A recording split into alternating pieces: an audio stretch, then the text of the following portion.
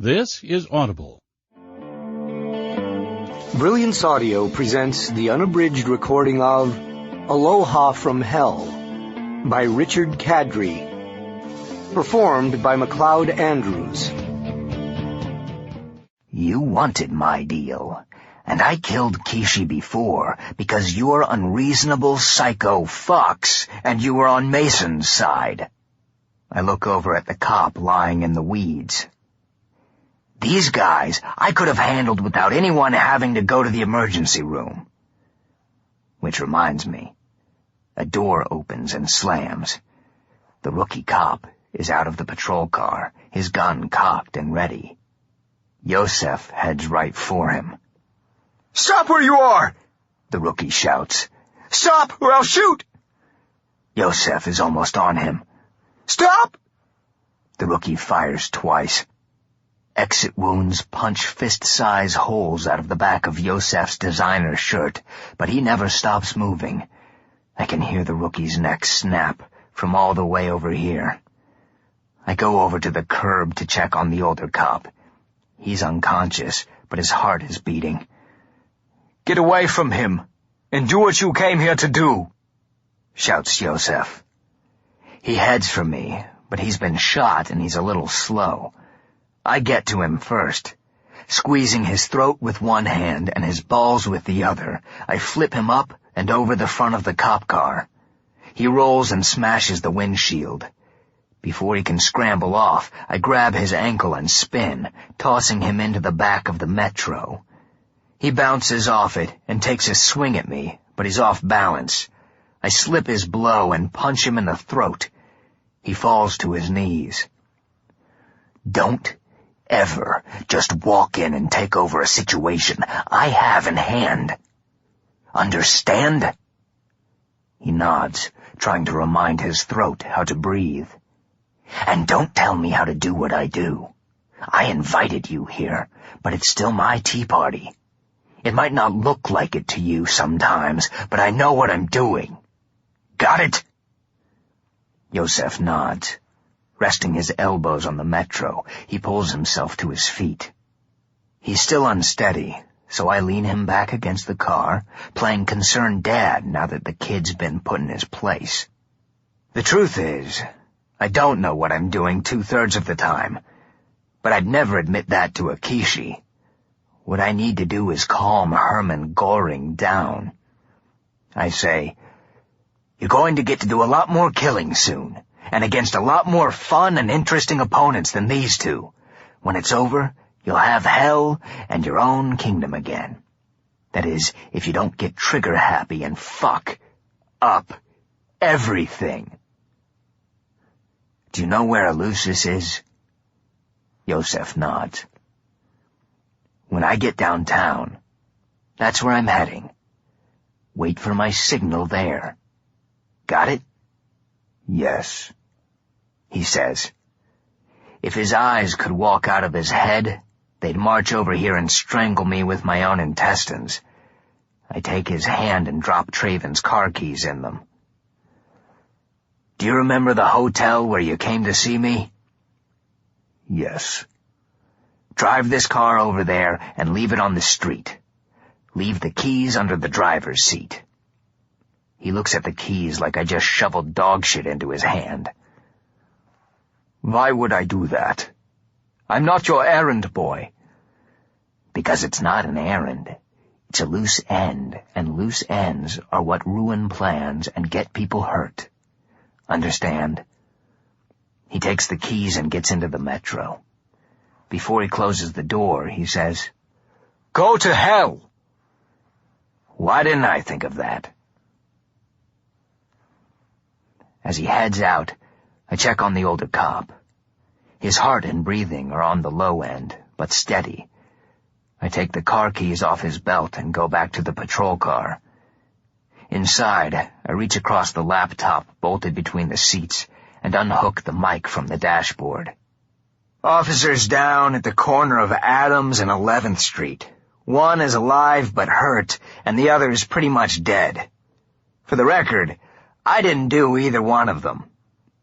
But you wouldn't believe me if I told you who did. The cop's communication unit crackles.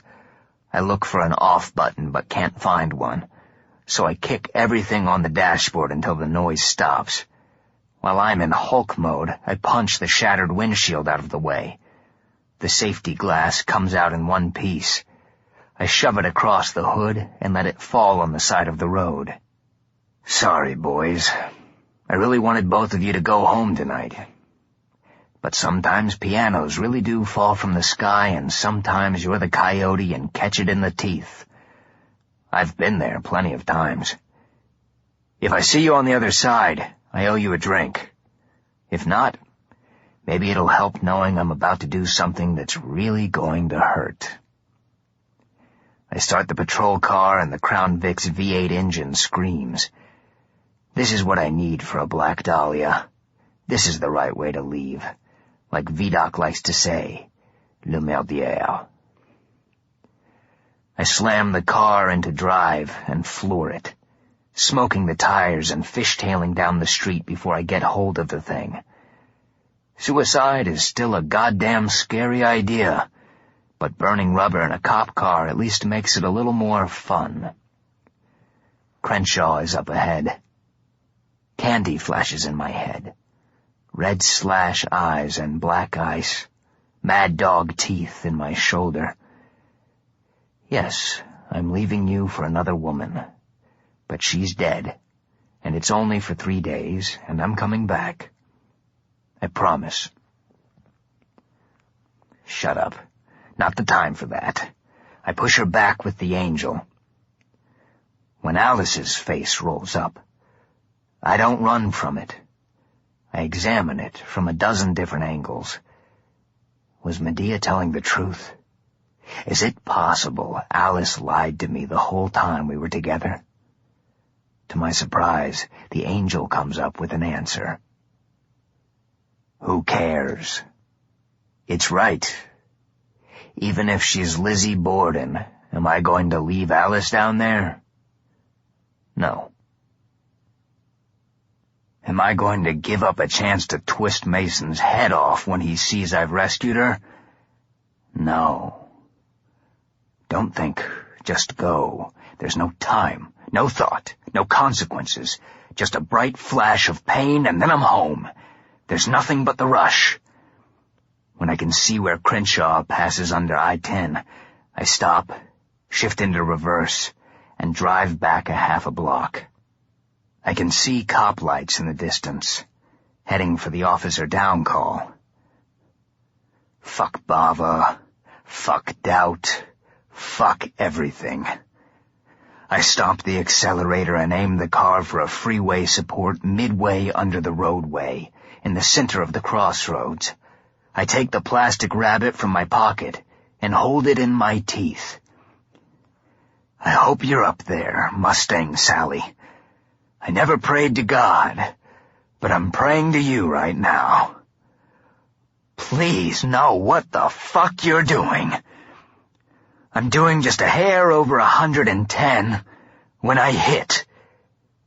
Time slow-mos as the car jumps the curb and takes the last few yards airborne. It doesn't really hurt when we hit. It's more like a supersonic body blow, as all the air and fluids in my body explode out of me like butcher shop fireworks. My eyes can't focus. The world is a liquid blur. I hear the scream and groan of metal as the Crown Vic pancakes against the support. The steering wheel twists upward and turns my skull to cake batter. The front of the car comes apart, and a million metal and plastic razor blades rip my skin off the bones. My arms break as I flip over the dashboard and out the window. One knee catches and is torn apart on the way out. I glide over the car hood like an Olympic figure skater and into a whirlpool of flame as the engine explodes. Time shifts again, shoots back up to normal speed. I slide through fire and gas and come out the other side a limp ball of flame. My eyes focus long enough to see the freeway support. Funny thing, it doesn't look like I'm flying at it. It's like it's coming for me. And the world goes away. There's grit in my eyes. When I try to brush it away, I just grind it in more. I roll over so my face is to the ground and run my hand all over my face so whatever's there falls down and not back onto me. The grit is all over me, like I've been rolling around in kitty litter. When my eyes are clear, I work up a little saliva and spit, clearing more grit from the back of my throat. That's it. That's as much as I can do right now. Did I save everything yet? Guess not. The world goes away again. When I wake up, things are a little better. It feels like this thing weighing me down might be my body and not a bag of wet cement. I open my eyes. The world is a fuzzy, indistinct place, like I'm looking at it from inside a vodka bottle. From what I can make out, I'm still under the freeway. Sunlight streams in from both sides of the underpass. I roll onto my back. My left foot rests on the crumpled front bumper of the cop car. I focus my eyes on that one image. My foot and the car. Slowly the world comes back into focus. The car isn't a car anymore. It's a big metal cigarette butt. A giant stubbed out in a 6-lane concrete ashtray. I pull my leg off the bumper and let it drop to the ground. I was expecting a lot of blood, but there isn't any. I check my arms. No bones sticking out. I feel for the knee I left behind in the car. It's on my leg right where it should be. My clothes aren't even ripped. The plastic rabbit is laying in the grit by my head. I pick it up and wobble to my feet. Mustang Sally was right. I went through the dahlia and came out me again. But where am I? I'm still at the crossroads. Sort of. This isn't the underpass from last night. This one is an underpass and nothing else. There isn't any freeway on either side of it, just cracked hardpan in both directions. The concrete support and the car are half buried in sand, like they've been there 100 years. The sun is so bright out in the open that I can't see anything. The only thing I'm sure of is that this isn't L.A., and it sure as hell isn't hell. I go out the far side of the underpass into the light. I have to close my eyes until my eyes adjust to the glare. When I can see, there's nothing to see, just sand and more sand. Big rippling dunes curving down to little dunes. They go on forever. There's a miserable path of compacted dirt leading between the sand hills. A few parched and poisonous-looking weeds stick up along the sides of the path. I go back through the underpass and check the other side. It's the same. I'm in the middle of a goddamn desert. And this side doesn't even have a little path, so I head back out the other. When I'm out, I grab hold of the rusted guardrail and pull myself onto the Twilight Zone slice of freeway. A road sign is suspended across all 8 lanes. One of the support legs has fallen, but it's still readable. Big white letters studded with reflectors on a green background. Typical California freeway stuff. The sign reads, "Welcome to Nod. Population 0. A second, smaller sign points to where an exit might have been 1,000,000 years ago. It reads, Eden, 10 miles west. The arrow at the bottom points in the same direction as the dirt path. I climb down and start walking. It's as hot as a dragon's balls. I have my coat off and thrown over my shoulder before I've gone 50 yards.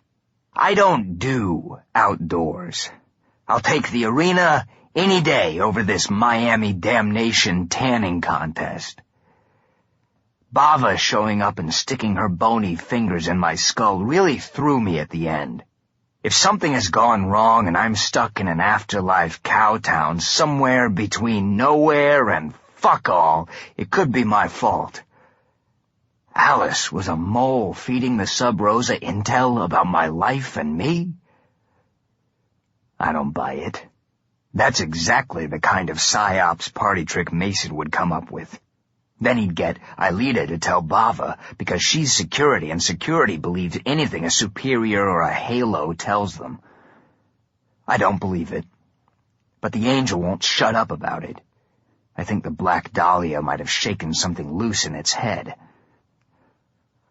I'm the unreasonable one in this Laurel and Hardy act, but it's jabbering away in a frantic stream of what if, could it be, and that explains everything. Maybe the angel can't deal with being on this side of death or whatever this is. Have I blown its tiny feathered brain?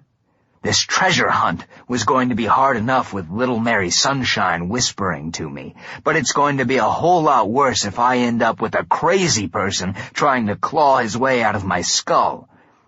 The simple truth of it is that Alice couldn't be a mole. I would have felt it if she was Sub Rosa. Alice is the only person I never bullshitted or lied to. She's the only person I ever really trusted. That means if she was what Bava says, and I missed it, everything I've ever believed about my life or myself is wrong. My human father, the one stuck with the lousy job of raising me after a certain angel called Kissi knocked up my mom, hated me. He even took a shot at me once when we were deer hunting. So much for the father-son three-leg race at the church picnic. My mother loved me, but was lost at sea most of the time when I was growing up. The drinking and pills didn't help. I don't remember a single moment when she didn't seem lonely. She jumped at every sound in the yard or at the door like she was expecting someone who was never there. There's Vidocq, who's been more of a father to me than my civilian father or Kissi. He's the only other person I trust as much as Alice. Trusted.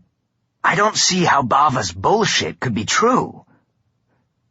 But Alice did hold out on me at least once. One night she told me that she was rich and that she came from heavy money. She never said much else about her family. But I always took that to mean she was as far from hers as I was from mine. Was she about to confess that all that filthy lucre came from Daddy's late-night infomercial magic wand business or youth potions from Elizabeth Bathory's blood? God damn it! How could I let Bava get to me like this? Was she throwing some hoodoo at me when we talked? No, I would have felt it. And if I didn't, the angel in my head would.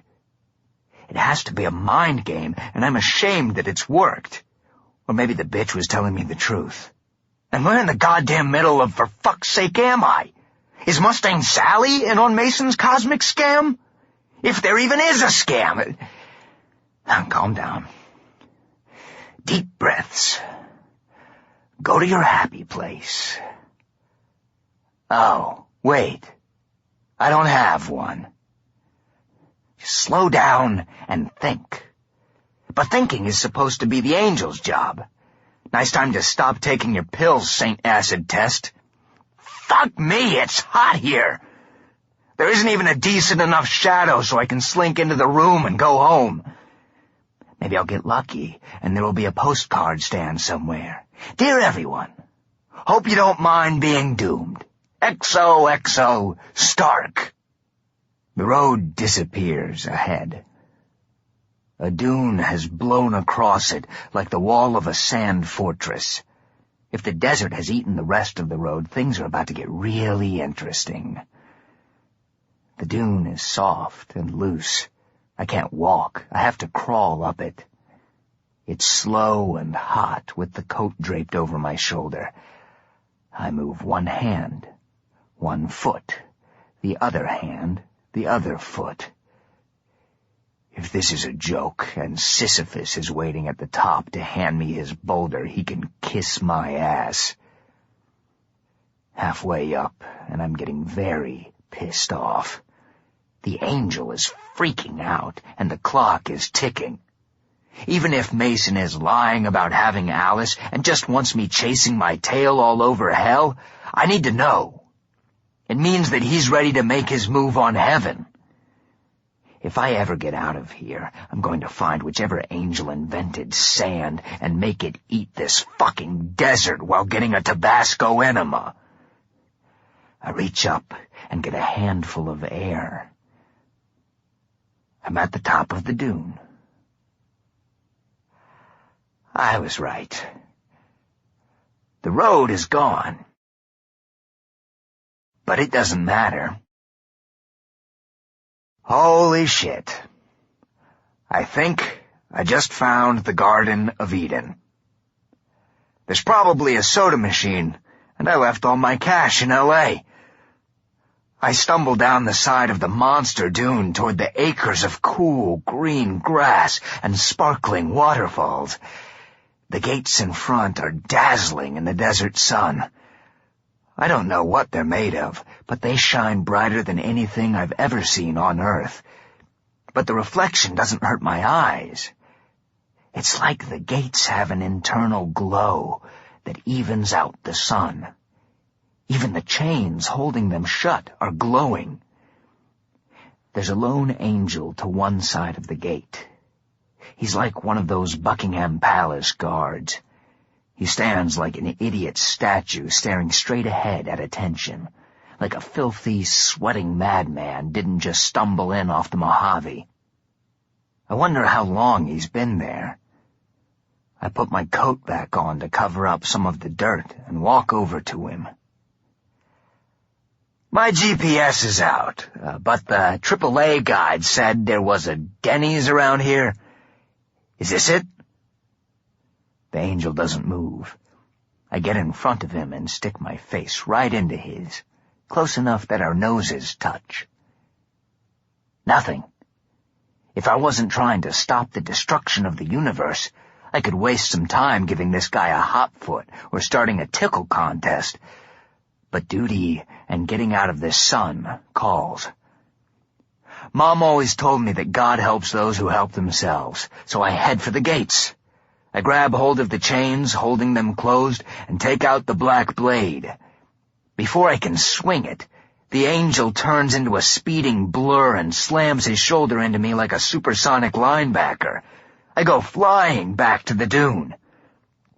He looks a little surprised when I get to my feet, but manages to stay in character, spreading his wings and pointing at me in that superior, my shit smells like blueberry muffins way angels have. His armor glows with the same light as the gates.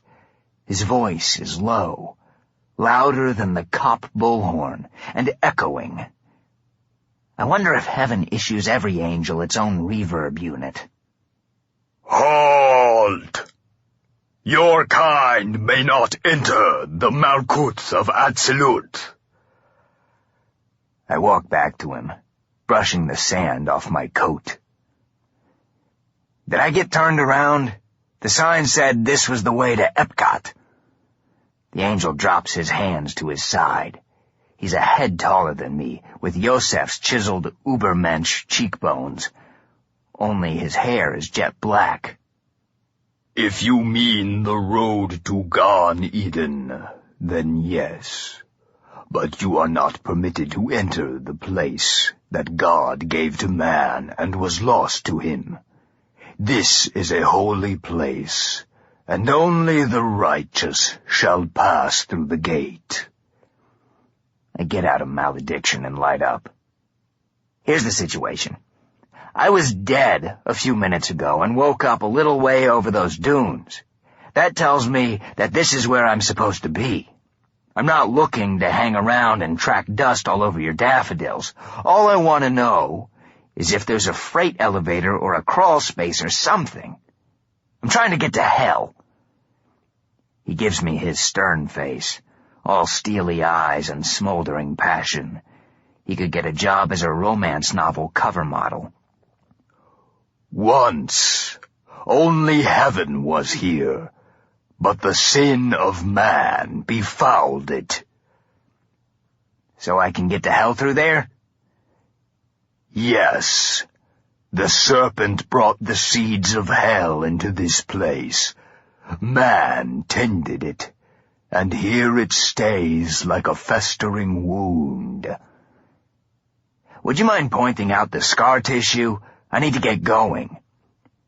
What matter is Eden to you? No mortal man or woman may enter.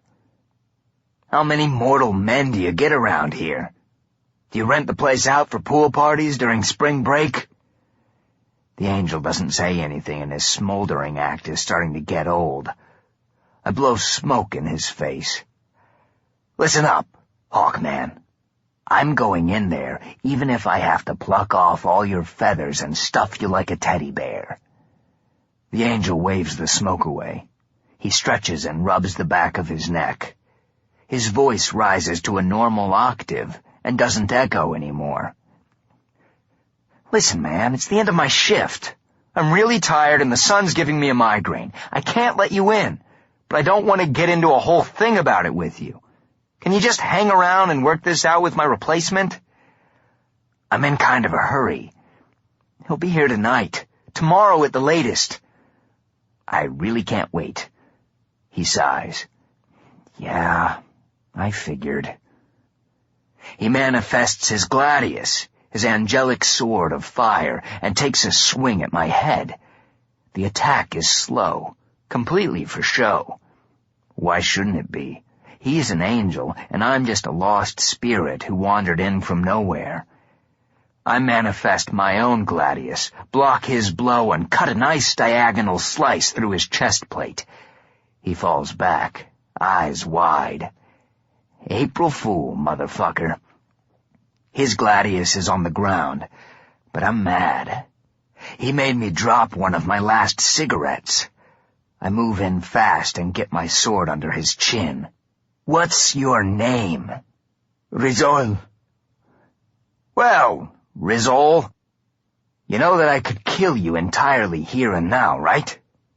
I know fallen angels go to Tartarus when they die, but I'm not clear on what happens to nice angels. Given my natural inclinations, I'd like to slice and dice you just to see where you end up. Lucky for you, there's a little angel that lives in my head, and I know he won't shut up about it if I turn you into chum. So to sum up, this is your lucky day. Understand? Rizol gives me a mini nod, making sure not to let the gladius touch his chin.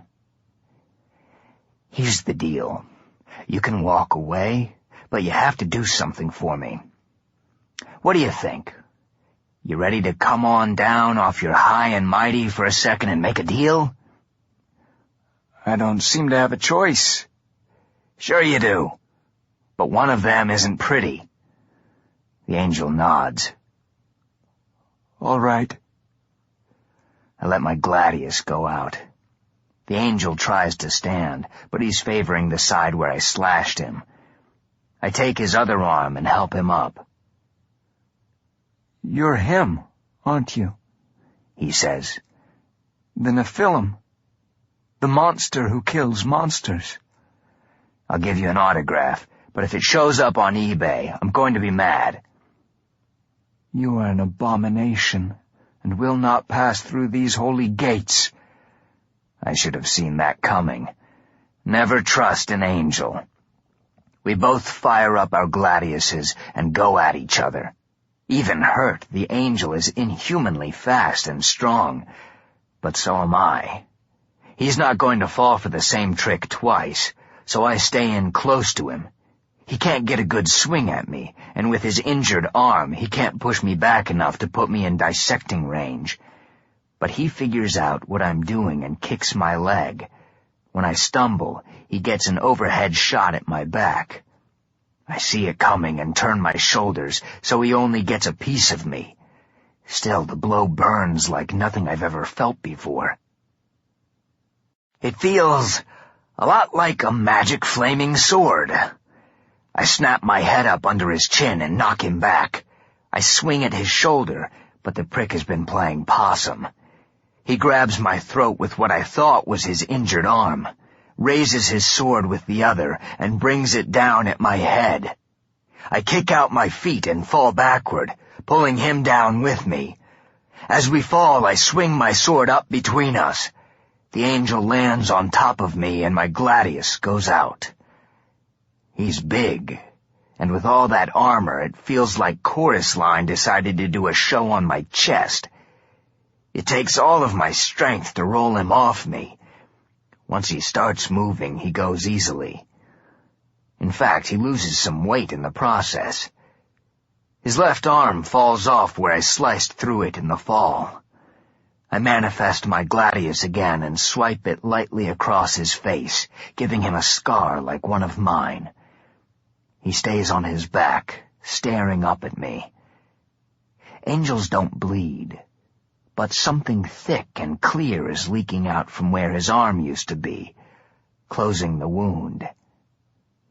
You're lucky. I want you to do my favor more than I want to kill you. This is your second chance to stay alive. No one gets a third.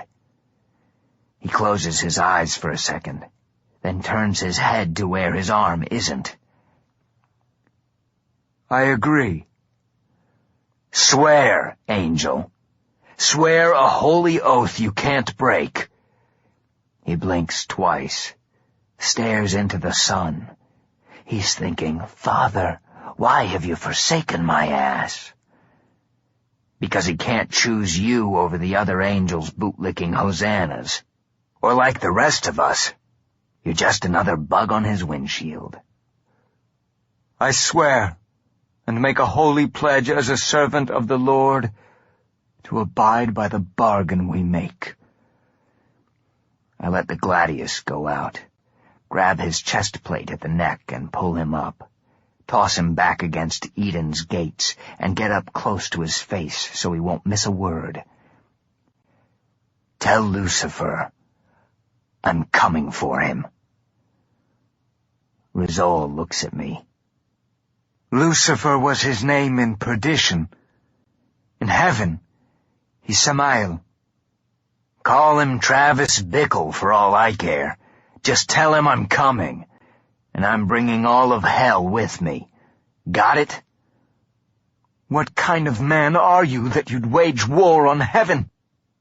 It was this, or stay home and watch The Wizard of Oz, and I hate musicals. I leave him where he is, flame on my gladius, and slice through the chains on the gates. One kick, and Eden is open for business. Rizal staggers back. I'm going to get written up for this, you know. It'll go on my permanent record. Shouldn't you be on your way somewhere? Rizal is horrified at seeing an abomination in the garden. 1 step. 2 steps. He doesn't move. I think he was expecting me to turn into a pillar of salt. I turn, and when he doesn't move, I drag my gladius through the rose bushes. They burst into flame. He takes a couple of steps back, shaking his head. You are such an asshole! Don't forget our deal. By the way, how do I get to hell in here? The look of disgust fades as his lips draw up into a big Cheshire cat smile. It's easy. Exactly the way the human part of you did it the first time. Before I get a word out, Rizal spreads his wings and throws himself into the ridiculously bright blue sky. I take a look around the garden. It's just a fucking garden. Rizal was too gleeful to just be mocking me. He was giving me a clue. Hell is in here somewhere. I stroll around the garden like a tourist in the kind of flower prison that florists dream about. After a while, all the plants look the same to me. Leaves. Got it. Stems and flowers. Got it. Bark and fruit. Got it. I'm Steve McQueen and the blob is after me, only it's made of dandelions and begonias. Where is hell in here? I stomp through the rose bushes and under pine trees, climb up snaky vines and dig up screaming mandrakes. That was a bad idea. I thought they might be carrots. I'm getting hungry. There's nothing here. No doors, no rabbit holes, no hoodoo portals or sci-fi transporters. I'm stuck in a feed store calendar, and I'm getting just a little pissed off. Fuck you, Angel, and everyone who's been spewing cryptic crap at me. The way you did the first time. Be a rock. Click your heels 3 times and think of flying monkeys. The next thing that quotes me a fortune cookie gets turned into a novelty paperweight. Time is passing. Tick-tock, tick-tock. There's nothing left to do. Hey, Heaven, I let your angel live, but you don't understand the concept of cutting someone slack, huh? Fine by me. When this is over, just remember that you set the rules, not me. There's only one thing to do with a garden if it won't give you what you want. Get rid of it. I drag the flaming gladius along the ground as I stroll through the winding path that curves from the entrance through the orchards, the redwoods, the pines, the thorny jungle foliage, and the crayon-colored flower beds, cutting a flaming red scar behind me.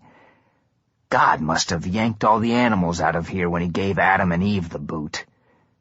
Good. The life of one flea-bitten squirrel means more than 1 inch of this pussy willow paradise. Fuck this place, and fuck your games. This is where you first failed us. You gave us minds and told us not to think. You gave us curiosity and put a booby-trapped tree right in front of us. You gave us sex and told us not to do it. You played 3-card Monty with our souls from day one, and when we couldn't find the queen, you sent us to hell to be tortured for eternity. That was your great plan for humanity? Whatever your reasons, you won't have Paisley Park much longer. All you gave us here was daisies and fairy tales, and you acted like that was enough. How are we supposed to resist evil when you didn't even tell us about it? You wanted us innocent, but when Lucifer found a way around your rules and we weren't innocent anymore, you blamed us and tossed us out into the wasteland like garbage. You lounge upstairs on your golden throne like you're the greatest thing since Johnny B. Good, but to me, you're just another deadbeat dad. I hope you can smell Eden burning. I hope you choke on it. Alice wasn't a spy. She wasn't part of the big lie. She was real, and she was mine. Eden is an inferno. Some of it went up so fast the foliage is already gone. I kick through the cinders, looking for a way downtown, but I don't find anything. Stay calm. This is important. It's worth waiting for. I follow the course of the fire as it eats up the plants. I kick through the dirt behind every burned hedge and blackened bush. I don't find anything. There's nothing here. I go to the big tree at the center of the garden. The one that started all the trouble. It's the only thing that hasn't burned. I've been saving it for last. I reach up to the lowest branch and snap off an apple, shine it against my coat and bite into it. It's good. It's sweet and juicy, but it's not worth losing paradise over. For that, you'd think the man upstairs would make the fruit taste like the greatest thing ever. Your tongue should have an orgasm and drunk dial old girlfriends to tell them about it. Still, the juice is refreshing. It clears the smoke and sand from my throat. I toss the core into the fire and reach for another apple, but can't reach one. They're all on the higher branches. I swing up the gladius and slice off a limb. The wood collapses when I pull off the apple. I push at the cracked bark with the toe of my boot. The branch is hollow. I cut another branch. It's hollow too. I hack off more. They're all the same. The branches are like props in a high school play. The tree is a fake. I concentrate, and it calms the angel in my head. He's been quiet since we entered Eden, and now that he's seen what I've seen, for once he's on my side. I swing up the gladius, concentrating. It burns bigger and hotter than it's ever burned. The tree trunk is big. I have to start the cut way back, like I'm batting in the World Series. I swing the blade and it goes through the tree like a bullet through a chocolate sundae. The tree creaks, cracks, and falls over. I was right. Just like the branches, the tree is hollow.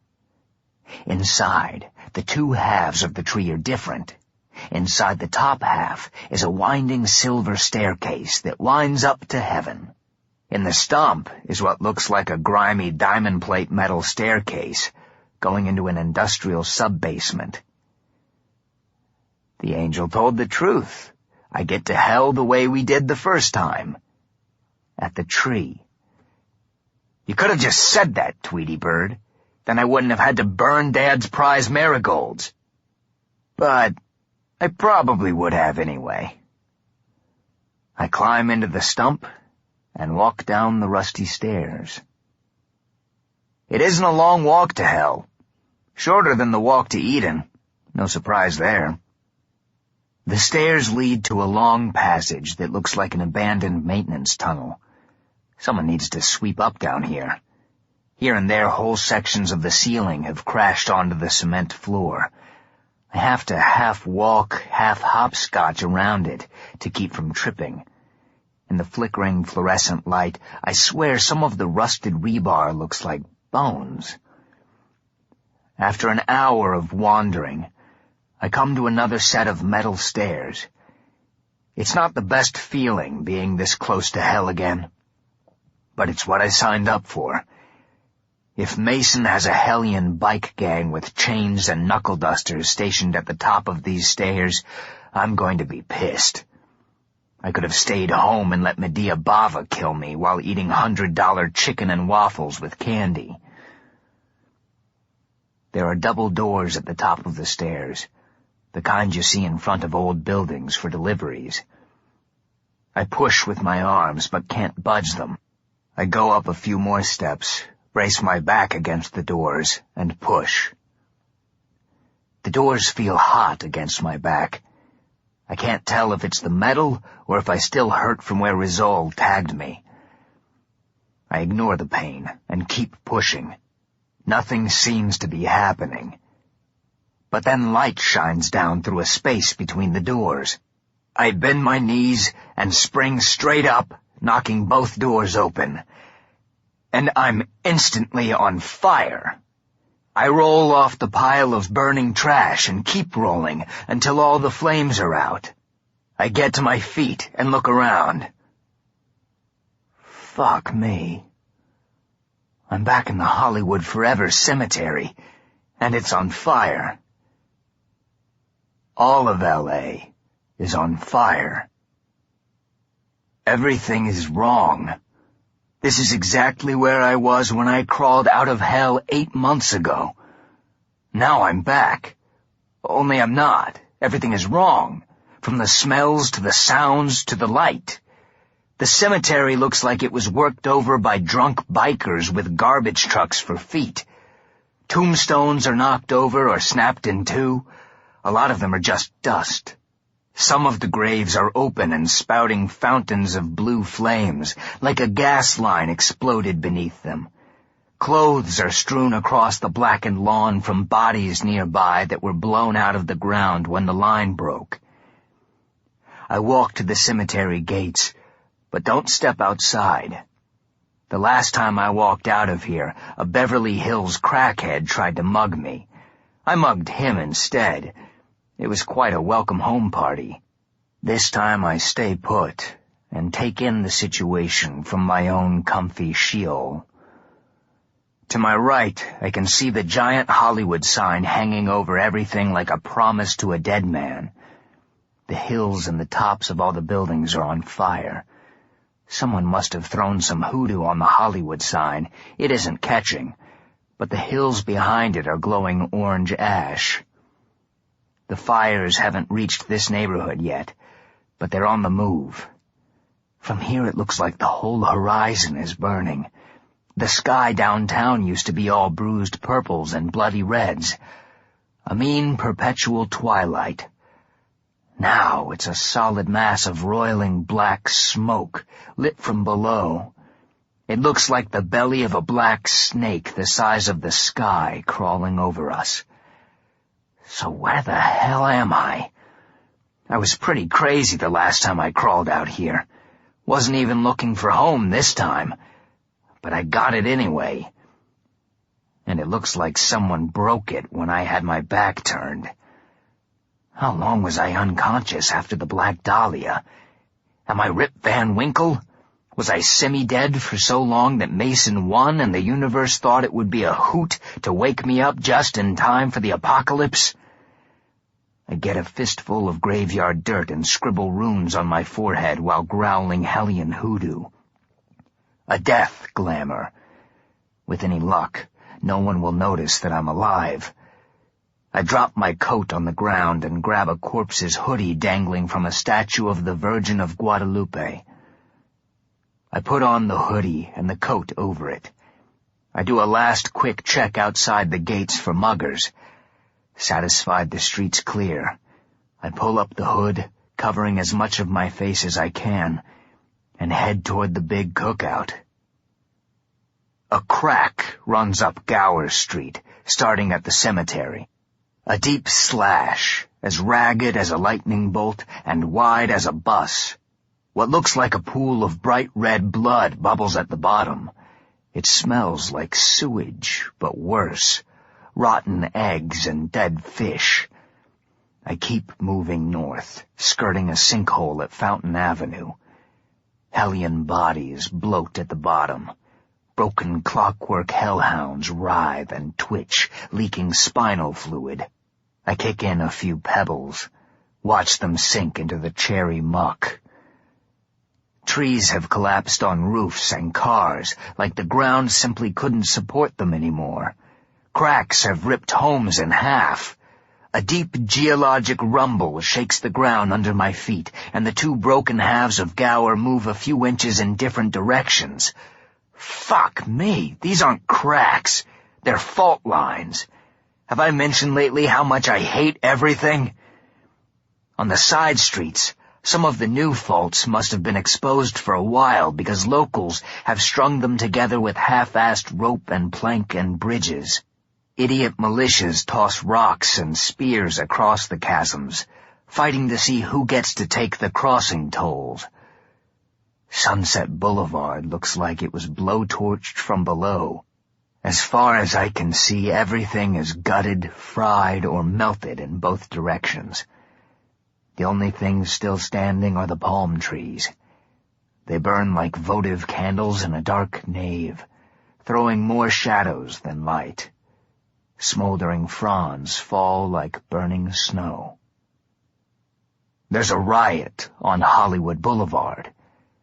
When I crawled out of hell 8 months ago, I'd been surprised at how the boulevard had become a monochrome wilderness. The street was dead quiet, like someone had dropped a blanket over it. All empty-eyed street kids and vacant storefronts. There'd been plenty of traffic, but even the cars sounded like they were running on cotton candy instead of gas. Something had sucked the life out of the place. Maybe the Kissi. I still don't know. This version of Hollywood Boulevard is livelier, but I'm already longing for the muffled gray and white version. The mob is a punch-drunk mix of hellions and damned souls. This isn't fun, let's turn the dumpster over rioting. It's the kind where you go at each other with knives and pipes, fighting over food and water and drugs. I've only walked a quarter mile from the cemetery, and I can already tell that the place is as bad off as Kasabian said.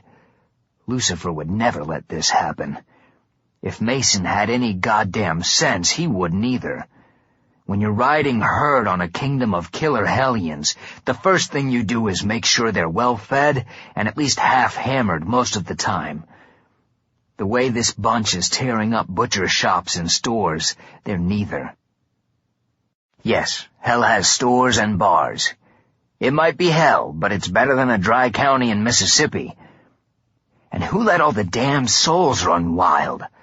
I saw some crazy shit when I was trapped downtown, but this is the first time I've ever seen a soul in pandemonium that wasn't tortured, locked up, or on a leash.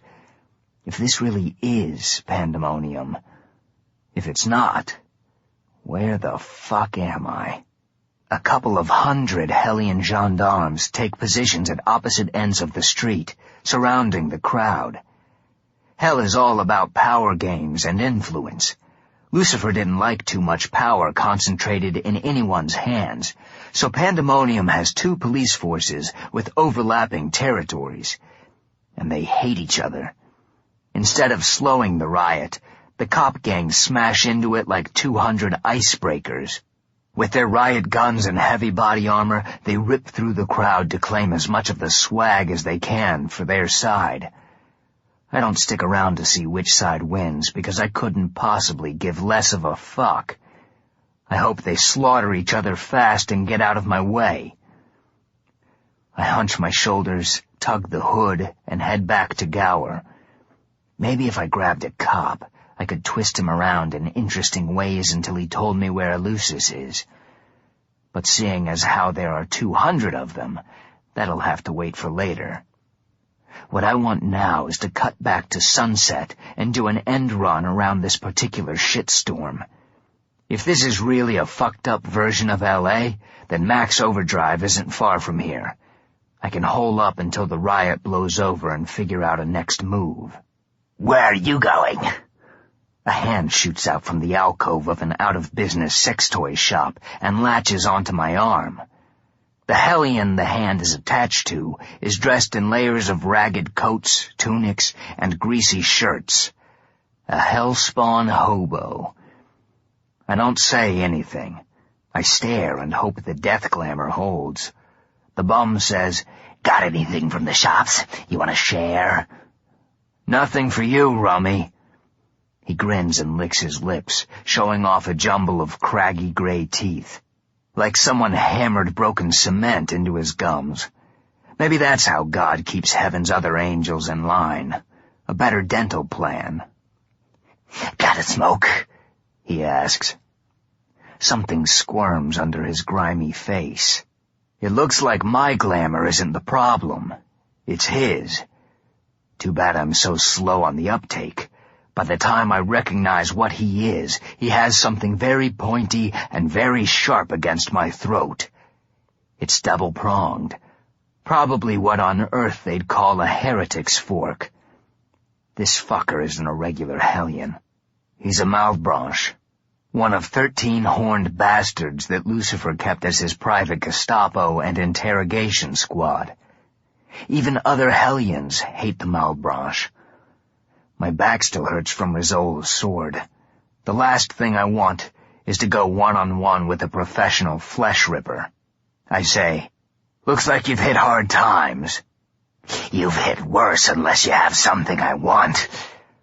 The riot seethes along in its merry way behind us, but the Malbranche and me are in our own cozy little world in the alcove. A bottle breaks above us, and we both reflexively turn our heads to avoid the flying glass. But it was random. Even though no one is paying any attention to us, I keep getting hit from behind, which pushes my throat down onto the fork. I hope not enough to break the skin.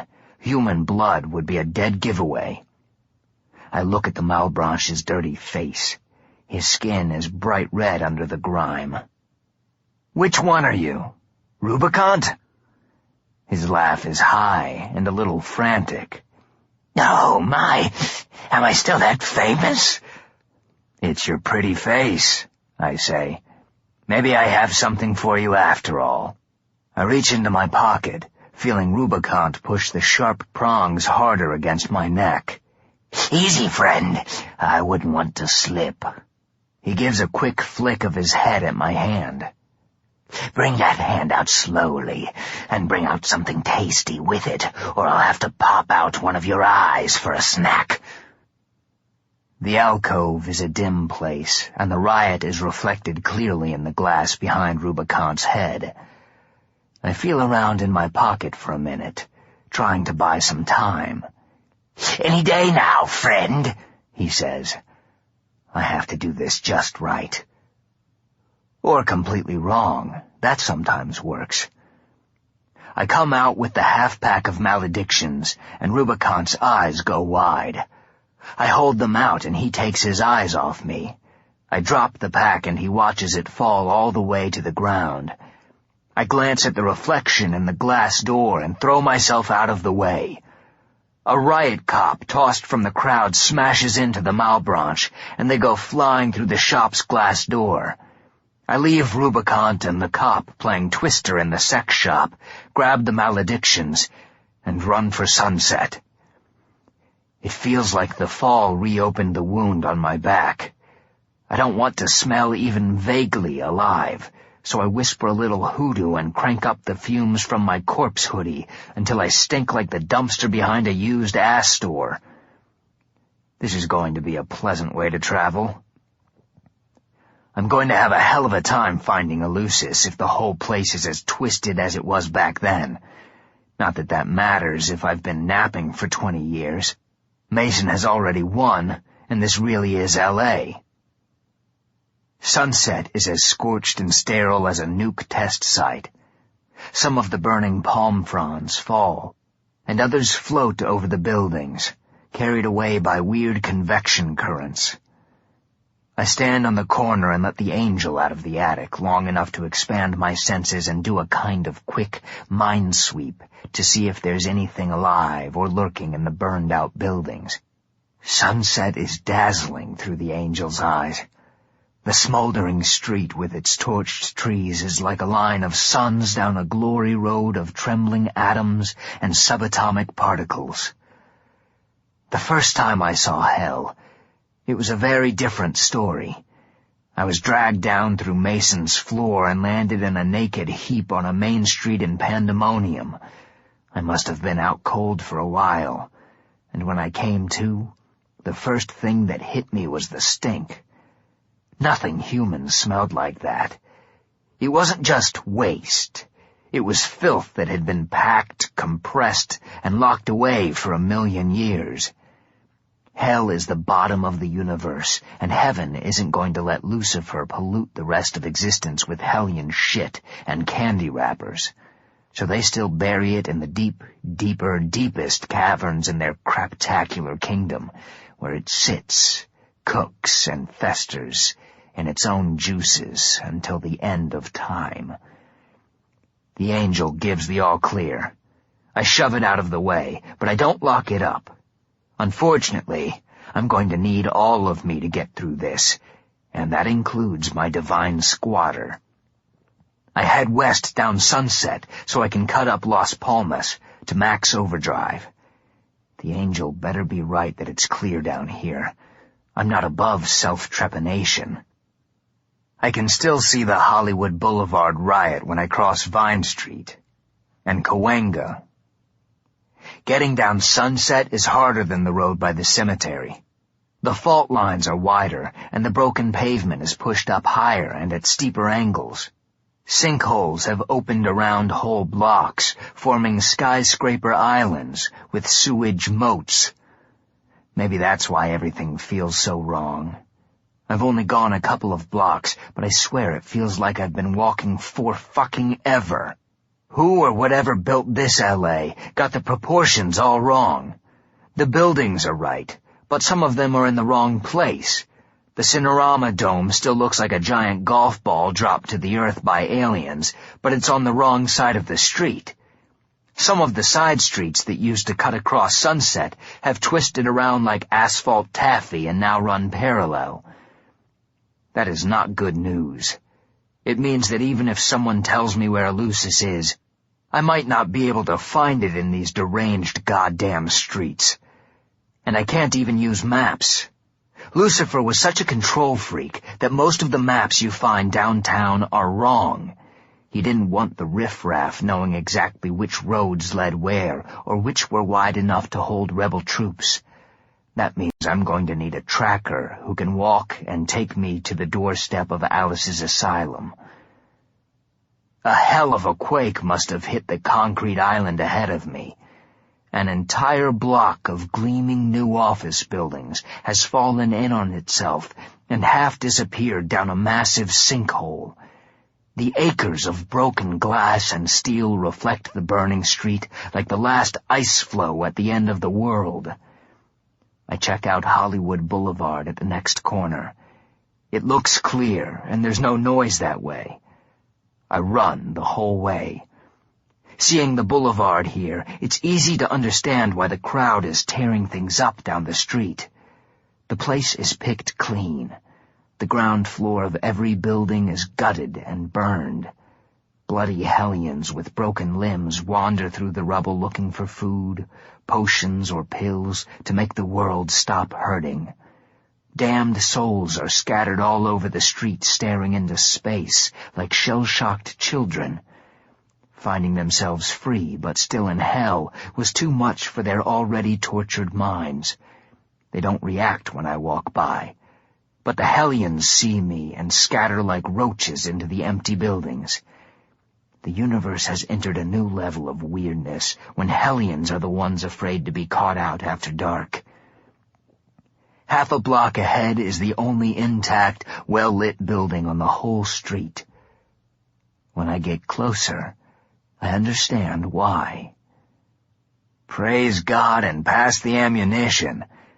Now I understand. Now I know everything. Peter Murphy was wrong when he said Bela Lugosi's dead. He's not. I just found his retirement home. It stands where Grauman's Chinese Theater should be. I mean, it's still the Chinese Theater, all supersaturated reds and golds, but it's a different version. It's twice as big as it should be. It's so wide that it takes up half the block, and the golden pagoda roof looks like it's high enough to rip open stray blimps. A 50-foot metal electrified fence, marked every few yards with lightning bolt warning signs, surrounds the place. I know this place. It doesn't look anything like it looked like in my downtown.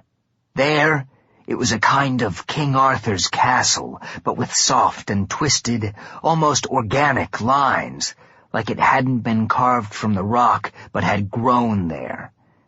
This place might not be General Mammon's palace the way I'm used to seeing it, but his standard is suspended between the pagoda spires, so everyone in Hell or L.A. or Mordor or wherever the fuck I am can see it. This is what I've been looking for. The answer to all of life's little questions. When Mustang Sally said that using the Black Dahlia to cross over was easy but hard, I thought she was talking about the dying part. Now I think she was really talking about this. It's why I woke up under that strange version of the freeway. Crossing over with the Black Dahlia isn't a true 100% normal crossing. It's a convergence, a psychic melding of the place the traveler left and the place where the traveler is going. It's a smart workaround to keep Mason from noticing me tiptoeing downtown, because even though I'm truly in hell, it's not exactly the one where he's expecting me. Yeah, I know, these metaphysical states and dimensions of being give me a headache too. If you know the convergence is coming, it can be pretty useful. Say you want to travel fast through another city or parallel dimension. You do a convergence, and you can find your way around the new place by following the layout of the city you left. Unless the new place has decided to sprout fault lines, rearrange its streets, and generally fall the fuck apart. Right this second, I don't know if being in a convergence is a help or more bullshit in my way. But I'm sure of one thing. Someone inside knows where Lucis is, and I'll kill them one by one until someone tells me. I get out the Na'at and I a nice shadow at the corner of the palace. Chances are that Mason is expecting me to use the room to get into hell, and not move around inside it. I'll know in a minute. I step into the shadow and come out just inside Mammon's palace. No alarms go off. I'm alone in a giant movie theater lobby. They must buy carpet by the mile to cover this floor. The concession stand is the size of Vegas. I bet the screen is as big as the Rockies. Wish I had time to catch a feature. It hits me right about now that even though my old slave master Azazel brought me to Mammon's tree fort plenty of times, this mutant version might not be laid out exactly the same way. Only one way to find out. This new version is too weird to navigate normally, and I don't feel like going on walkabout. I step back into a shadow. I'll take my chances with the room and open the door of fire. The door that always leads to chaos and violence. I come out behind a pillar in a circular room that looks like what I imagine the Oval Office is like, only bigger and with meaner monsters. Across from me are floor-to-ceiling windows with a Cadillac-sized wooden desk between them. There's a fireplace to the right, and expensive-looking couches and coffee tables scattered around the place. I halfway expect Remington cowboy sculptures and a giant flat screen playing football or wrestling or some other macho backslapping good old boy to inject just a little more testosterone into the place. I don't know if I'm in hell or the CEO's office at Halliburton. Mammon and 5 of his officers are clustered around a work table in the middle of the room. All of them are in sharp suits, but none of the officers is stupid enough to have a suit sharper than Mammon's. The general wears a large gold inverted cross on a chain around his neck. It's probably a war medal, but it makes him look like Sammy Davis Jr. in his late Rat Pack period. The work table in front of them projects a floating 3D map, laying out different routes around the universe from downtown to heaven. It looks like a schematic of the coolest ride since Space Mountain. I want to go right at them, but I need to lay out a little hoodoo first. Unfortunately, a good hex needs to be spoken out loud. Black juju likes to be mixed in with a little sputter and spit. However, it's easy to toss off white magic inside your head. Instead of wishing Mammon's backup band ill will, I do the opposite and throw a protective shield up around the entire room. Aside from saving them from torch-carrying peasants, it'll soundproof the place and keep any nosy guards from getting in. Quiet as I can, I get out the Na'at, snap out the business end like a bullwhip, and give it a little twist so it goes rigid. It hits the closest hellion at the base of his skull and comes out his extremely surprised mouth. The officer next to him goes for his shoulder holster. Bad idea. He's left his front exposed. I bounce the sharp end of the Na'at off the work table and flick it up, catching him just above his crotch, slicing him open to his chest. He has an excellent view of his hellion guts spilling onto the floor before he follows them down. I step back into a shadow as the rest of the crew tries to process what just happened. In a brilliant tactical maneuver, the 3 remaining officers decide to rush the spot where I'm standing, just as I'm not there anymore. I come out of a shadow behind Mammon, pull the black blade, and pig-stick him in the spine just about 6 inches above his waist. His legs suddenly stop working, and he smacks onto the floor like an Easter ham. One of Mammon's brighter officers figured out my shadow trick and stayed close enough to Mammon to jump me. She's a huge red-haired Hulk Hogan beast trying to get the barrel of her .50 pointed anywhere on my body. She gets off a couple of shots as we wrestle, but she can't hit me without hitting herself, so she's just blowing holes in the floor. I drive the Na'at's pommel into her temple and knock the gun out of her hand while she's still cross-eyed.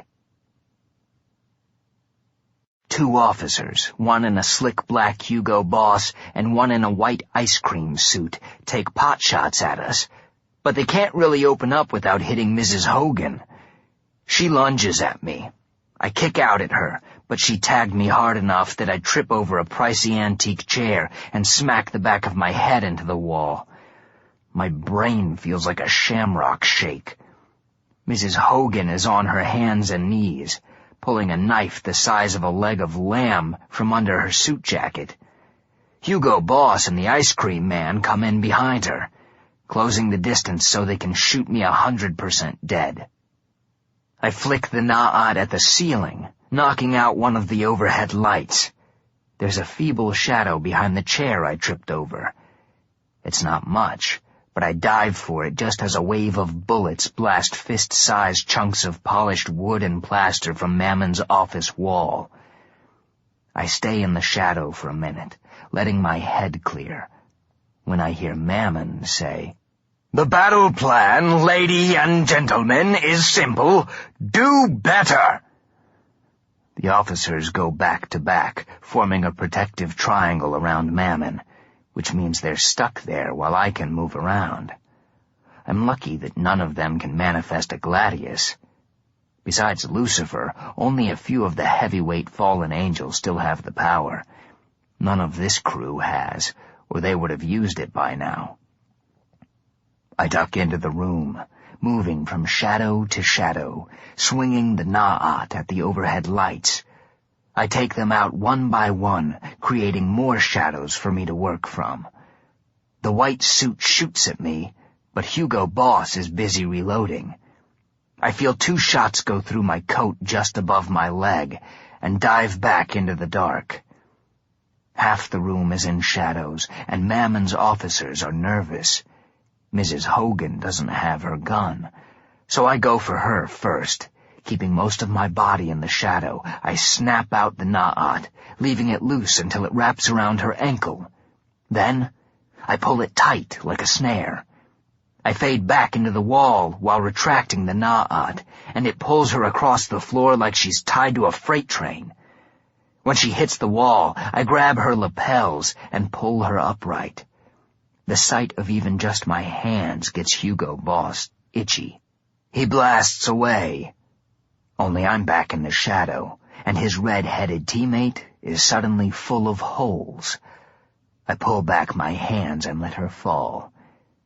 The ice cream man checks her body, and I get the distinct feeling that he had something going with Mrs. Hogan, because when he sees her back full of smoking craters, he levels his pistol at Hugo Boss and blows his brains out. Now it's just the ice cream man and Mammon. He grabs Mammon by the back of his collar and drags him into the biggest pool of light, shouting for the guards. No one shouts back. He keeps shouting until Mammon backhands him from the floor. "Stop shouting in my ear! If backup were coming, it would be here by now. You might consider shooting him yourself before he kills us."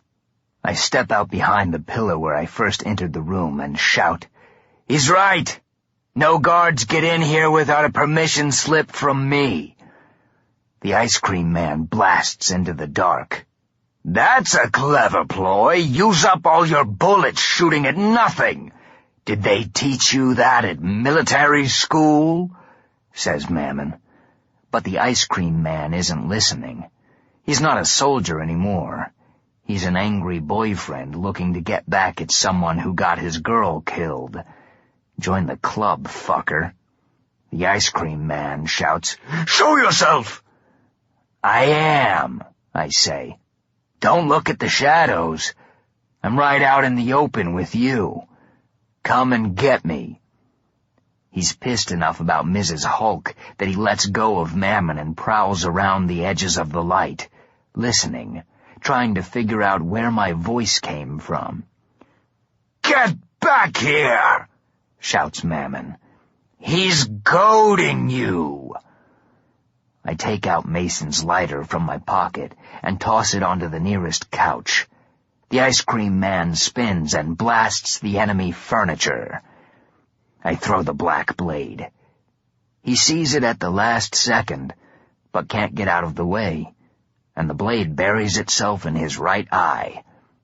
He's dead before he hits the floor. Mammon finally sees me as I step out from behind his floating map of the universe. The room is empty except for us. Mammon's dead officers have all winked out of existence and are on their way to Tartarus, the hell below hell.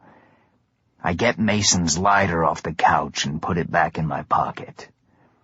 From the floor, Mammon gives the room an expansive wave like he's addressing the multitudes. "Lo, the prodigal coward returns.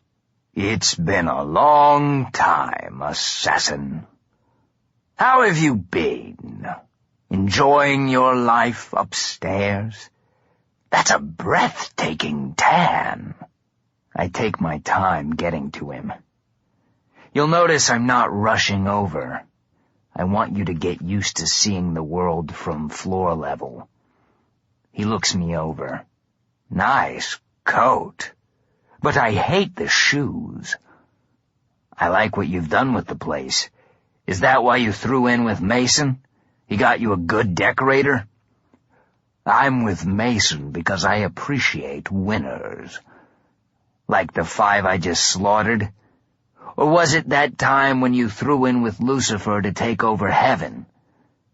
Face it, you're completely shit in the picking winners department." Mammon's legs are splayed at funny angles. He's propped on his elbows, trying to look comfortable. I circle him so half the time he's talking to empty air. He shrugs. "We were young back then, and swept up in the excitement that we could throw out the old ways and rebuild the world. I'm older now and understand. Our plans weren't thorough enough back then. This time, they are. I've got my fingers crossed for you, doughboy. I have a feeling if you fuck up one more time, there's nothing left for you but Tartarus. Unless you know somewhere lower than that." He keeps smiling, but his lips do a little involuntary micro-twitch. Tartarus is the only thing that truly frightens all these hellion bastards. Even they don't know what's down there. Maybe Lucifer does, but he's not around to ask. Mammon manages a little mocking laugh. "What's so funny?" "Nothing. It's a private joke. You wouldn't understand. There's wine and aqua regia on my desk. I hear you're quite the drunkard these days. Did you hear that when Kasabian was still spying for Lucifer? That intel is out of date. I'm strictly a social drinker these days. That's what all drunks say. In any case, enjoy yourself." I give the bottle on his desk a sniff.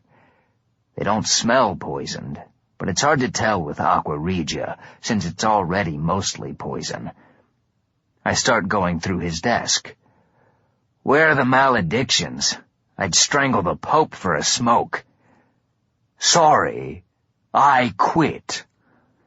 "You're a hellion. All you do is torture and smoke." "You're right. I lied. But I'm out of cigarettes.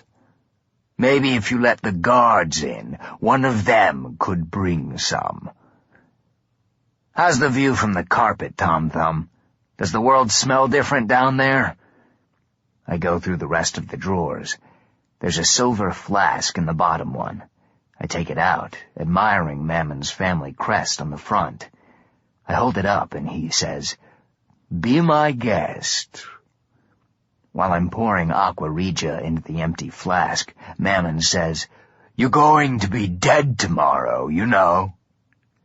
When the flask is filled to the top, I tighten the cap and slip it inside my coat. "Dead, huh? That sucks. How are your legs? Any pain yet?" Mammon shakes his head. "None, thank you. It'll start soon." Metal scrapes near the wall. I snap out the na'at to its full length and twist it so barbs sprout along its length.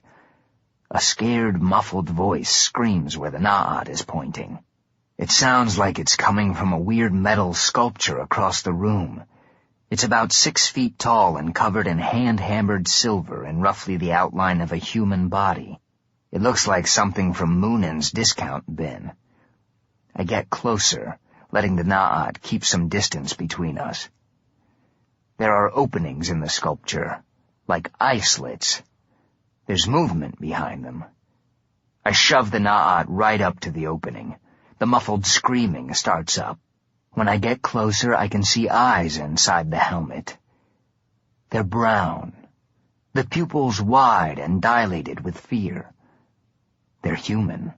I point at the caged man. "Who's the gimp?" Mammon pushes himself up a little higher on his elbows. "That's Mr. Kelly. Say hello, Mr. Kelly." The Hellion upper classes love to talk about the damned with mock formality. The slaved soul in the metal restraint squeezes out what I guess is a muffled greeting. "Why's he locked up? Is he dangerous?" "Only to your kind. He's a murderer." "Is that what's in this year? Collecting killers instead of baseball cards?" He tightens his lips in a look of mild disgust. "It was Mason's idea.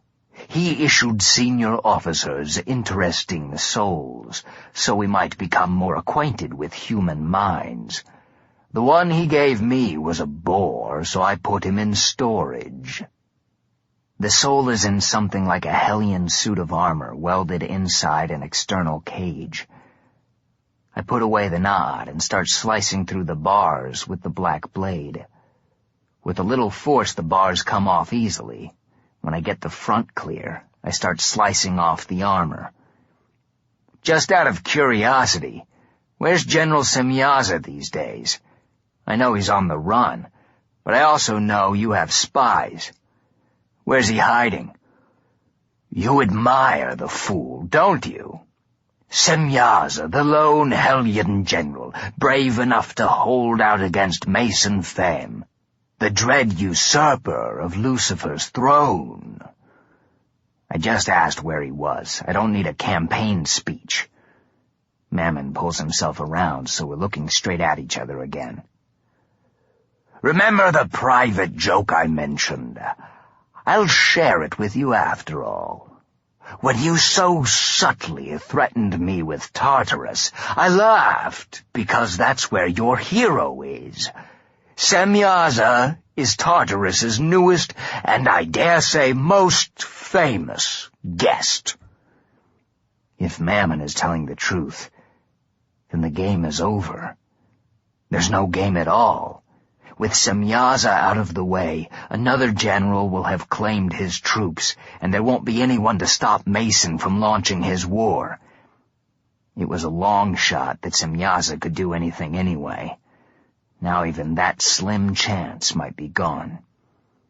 Mammon could be lying, but the first thing I have to do is find Alice. I don't have time to run all over hell checking out Mammon's bullshit. I wonder what happens to a non-damned soul if it's killed in hell. If I can't find Alice in time and Mason murders her again, will she end up in Tartarus? Or worse, she might be saved from Tartarus, but end up too far from heaven to find her way back, and wander in the limbo between them forever. "Who killed Semyaza?" Mammon shakes his head. "That's the best part. You inspired Semyaza's fate. He wasn't killed. Mason said that we should send him to Tartarus alive. And so we did." What a bunch of gold-plated idiots we are. Hellions and humans alike. Somewhere God is laughing at us. We're his private joke with himself. Why didn't he just wipe us all out and start over? Maybe it's more fun watching us run around bouncing off the walls. "What? No more jokes, Sandman Slim? Here's an idea. Run back to your cozy home upstairs.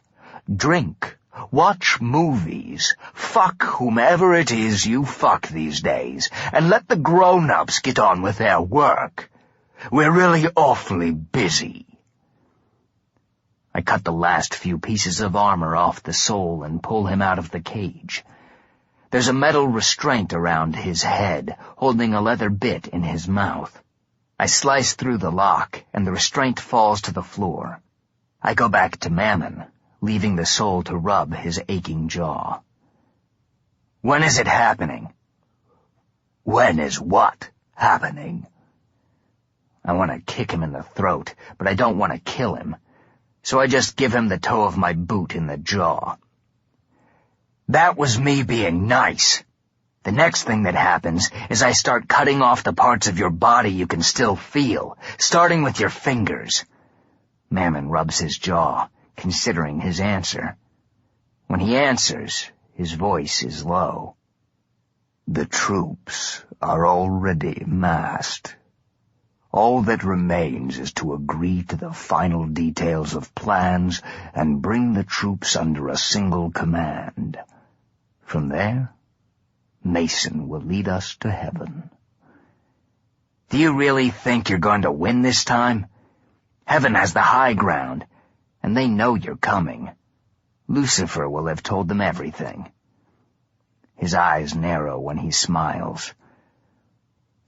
"Lucifer is far from omniscient." "So you have a secret. What is it?" "What is what?" I grab Mammon by the collar and toss him across the room onto his desk. He waits until I'm close before he attacks. I'm walking around the desk when he moves his arm in a very particular way.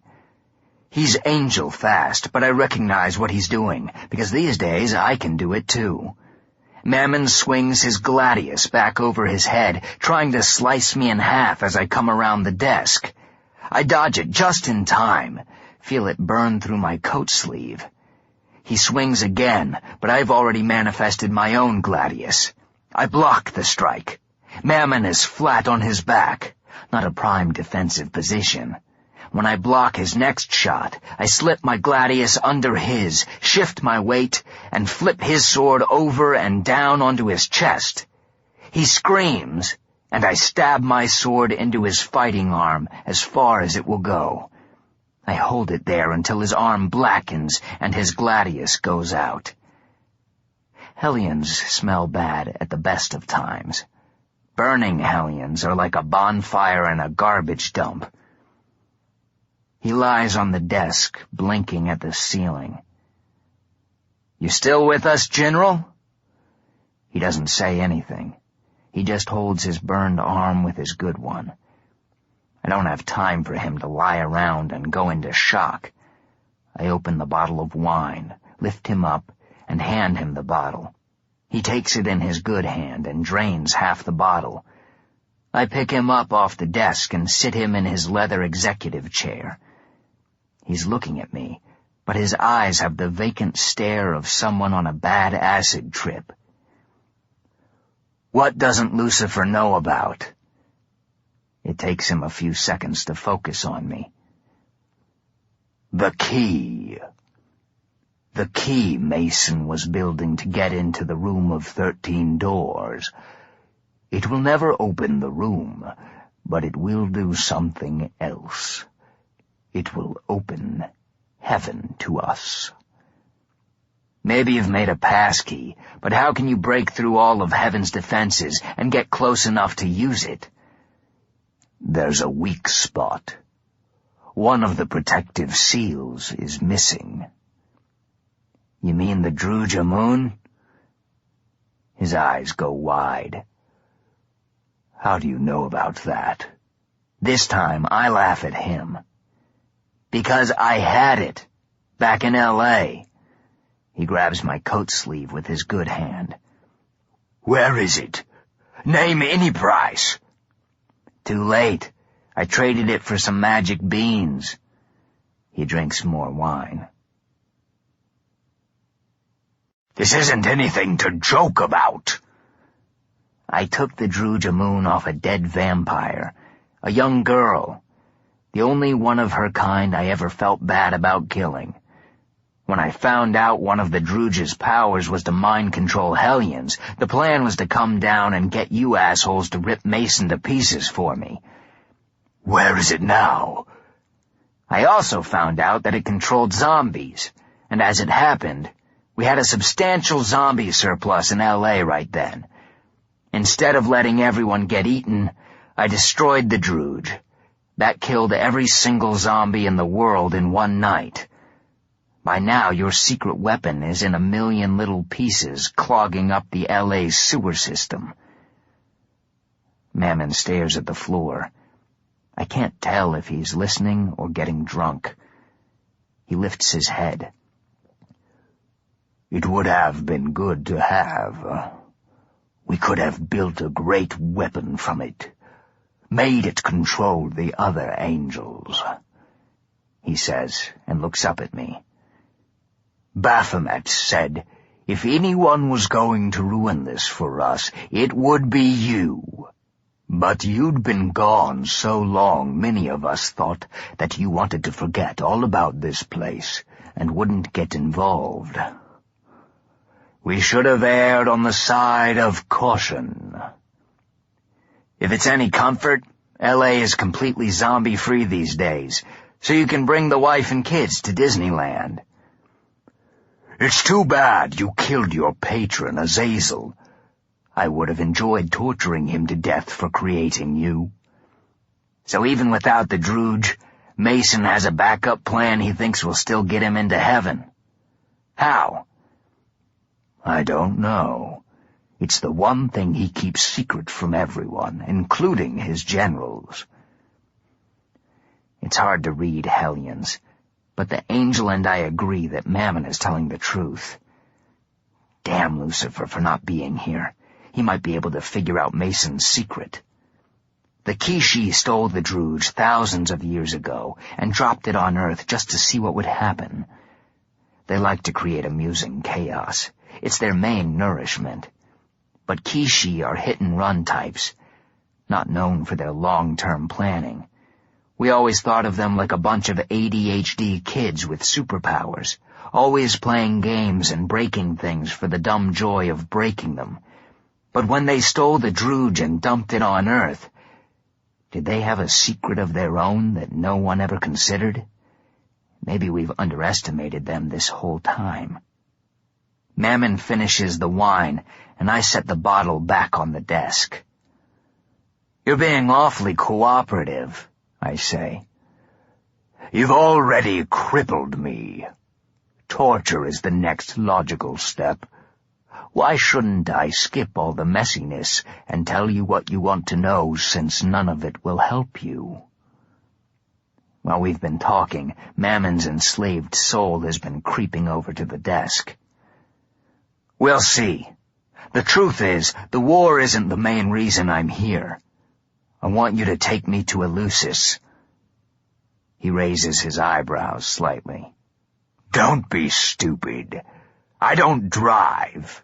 And even if I could, he holds up his one working arm, I'm not in racing shape. Drive? In the hell I remember, Lucifer's generals have their own private barges for getting around Hell's 5 big rivers. I guess a nice luxury car is about the same as a barge in L.A. I turn my head and find the soul staring at me. He's a medium-sized man with dark hair and brown eyes. He has rough workman's hands, and his cheap shirt and thin black pants say he wasn't all that high in whatever trade he was in. I point to him. Can the gimp drive? Mammon brightens at that, getting back some of his old high and mighty look. And dust and sing songs, too. All the menial things humans are so good at. Isn't that right, Mr. Kelly? Kelly nods. Give me the keys, I tell Mammon. He opens a drawer, takes them out, and tosses them on the desk. I hand them to Kelly. You're the wheelman, Kelly. I'm riding shotgun, and Dr. Strangelove here can sit in the back and navigate. Got it?" Kelly just stares. I look at Mammon. "Does he speak English?" Mammon nods. "Quite well. He needs my permission before speaking to you." "Give it so we can get moving." "You may talk to him, Mr. Kelly, but be careful not to get too friendly. He's a monster. Isn't that right, Sandman Slim?" I look at Kelly. "You really can drive, right?" Kelly nods. His gaze flickers from the floor and back to me. "Yes, sir. Thank you, sir. I never operated an automobile when I was alive, but I've been well instructed since then." He sounds English. Cockney, maybe. Michael Caine playing Harry Palmer. A working-class guy. "Good enough. And don't call me sir." "What should I call you, sir?" He cringes when he says it, like he thinks I'm going to hit him. "My apologies." "Stark's fine." "Why not Wild Bill?" says Mammon brightly. "I hear he likes that, even less than Sandman Slim." Mammon turns to me. "He's here, by the way. Your great-great-great-granddaddy, Mr. Hickok. I could arrange a tete-a-tete." There's no wheelchair in the room, and there's no way I'm carrying this charred creep to the car, so I push Mammon into his office chair. "Introduce me, and when this is all over, I might let you keep the other arm." Mammon brightens. "You see what I mean, Mr. Kelly? He wants us to see him as human. But what's the first thing he does when he gets in here? He takes my legs, and I didn't even attack him. Then he takes my arm and threatens me with further mutilation. That sounds much more hellion than human, doesn't it? I don't think you'll be wanting to turn your back on this one, not for 1 minute." "Where's the garage?" I ask Kelly. "Directly below, Mr. Stark." "Mister. It's better than sir."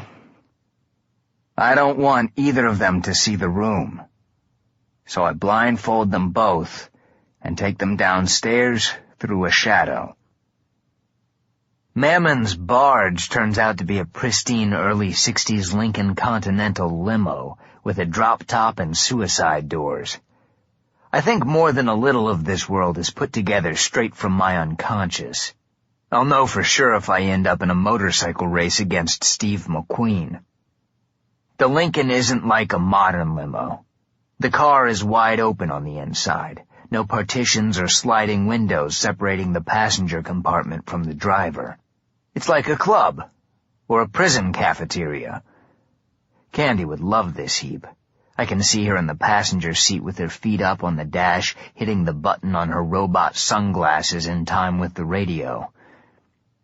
It still feels strange to have left her behind while I go chasing after another woman, even if it's not for a romantic kind of love, but the kind that says if you've ever been deeply connected to someone, you don't let them get snatched to the underworld without doing something about it.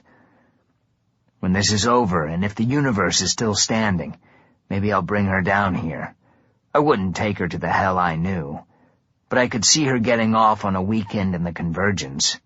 It would be like the adventure vacations yuppies go on where they get to experience the great outdoors from air-conditioned buses and $10,000 tents. We'll take over a floor of the Roosevelt Hotel and shoot paintballs at the wildlife. I take Mammon from his chair and belt him in behind the driver's seat. Kelly and I get in the front. He starts the ignition and drives us smoothly through the garage to the gatehouse where a guard is waiting. I show Mammon the knife in my hand. "Be cool, or you lose the other arm." "Of course," Mammon says. We pull up and Mammon rolls down his tinted window just low enough to show his face. He nods at the guard, and the guard pushes a button that rolls away the gate. Kelly steers us out of the palace and onto Hollywood Boulevard. It looks like even in hell I'm destined to travel in stolen cars. "Turn right," I tell him. "Things are messy the other way." He makes the turn. It's funny seeing Mammon sitting calmly with his bad legs and crispy arm. I got lucky back at the palace. I had no idea he could manifest a gladius. Azazel didn't bother to mention that when he sent me to kill Mammon more than 10 years ago. I don't know why he wanted me to do it, and I don't know why he changed his mind. Maybe his TiVo was out. "To the Phlegathon, Mr. Kelly," Mammon says. Sinkholes and fault lines slice up the streets, making them impassable. Kelly cuts down La Brea and takes a roundabout route through residential streets and apartment building parking lots to the 101. Mammon tells Kelly to head south. The breakdown lanes on both sides of the freeway look like sets from old driver's ed films. They're a solid mass of twisted and burned-out vehicles. In regular hell, the Phlegathon is a river of fire that flows and ebbs like water. The flames are just a light breeze from on board a barge. You don't get burned unless you're in direct contact with the river. The Phlegathon does double duty in hell. It's one of the big 5 rivers, so it carries a lot of traffic, mostly barges, passenger boats, and freighters. It's busy enough that it needs docks, buoys, depth markers, and all the other Moby Dick bric-a-brac I don't understand. This is hell. Why get artisans to make all that stuff when you have millions of dead souls lying around? Down the length of the Phlegathon, the damned float in the eternal fire as channel markers and buoys showing depth readings. Entire docks are made from spirits lashed together. There's similar creativity in this hell. The freeway guardrails and the median fence in the center are staked-out souls. The reflectors separating the freeway lanes are the heads of souls who've been buried up to their necks in hellion concrete. What happens if you blow a tire down here? Hellion AAA probably comes out and ties a few souls around your axle so you can get to a damned garage. "So who are you?" I ask Kelly. He doesn't say anything. "Tell him to talk to me. Tell him he doesn't ever need your permission to talk again." Mammon says, "Talk to him, Mr. Kelly. Talk to him to your heart's content. But first, take this exit and merge left." Kelly says, "I'm Master Mammon's servant and resident human. I do whatever he asks, from talking about my life to performing whatever tasks I'm instructed to do in a way that best exemplifies human habits and behavior." "I told you he was a bore," says Mammon. "You remove creatures like this from their environment, and they wither. He might still be interesting if we let him loose as a killer down here like you." "I wasn't a killer until I got down here." Mammon makes a dismissive gesture with his good hand. "Just because a baby spider hasn't bitten anyone yet doesn't make it any less of a spider." Kelly steers us down the fire road. Mammon occasionally tells him to change lanes or follow a road that splits off from the main one. We're driving for at least an hour, but we don't seem to be anywhere yet. If Mammon is leading us anywhere but Eleusis, I'm going to tie him to the back bumper and drag him to Mexico, if I can find it. "What makes you so special that of all the souls down here, you rate being handed off to a general?" I ask Kelly. "I don't know, sir. Stark, I mean. I'm sorry. It's a wretched habit to break." "Don't sweat it. There are so many people down here more accomplished than I. I've accomplished nothing compared to some I've met." "Don't be so modest, Mr. Kelly. Mr. Kelly was a murderer, and after some practice he became quite adept. More than even his pursuers knew," says Mammon. "But it was only dumb luck that kept you unincarcerated after those first few. Isn't that right?" "Yes, Master Mammon. Just as you say, sir." We drive for what feels like another hour. Every now and then I see a flash behind us, like a light going out, or a reflection off a mirror. But when I turn, there's nothing there. I've driven the 101 south to San Diego 100 times, but I don't recognize this road at all. We could be driving to Oz, or right into a trap. "We're getting off here," says Mammon. I look around, trying to get my bearings. All the road signs have been torn down or hacked to pieces. More of Lucifer's paranoia, or just another example of LA's ever-expanding nervous breakdown? The exit sign has been torched and lies in a little slag heap at the edge of the road. I swear I see another flash behind us, but then I'm bracing myself against the dashboard. Kelly takes the exit too fast and has to tap the brakes hard when we come to a hairpin curve. That's when Mammon stabs me. I should have stripped the fucker down at the palace, but the angel in my head felt sorry for all the maiming and frying I did. I went easy on him, and this is what I get. The inverted cross metal he's been wearing comes apart, and the lower half is a razor-sharp golden blade. He was probably going for my neck, but when Kelly hit the brakes, it ruined Mammon's aim. The knife went into my left cheek. A little higher, and it would have hit my eye. Mammon pulls the knife out of my face and slashes me in the shoulder before I can turn and grab him. He stabs me a second time in the cheek before I can pin his good hand. I have one hand braced on the roof as we turn under the freeway. Mammon lunges at me and buries his teeth in my hand that's holding him. I pull back reflexively and he gets his hand free. He swings the blade at me as the car fishtails, but ends up slashing Kelly's arm. Kelly screams and we plow through a guardrail and down an embankment. The car flips and rolls. When we stop moving, I'm not sure which way is up or down, but when I elbow open my door, my foot touches the ground, so I'm guessing we're right side up. I step out and fall onto the dry, dead grass. When my head stops swimming, I go around to Kelly's side and pull him out. His arm doesn't look too bad. I don't bother with Mammon. His neck is twisted 180 degrees, so he's looking out the back window at the road we just left. Probably nostalgic for when he wasn't dead. I guess he's technically not dead, since he hasn't blipped out of existence to Tartarus, but if I was his secretary, I'd cancel all his appointments for tomorrow. I carry Kelly around the car and set him down leaning against the car. Human souls don't breathe or have beating hearts, so I don't know how to check if he's okay. The angel in my head can see souls, but the dead are all soul, so that doesn't help much. But a double-dead human soul will end up in Tartarus as fast as any Hellion, so Kelly still being here is a good sign. The side of my face burns.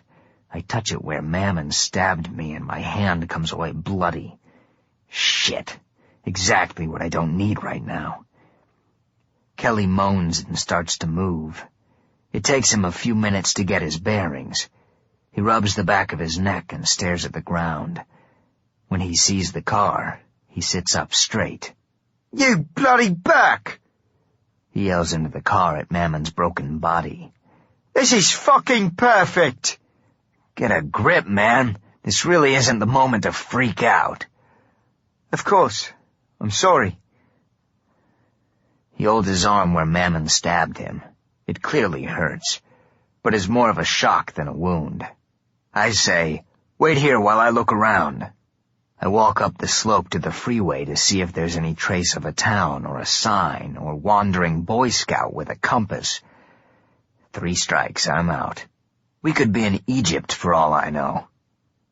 When I get back to the car, Kelly seems a little more coherent. "The master's still in the car," he says. Yeah, he doesn't really need any fresh air, if you know what I mean. But he's not dead, is he? I mean, he's still there. He's still with us, tough old bastard. Do you know where we are, Kelly? He gets to his knees and looks around. Roughly, he says. Can you get us to Eleusis? I believe so. How long will it take? On foot? If we cut through the flats, and we don't have to detour too far around holes and faults, less than a day. But it'll be rough going. From the freeway I hear the unmistakable sound of tires. I grab Kelly and pull him to the ground beside me. A heavy Unimog rolls slowly by, running without lights. That's what I've been seeing behind us all night. Mammon must have signaled someone before we left the palace, and they've been tracking us ever since. A spotlight flashes from the Unimog, playing over the dying trees and cracked road. The car is on the downhill side of an embankment.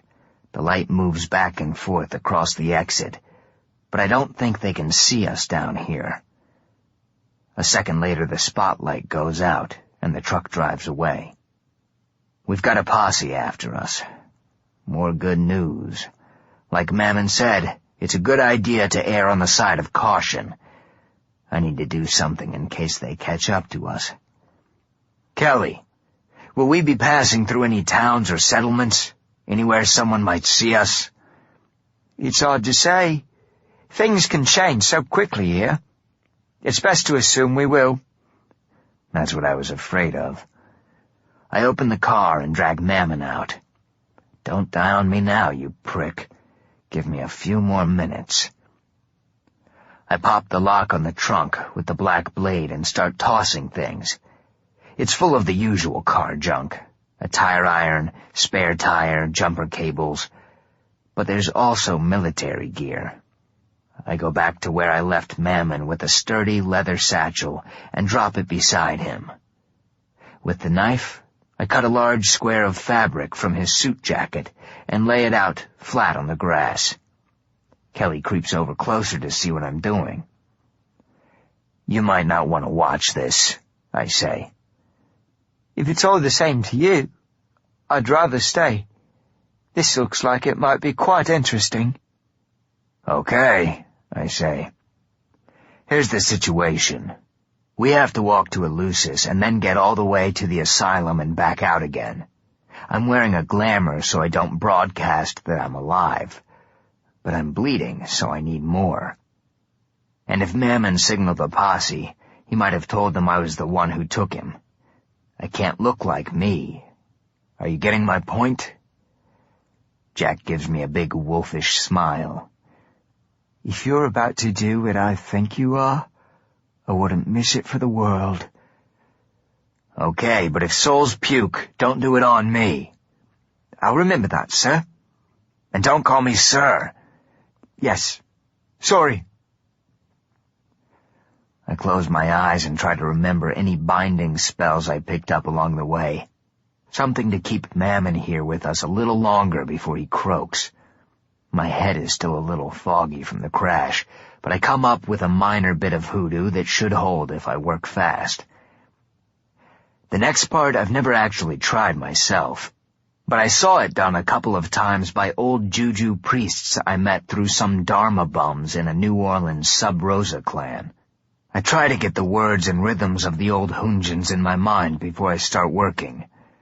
The real spell is a complex combination of Yoruba and Louisiana Creole, and I've forgotten a lot of the words, so I have to do a lot of bebop improv. But bullshitting hoodoo on the fly is my specialty. As I chant, I rub my temples, and when the words are flowing fast enough and the time feels right, I grab my face just below the scalp line and pull. The skin comes off like I'm peeling a banana. It sticks in a couple of places and I have to snip them with the knife, but it's not a big deal. I put my face, bloody side up, on the cloth I cut from Mammon's suit. I hear Kelly gasp. It's not in horror, but in a kind of fascination and awe. He's probably never seen high-quality Merlin stuff. This must be a hell of an introduction to magic. I do the whole ritual again. When I peel off Mammon's face, I drape it over the raw and bloody place where my face used to be. The new flesh burns as it attaches itself. I close my eyes and breathe, working through the pain. I'm dizzy and slide over onto an elbow. I feel Kelly grab me so I don't fall. The inside of my head swirls around once more, and then it's over. I touch my new face. There's no pain at all. Mammon's skin feels like it's been there forever. I open my mouth, move my lips in mock smiles and frowns. I look at Kelly. "What do you think? I don't look too much like Mammon, do I? It's his skin, but my bones and muscles, so we shouldn't be twins." Kelly shakes his head. "You don't look at all like him," he says. He stares at me with a kind of beatific smile plastered on his face, like St. Peter just gave him an invitation to the Christmas after-party in heaven. He says, "If it isn't being too forward, I'd like to say that you might have just become my personal hero, Mr. Stark." "Okay." He looks up at the rolling black clouds that cover the sky. "I once thought that I was a master of flesh, but I see now that you have surpassed me in every way." As my new face settles in, I wrap my real face in Mammon's cloth, put it carefully in the leather satchel, and sling it over my shoulder. "That's real nice of you, Kelly, but what the fuck are you talking about?" He stands, looks at me and then at Mammon. The hellion finally dies, and his body disappears. "I prefer Jack, if you don't mind," says Kelly. "That's what people called me in older, merrier days when I was still alive. Jack the Ripper." Some crazy people must stay crazy even after they're dead. I met dozens of Judas Iscariots, Hitlers, and Jack the Rippers in the 11 years I spent downtown. But always one at a time. I always wondered if they steered clear of each other out of professional courtesy. There's one thing that makes me think Kelly could be for real. Mason chose him. Picking a simple back-alley cutthroat with delusions of grandeur isn't a mistake Mason would make. Jack is leading us down the embankment and into the thick woods that line the freeway. The trees stand at crazy, impossible angles. It's like we're walking through still photos of the forest in the process of falling. "Step lightly," whispers Jack. "And don't touch anything. Tremors have loosed the land under the trees. They're barely rooted. They'll come down on us with the slightest provocation." Suddenly I'm sorry I'm wearing big steel-toe boots. I should be in Hello Kitty slippers. I've never seen a real forest in hell. Not one with trees and plants.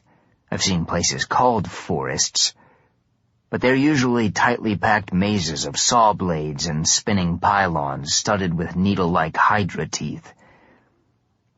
We walk maybe 20 yards until the forest gets tight and dark and wild. Old-growth backwoods.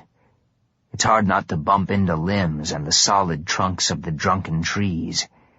Each time I hit something, I feel it give, and wonder if it's going to fall, and which way to run, and if running will make things better or worse by bringing down even more trees. Tree trunks crack and branches fall around us. But we make it through the forest and come out onto low sand dunes. Jack points off into the empty distance and says, "There's Eleusis." But I'm looking down. At the bottom of the dune, Venice Beach stretches into the distance, which doesn't make sense. Venice is west of Hollywood, and we've been going south. I don't know what's going crazy faster, this city or me. I look up to where Jack is pointing. There's something in the distance, but I'm damned if I know what it is. Venice is shuttered, and looks like it's been that way for 50 years. The only light in the area comes from the fires reflected off the belly of the endless black clouds overhead. Vents in the ground belch geysers of superheated steam. Fire twisters skitter in the distance, tearing up the empty beach houses. We head down to the long tourist walk. You're wondering if I'm lying about who I am, Mr. Stark, or if I'm a nutter. Something like that. And you're wondering how someone might go about proving or disproving my claim. Right on the money. Even by hell standards, we've pretty much pegged the bleak meter. There's nothing more depressing than a dead beach town. It's like all the loons and extroverts and dim-wit fun in the world has been boxed up and tossed on a bonfire. Of course, this isn't really Venice. It's just the convergence projection of it. Still, something big died here, and the sight of it has sucked the wind out of me. Or maybe I'm lightheaded from cutting off my face. We move past empty weightlifting areas and out-of-business tattoo parlors. Jack says, "It's impossible for me to prove who I am. Perhaps I'm mad. Perhaps I'm a liar. If you, perhaps, had a book about old Jack's comings and goings, you might ask me details of my past. But you don't have a book, and even if you did, Jack is a famous man. His crimes are well known and well documented. I might have read the same books as you." "Where does that leave us, Jack?" "In the wilderness, I'm afraid. I can no more prove to you that I'm Happy Jack than you can prove to me you're Sandman Slim." "Excuse me? I just stepped out of a shadow and killed 5 Hellion military officers. I took a Hellion general prisoner. I manifested a gladius." Jack rubs his jaw and rolls his shoulders, still trying to work out the kinks. I wonder how long he was in Mammon's cage. He says, "Maybe you did, and maybe you didn't. I'm not a magical sort like you and some of these other folk. So I don't know how it all works, do I?" "Use your imagination." "You appeared to kill a number of soldiers and to dash through shadows. But it could have been a trick of the eye. I've seen stage magicians make furniture dance and spirits float in the air. And I've seen this lot make people see all sorts of things. Lovers, friends, parents, spiders, snakes. But they were mere phantasms, trickery meant to fool the eye and terrorize the soul. For all I know, you twiddled your thumbs and tricked Master Mammon's staff into killing each other." "That would still be a pretty good trick." "Indeed, it would be. I've seen demons and devils that could break a man's bones on the rack or his heart with a single word. But that doesn't make any of them Sandman Slim." "When you get down to it, I don't really care who you are. If you can get me to Eleusis, I'll call you Jack the Ripper or Mott the Hoople if you want. Just get me there." "Of course. And what will be my payment for this service?" I stop and look at him. Jack walks on for a few steps before looking back at me. He puts his hands in his pockets and stands up straight. The whole deferential attitude is gone. He's a killer standing his ground. "Payment?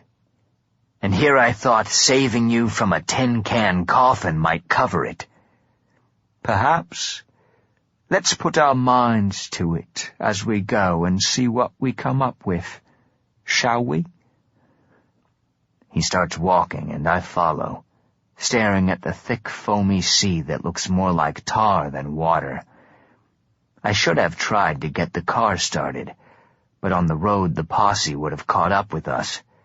So no, leaving it was the smart move.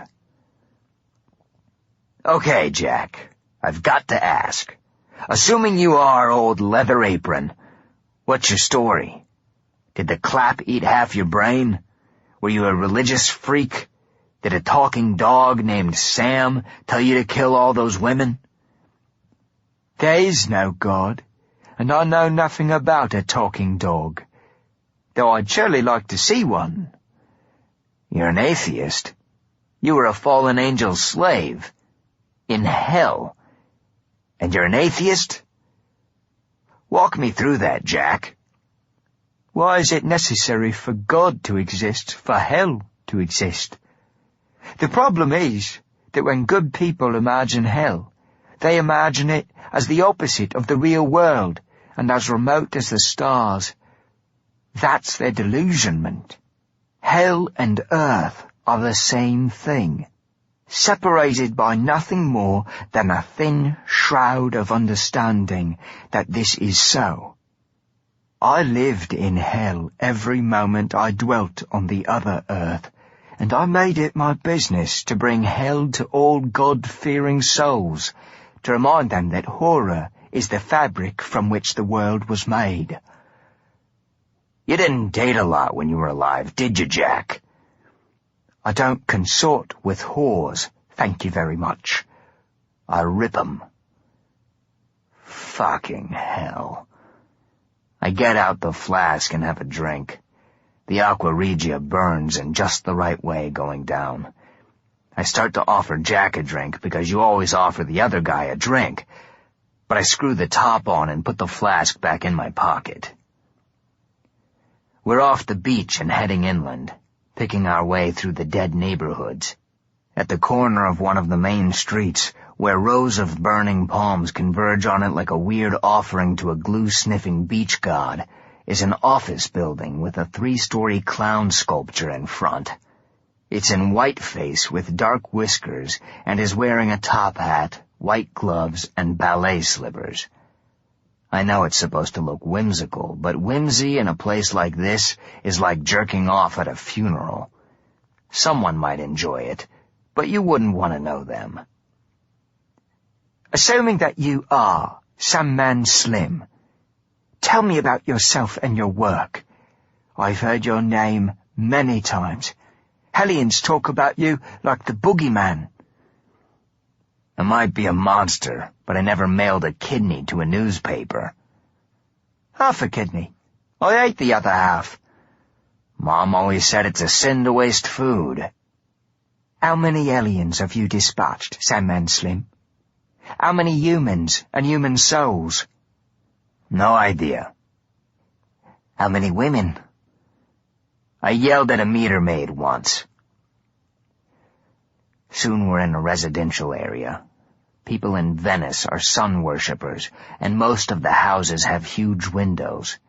Some of the upscale places even have 1 or 2 glass walls. The glass is all gone, shattered by earth trimmers and fucked over by looters. Houses are tagged with spray-painted Hellion gang signs. Teeny boppers are assholes here, too. I hope heaven's teens are idiots, going joyriding in Dad's wings and TPing other angels' clouds. A dust devil swirls down the street, pelting us with trash and broken glass. I pull Jack behind a burned-out car and wait until the twister passes. It turns at the corner and heads down another street, like it's alive and has a sense of direction. A few doors later, it goes. The neighborhood isn't completely deserted. I don't want to know who or what still lives here. I pull Jack to his feet, and we get moving. I hear a different kind of rumble, back the way we came. There's a light in the distance, a spotlight coming down the dunes to the beach. The posse must have circled back and found Mammon's limo. Is there a faster way, Jack? Yes, but it's more dangerous. Let's go. We make a few turns back the way we came and run right into a dust storm. I'm practically blind, but Jack pulls me through it like I'm a poodle on a leash. When we emerge from the storm, we're in a different neighborhood. Winding hill roads. The steep grades and long driveways are chewed up, ever-widening fissures. Ghost mansions come and go in the settling dust. We head downhill, just like this neighborhood is. If the cracks in the road hook up with other deeper cracks, one good shake and the whole side of this hill is going to turn into Surf City. Hang 10 and ride the mansions, Rolls Royces, and manicured lawns all the way down to the flats and into the Pacific. Jack looks at me, trying to figure out how we got here. "You're navigating with your eyes," he says. "To navigate these days, you have to think like a worm or a mole. You must know what's underground. This isn't a land of right angles or streets anymore. It's purely geologic. The sand back at the beach was probably used as landfill around here to flatten sections of the hills." "I'm lucky I have you, then." "Yes, you are." He pauses. "You were telling me about how many people you've killed." "No, I wasn't." "Back in London, old Inspector Abilene and the rest of the Met think I only took 5. I took plenty more than that, believe you me. There were a few in the country, but south by the coast was best, like the lovely beach we just left. Do a day's excursion to Brighton or Portsmouth. I'd find saloon trollops and rip them down by the wharfs, toss their innards to the birds and fill their bodies with stones to weigh them down. They'd slip into the sea like it was waiting for them." "Enough, you twisted fuck!" We walk on, Jack staring at his feet. Each step leaves a shallow impression in the thick dust that covers the sidewalk. If the posse is behind us, we'll be easy to track, but I don't have time to worry about that now. Each step is a second hand on a clock ticking away the time. Jack said it would take a day to get to Eleusis, but I've already lost track of how long we've been walking. "None of this is a coincidence, you know," says Jack. "Yeah, you had a great personal ad on Craigslist." "Assuming I'm who I say I am, and assuming that you are who you say you are, do you truly believe that 2 such infamous killers could cross paths through simple happenstance?" "Are you talking about divine intervention, Jack? Because that kind of blows your no-God theory." "Not God. Some other, more subtle force that throws us together toward a higher purpose." "Listen, we're in hell, and there are about 50 billion killers down here, so I was bound to meet someone like you. It could have been the Boston Strangler, Ted Bundy, or Freddy Krueger, and every one of them would tell me exactly what you're telling me now. There's nothing special about our road movie. It's nothing more than the flip of a coin." He slowly shakes his head. "I don't believe that. There's a reason for this. We're fated to do something together." "Yeah, you're going to take me to Eleusis. When we get there, I'm going to shake your hand, and we are going to go our separate ways." "There has to be more to it than that." "Trust me, there doesn't." "Maybe our doing the thing is the payment I need." "It won't work, Jack. Look at our histories. We're lone wolves. We don't work with partners. When we get to town, we go our separate ways. I'll be grateful I'm there, and you'll be grateful you're not still a Hellion's paperweight." A steam vent explodes nearby. The blast of heat and vapor knocks me back. I think I hear a rumbling behind us. There might be a truck coming, or it might just be the sound of the vent. I push Jack, and we break into a trot. Jack says, "May I see your knife? I have a great fondness for knives." "No." I look back at our tracks in the dust. You could see them from space. Maybe Jack wants us to get caught. We need to get off this street. I take his arm and push him onto a side street that's clean of dust. The vent spews again, and the street moves below us. A palm tree falls and crushes a dusty pickup truck. Jack pulls me back in the other direction. We run to the street we'd been on before. The air is full of dust, and we can't see where we're going, but we run anyway. If there are any sinkholes or faults in front of us, we're fucked. We can barely see each other, but the tremors and the noise die down after a minute, and the street goes back to being solid. Jack looks at me. I assume you won't stray from the path again? You're the boss, Jack. Well put. We're heading for what looks like low hills, but as we get closer, it's really an area where the streets have buckled wildly, like black icebergs jutting up from the street. Eleusis is on the other side. We turned off the dusty street 20 minutes earlier. Most of the signs in the neighborhood are in Spanish, but the residents are the same mix of dazed hellions and lost souls we saw in Hollywood. They sit in cars and wander between strip malls like sleepwalkers. Where the hell are you, Alice? What are you doing right now, Candy? I'd rather be having the worst time possible with either of you than having the best time with my knife-happy tour guide. I know I told Candy to take the blood cure from Allegra, but I wouldn't mind letting her show Jack here what a jade looks like. Try to hurt this woman, you little shit. Every couple of minutes, a lone man runs across the street. He's easy to spot when everyone else is going half speed. When he's settled somewhere, he whistles an all clear. Soon a group of 8 or 10 hellions comes up the same way. A mix of men and women. They whoop it up, running into stores, busting the places up, and coming out again with stolen wine and food. The ones with working guns take pot shots at cars and store windows. Jack says, "Raiders." He starts running for the back of a half-burned building off to our right. I follow. When he can't get the rear door open, I push him out of the way, jam the black blade into the door frame, and push. Metal pops and wood splinters. I shove Jack inside and we head to the front of the place. The door is open a crack, giving us a good view of the street. The hellions stroll by like the street is bought and paid for. Some are still in their uniforms. Others only kept half of their uniforms and replaced the jackets or pants with formal wear or stolen motocross gear. Where are the raiders from? As the war with heaven grows closer, there are more and more deserters from the armies. They raid the provinces and live on anything they can find.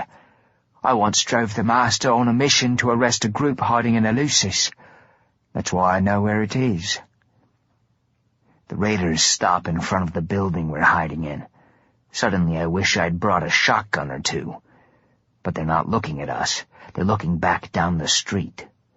When they get a look at what's coming, they sprint, run, and disappear over the fence behind a convenience store. Moving lights sweep the street. The posse has grown to several vehicles. How did they get ahead of us? They must know where we're going. There are about 20 hellions on tricked-out ATVs and Unimogs. They have hot rod flames on the sides and animal skulls mounted to the roofs and hoods. Their spotlights are LAPD issue. When they hit you with one from a helicopter, it's instant daylight, and you better stop and look happy about it. Jack and I duck behind the door as the light moves over the front of the building. A ticking, whirring sound follows the posse. I don't need Jack to tell me what that is. A pack of hellhounds. There wasn't much in hell that gave me the creeps as much as the metal hounds.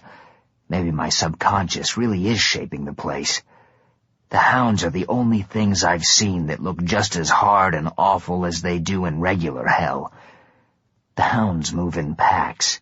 They're clockwork war dogs, bigger than a dire wolf, and are run by a brain suspended in a glass globe where their head should be. A hellhound is smart and dangerous on its own. In packs, they're like a herd of velociraptors driving tanks. The best way to fight them is to run away and hope they die of old age. The mechanical hounds lope behind the noisy trucks, their gears ticking quietly in the dark.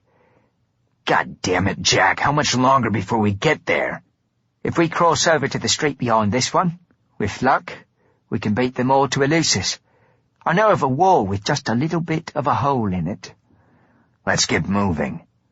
On the other hand, it might not be a bad idea to let the raiders, or the men following them, get there first. Why? You know of the asylum, but do you know that as Pandemonium has fallen apart, so has the asylum? Most of the inmates have escaped and wander the streets. The old pagans to whom the place was a paradise have all been killed or driven into the wilderness. All you're going to find in Eleusis are madmen, raiders and thieves hiding from the war. I go to the door and look out again, and something crunches under my boot. I reach down and pick it up. It's a little wooden umbrella. Something has been bugging me ever since we came into this place.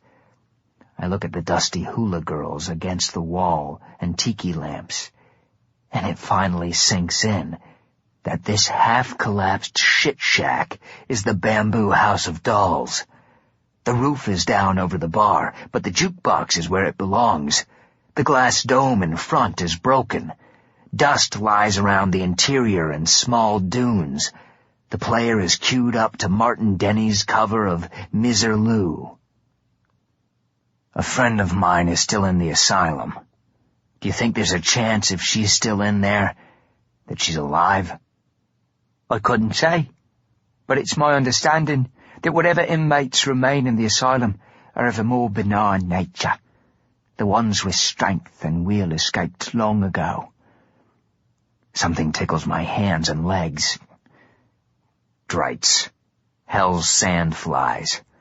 They're not dangerous, just disgusting. If they find you and you stay still too long, others will come and you'll end up buried in them. We can't stay here. You have 1 hour to get us to Eleusis.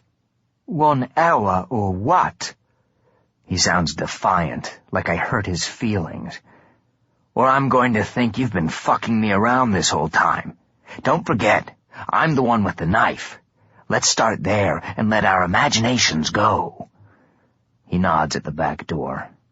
The quickest way is that rise, 100 yards off. It's also the steepest and most dangerous. Lead the way. Is that an order? A polite suggestion. The rise Jack was talking about is a whole intersection that's been punched up out of the street at nearly a 45-degree angle. A couple of restaurants, a small shopping center, and a gas station hang in the air over our heads.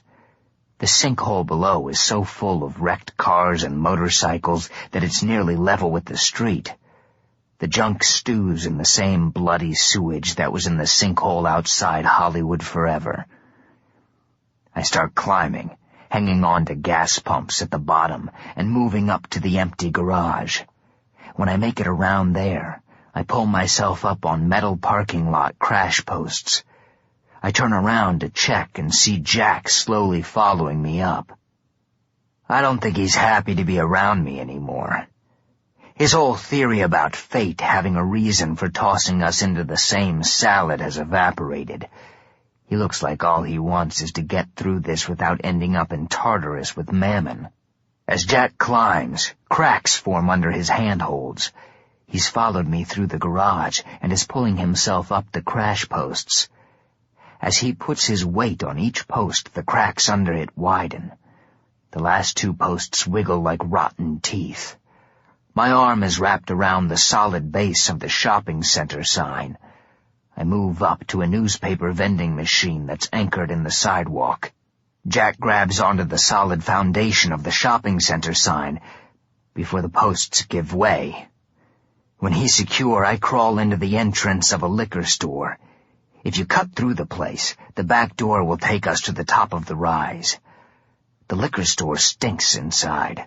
1,000 broken bottles of wine, vodka, beer, scotch, and soda have soaked through a mountain of junk food, and the whole mess is piled against the front counter and front wall. The floor is sticky with dried booze and sugar, which is disgusting but helps me keep traction as I climb to the storeroom and back. Jack is right behind, baby crawling past the empty shelves. I'm at the back door when the shaking starts again. It's so subtle that it's almost not there. It feels like the muscle memory of a nasty dream.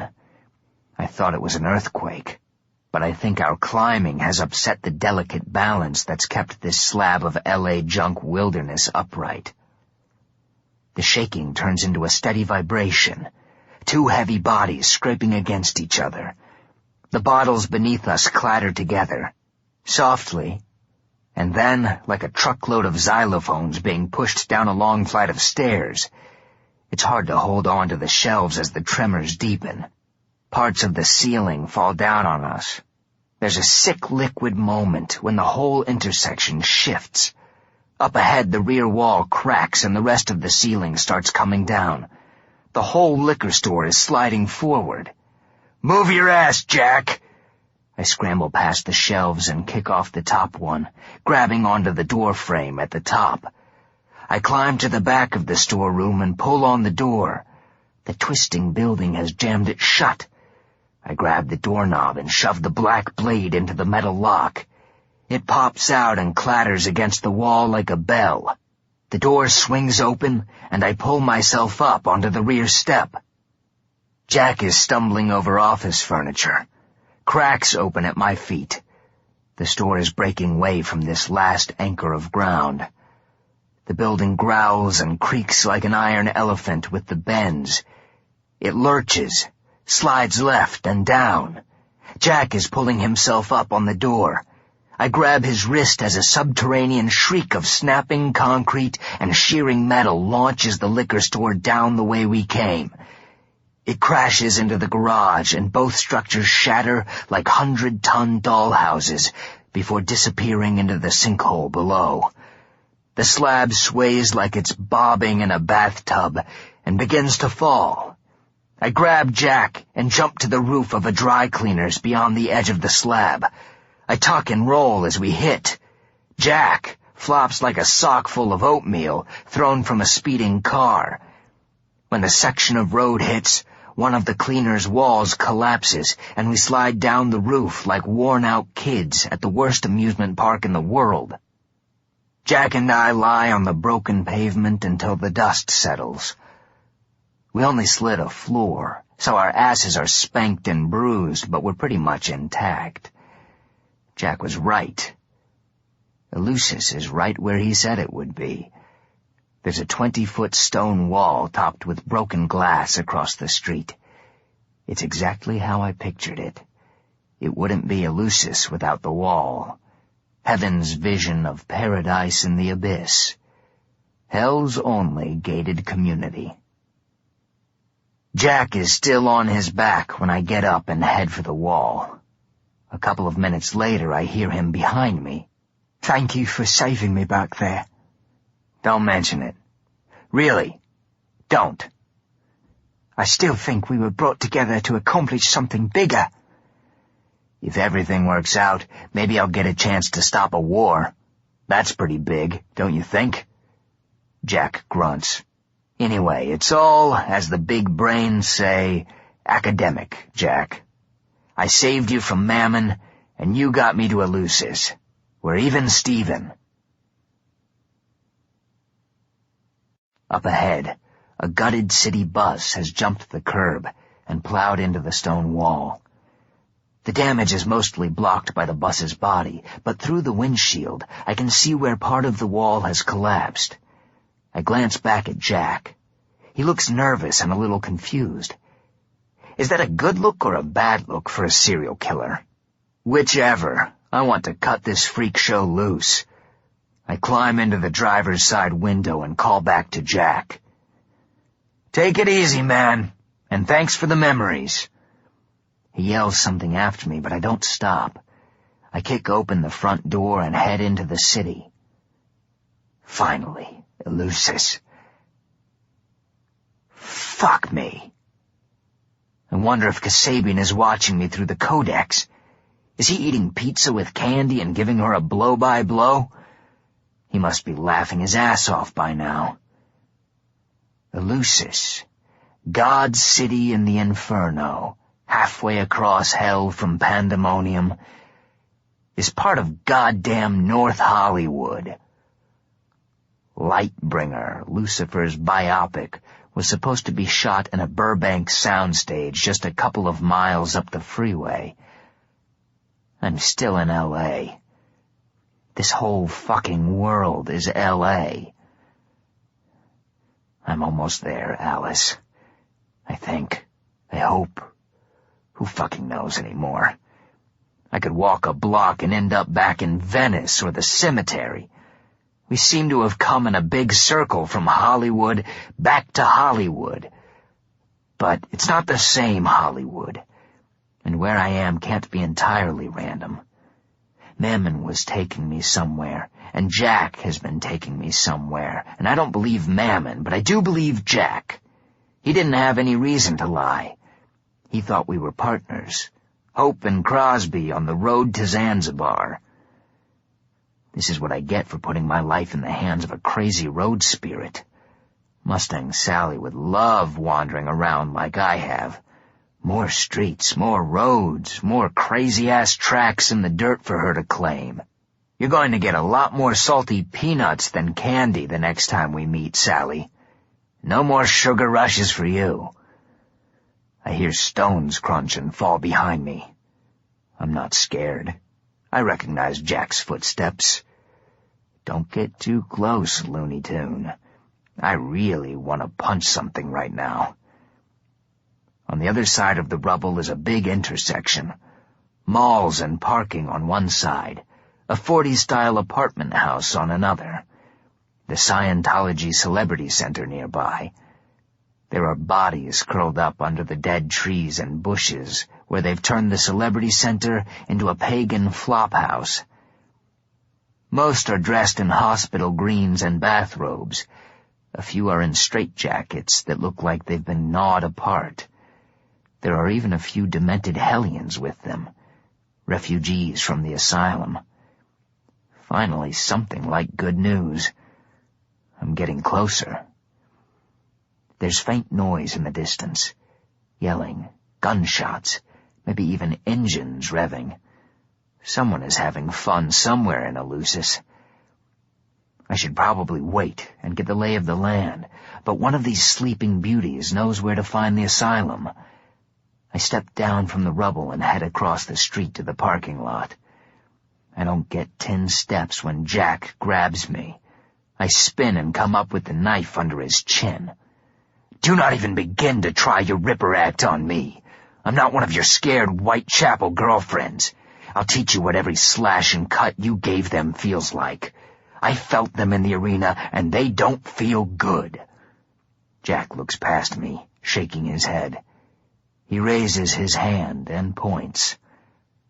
Look at the street, he says. I look over my shoulder, keeping the knife at his throat. I don't see anything. The sidewalks, the buildings, the windows. There are no proper joins, no right angles anywhere. Why would there be? Downtown is getting shaken to death like Lassie with a rat. It's not the trimmers, sir. Look across the street at where the pavement is falling away. Don't call me sir. I look to where he's pointing. The corner by the apartment building is shattered and sinking in the middle. The soil under the street is a mix of black mud and red muck. We're standing on a suicide road, he says. The blood tide rises from beneath, and eventually everything above drops down into it. This entire street could become a sinkhole at any moment. I try to read him to see if he's bullshitting me. He looks as calm as can be expected with a knife at his throat. Then what are all these sleepyheads doing here? He looks at me like he's trying to teach a few first words to a particularly dumb parrot. These are the only safe parts of the city. Thieves and raiders won't come down here. Safe is a pretty loose term around here. Not for this sad lot. It's hide here, or end up skewered. You'd know all about that, wouldn't you? Yes, as a matter of fact. That's why I'm not anxious to go any further. No one asked you to come this far. Have a wander on a suicide road, and you could truly die down here. Are you still here, Jack? I didn't see you there. I put the knife away and head to the parking lot across the street. As soon as I step into the intersection, I see that Jack was telling the truth. The pavement crunches under my boots like an eggshell suspended over quicksand. An image of Alice, dead down here and stuck in the limbo between heaven and hell, flashes in my head. I hear Medea Bava's voice. Alice was ours. No, she wasn't, you old witch. I would have known. Are you really going to sacrifice yourself to save your great betrayer? I push it all into the dark. Let the angel explain it to her. He's Mr. Sensitive. Medea will like him. It's one thing for me to know that Jack was telling the truth, and another for Jack to know I know it. I keep going. If I step lightly, the worst that happens is I sink an inch or so into the road at the weak spots. I don't look back or acknowledge Jack. The last thing I want is to owe him any more favors. Not that ignoring him means anything. Halfway across the street, I hear him behind me. It sounds like he's trying to crush wine out of cornflakes. Stay the hell away from me, Jack. This road won't hold if we bunch up. That was the wrong thing to say. He thinks I'm leaving him on the suicide road. I can hear him hurrying to catch up with me. The road goes snap, crackle, pop and drops a few inches. Cracks shoot out from under us like black lightning. I run for the sidewalk. I sink lower into the road with each step. The lower I sink, the more the sewage muck tries to suck me backward and down into it. By the time I hit the sidewalk, it's like I'm doing some kind of hick aerobics, stumbling like a pig farmer through shit while trying to get my knees up high for a real Jane Fonda workout.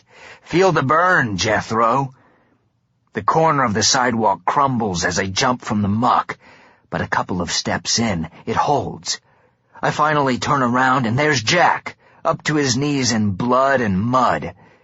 It's where he belongs. Still dreaming of knives and all the women no one knows about because he dumped them like fish food into the drink.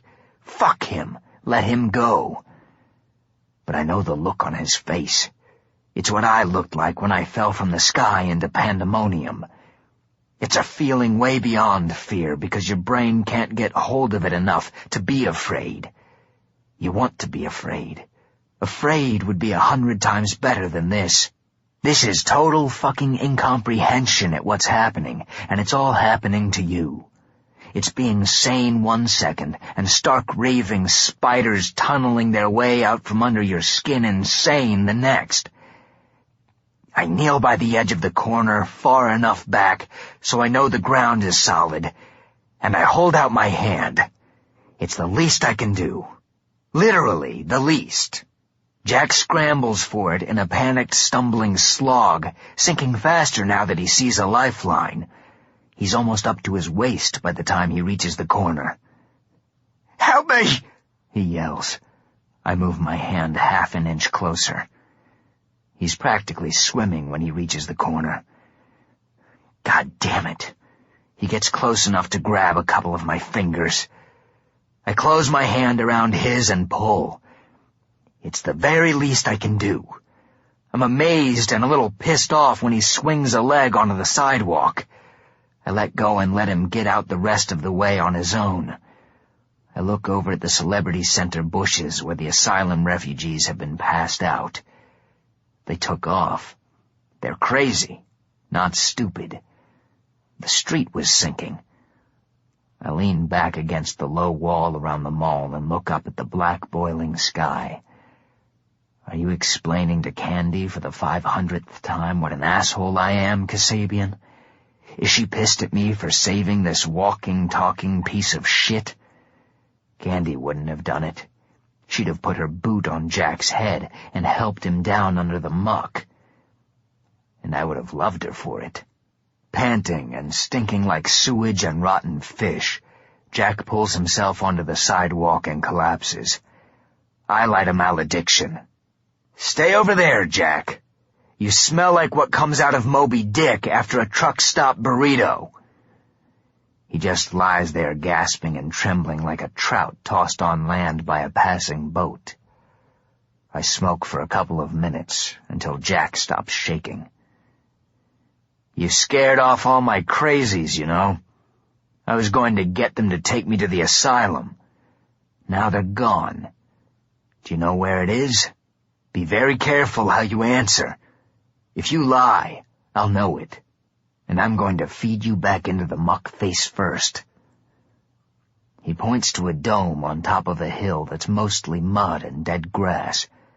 Huts and lean-tos made of scrap lumber, flattened aluminum cans, and drywall from the asylum flow from the top of the hill and down the sides like junkyard lava.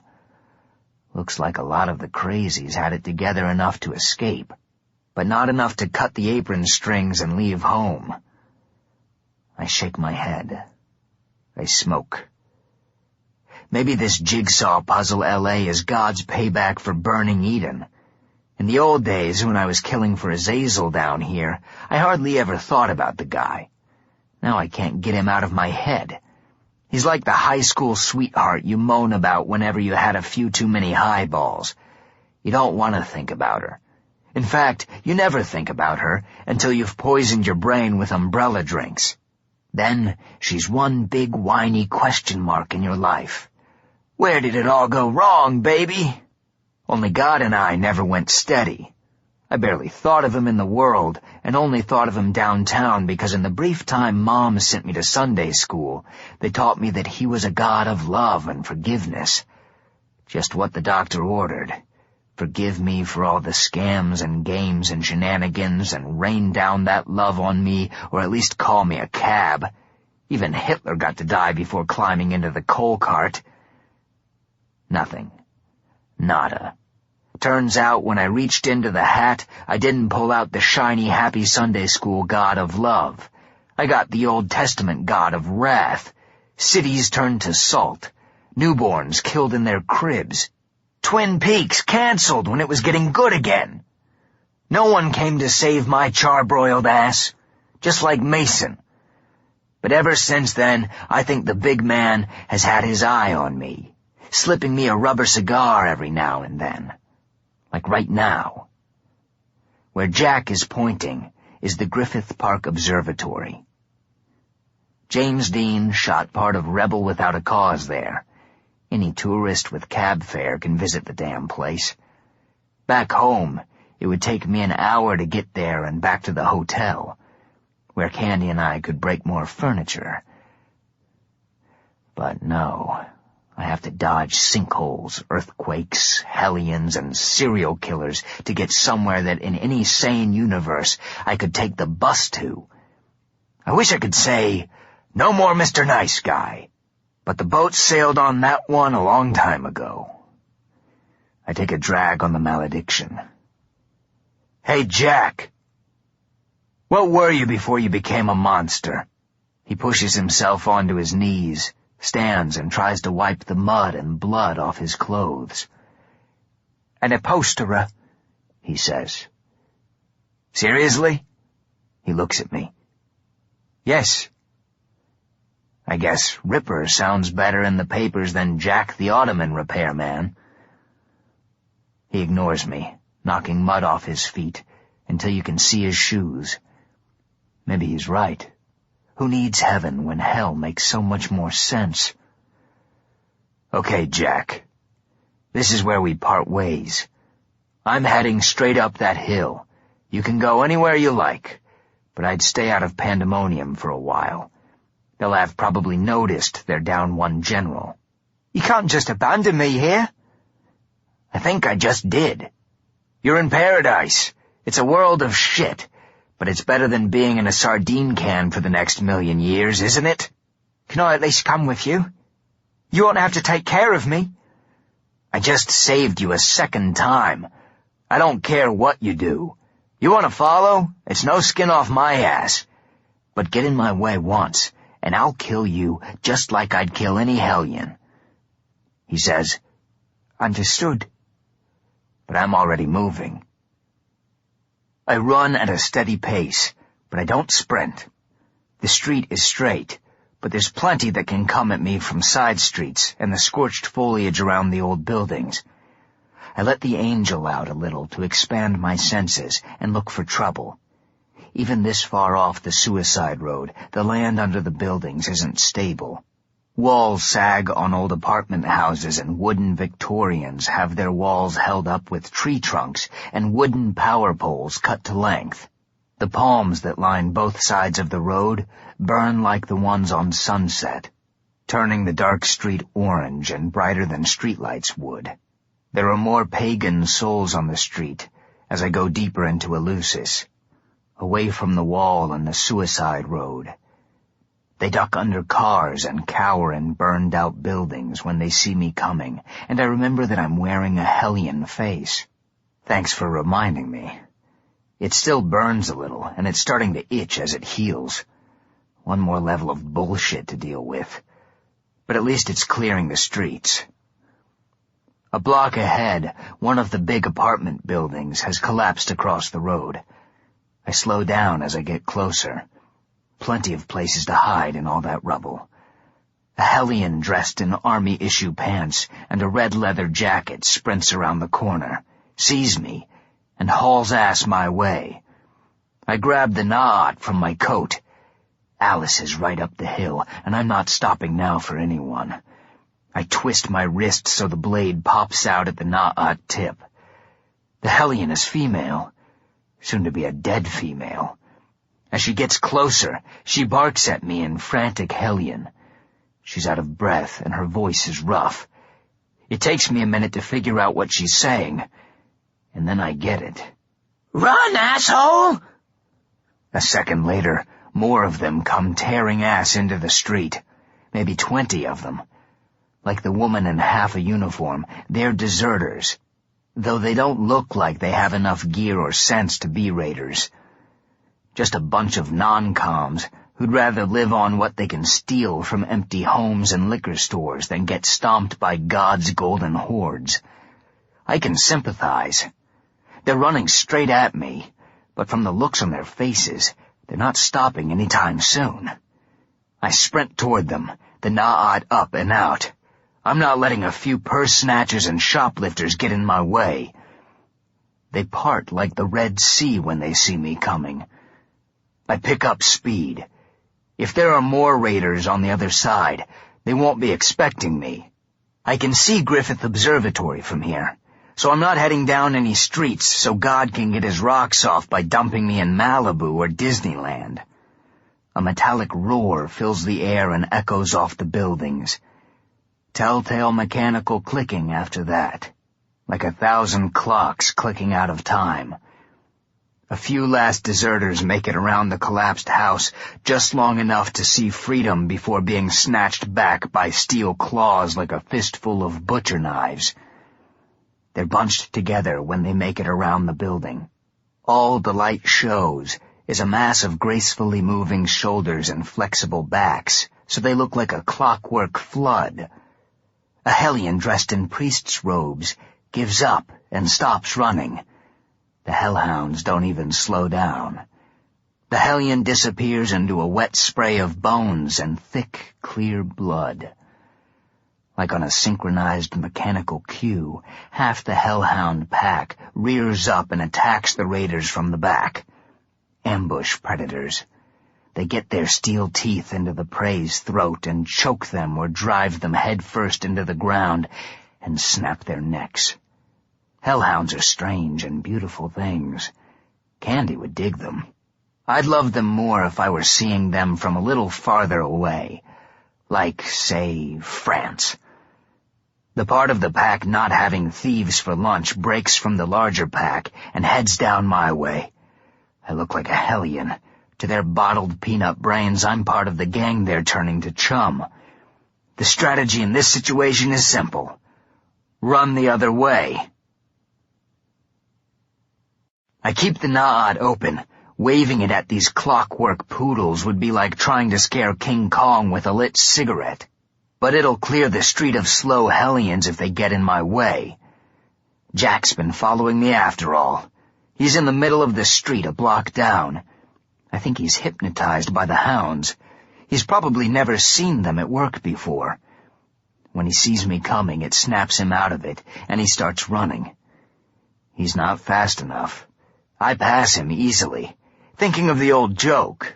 When you're running from a bear, you don't have to be the fastest runner. You just have to be faster than the guy behind you. I hear Jack behind me whining and shouting something. I don't look back. I can hear the hound's clockwork legs and jaws closing in. They're too fast. I'm not gonna make it. I cut from the street and onto the sidewalk. We're not back to the suicide road, but maybe we can make our own killer road right here. I slow down just a hair. Let the hounds get a bead on me and close in. I hold out the na'at. If I'm wrong, this is going to be a messy way to go, but it's better than old age or being poisoned by bad clams. We're near a block of half-collapsed houses. As the hounds close in, I hold out the na'at and let it rip through the support poles holding the walls up. At first, nothing happens. But then there's a crash behind me, followed by another and another. It sounds like the whole block is coming down, but I'm not slowing down to look. I hear a hound right behind me. It's scraping and clattering like it's taken heavy damage, but it's gaining on me. I cut to the side, hoping the huge thing's momentum will carry it past. It does, and it runs right into a support post on the side of a house. I see it just before it happens and cut back into the street so I don't get crushed. I outrun the wall. Too bad I can't outrun the falling debris. Something clips me right above my left ear, and that's all she wrote. Hello, pavement. I love you, pavement. I think I'll stay here a while. When I open my eyes, a billowing black snake is crawling over me. Its belly is a furnace, and its body is the whole sky, and it will take the rest of eternity to pass. I can wait. If this universe burns, I have the other one that Moonin gave me in my pocket. Let the show roll on. I wake up flat on my back and moving. I'm on a flatbed with heavy wire mesh over the top. It's being towed by a unimog. Someone shifts and grinds the truck's gears. There are maybe 18 hellions back here with me. Some sitting up, some on their backs. Others are leaking clear blood where they were ripped open by big hellhound jaws. I recognize some of them. They're the hellions that were running from the hounds. The unimog hits a bump, and one of the leaking hellions blips out of existence. Someone says, "That was a good trick back there with your na'at." I turn my head so I'm looking up. There's a smiling hellion looking down at me.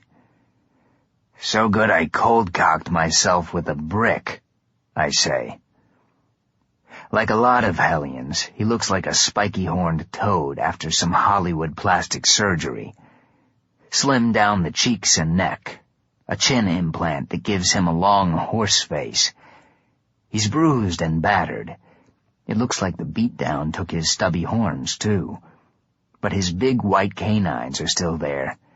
Those really hurt when they dig into you. Trying to get a hellion off when he's got a good hold of you with his choppers is like trying to coax a moray eel into a round of mini-golf with knock-knock jokes. I rub the side of my head. There's sticky blood in my hair. I pull the hood back up, covering up the blood. I touch my face. Good. Mammon's skin is still there. I lean on my elbows and look up front. The flame job and animal skulls wired to the front of the truck look familiar. This is the same damned posse that's been chasing Jack and me since Pandemonium. The saps caught me and they don't even know it. If I wasn't flat on my back being hauled around suicide roads in a wire mesh chicken coop to who the fuck knows where, I'd feel like a real winner right now. "Where's the guy I was with? A damned soul." "Oh, him?" The hellion snickers. "He seemed like a nice guy. When you were out cold, he stole your bag and ran off. I feel around for the leather satchel with my face in it. It's gone. A real nice guy, snickers the hellion. I reach into my coat for Mammon's flask of Aqua Regia, but it's not there. The little prick even stole my booze. Now he really has to die. I should have cut Jack loose the moment we saw Lucis. I should have let the sinkhole take him. The goddamn angel in my head softens me up at those moments. Every time I think we've found a balance point, it shifts its weight, one sneaky gram at a time, until it's standing straight, and I'm flailing around like a blind man on black ice. I will not let God's little bootlicker win. I'm a Nephilim, you haloed fuck. You're part of me, and you better learn to take the bad me with the good you, or I swear I'll put a double barrel to my head and do a Hemingway.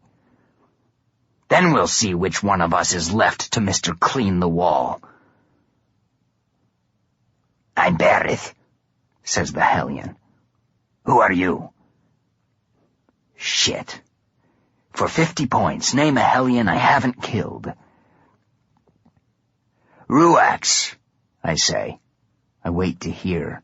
Ruax is dead, or he's my brother-in-law. But Berith just nods.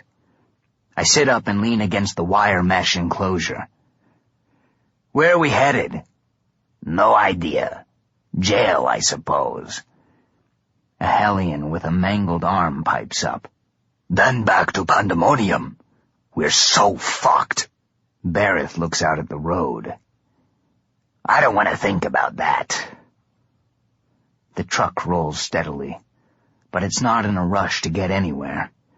The posse up front is passing bottles around. I don't suppose they'd be too keen on sharing with us prisoners. Maybe I can put my fist through the mesh and ask one nicely with my boot on his throat. I get up and grab hold of a section of the fence and promptly land on my back, feeling like someone just handed me a glass of whiskey with a 1,000-volt chaser. Berith laughs. Neat trick, eh? One of the Malbranch's exes. You can touch the walls of your cell all you want, but the moment you come at it with attitude, well, you see what happens. Thanks for the warning. We're all going to be dead soon. We need to have a few laughs along the way. I put my hand on the fence. Nothing happens. Holding on to it, I pull myself to my feet. We're past all the houses and apartments and into a wider main street. Somewhere around Western, maybe. Lots of burned-out buildings, but with a little something extra. My face. Wanted posters offering a hefty reward cover every building, signpost, and bus kiosk still standing. I guess someone figured out that Mammon and his staff are missing. Mason will know who did it, but that's still goddamn fast to get posters plastered all over the place. Even with all the map games this place has been playing on me, the angel, who's better at these things than I am, is sure we haven't been here more than a day. And how does Mason even know I'm heading for Lucis and not wandering the streets of Pandemonium like the Flying Dutchman? Jack couldn't have made it back yet and ratted me out. With my face in a bag, he can claim he killed me and get the reward. The bastard will be drinking Mai Tais and eating prime rib before I get near the asylum. I hear cheering voices. There must be a lot of them if they're loud enough to hear over the Unimog's rumble and grinding gears. A couple of more blocks down, there's a stadium. It's not as big as the L.A. Coliseum. It's more like the place well-off parents pay for so their sprogs can play soccer on a regulation field that's not full of beer cans and gopher holes. From the tone of the crowd, they're not playing in there. We turn off the main road and onto a 2-lane driveway behind the stadium and roll alongside what looks like a holding area for the posse's prisoners. Big wire mesh pens and RVs with blacked-out windows hold dozens of dirty, frightened hellions. The fact that they're being held in a stadium tells me that the posse isn't above having a little fun with their prisoners before they're shipped back to Pandemonium. The truck stops. 6 Hellions in SWAT body armor, carrying shotguns and homemade morning stars, hustle us off the flatbed and into the pens, where we have a clear view of the playing field. Some people have dreams where they show up for final exams in their underwear, or for a course they didn't know they were taking. Other people wake up in the middle of the ocean. There's land in the distance, but no matter how hard they swim, they never get any closer. Me? I dream about the arena. Shrinks call these anxiety dreams. I call them road maps. They show you where you've been and where you're headed. A dream about being lost at sea doesn't mean you're going to end up as an extra on Gilligan's Island, but it probably means you've gone off track somewhere. For me, it's even simpler. I don't dream in metaphors. When I dream about the arena, I'm really dreaming a dream about the arena. In my heart of hearts, I've always known I wasn't finished with the place.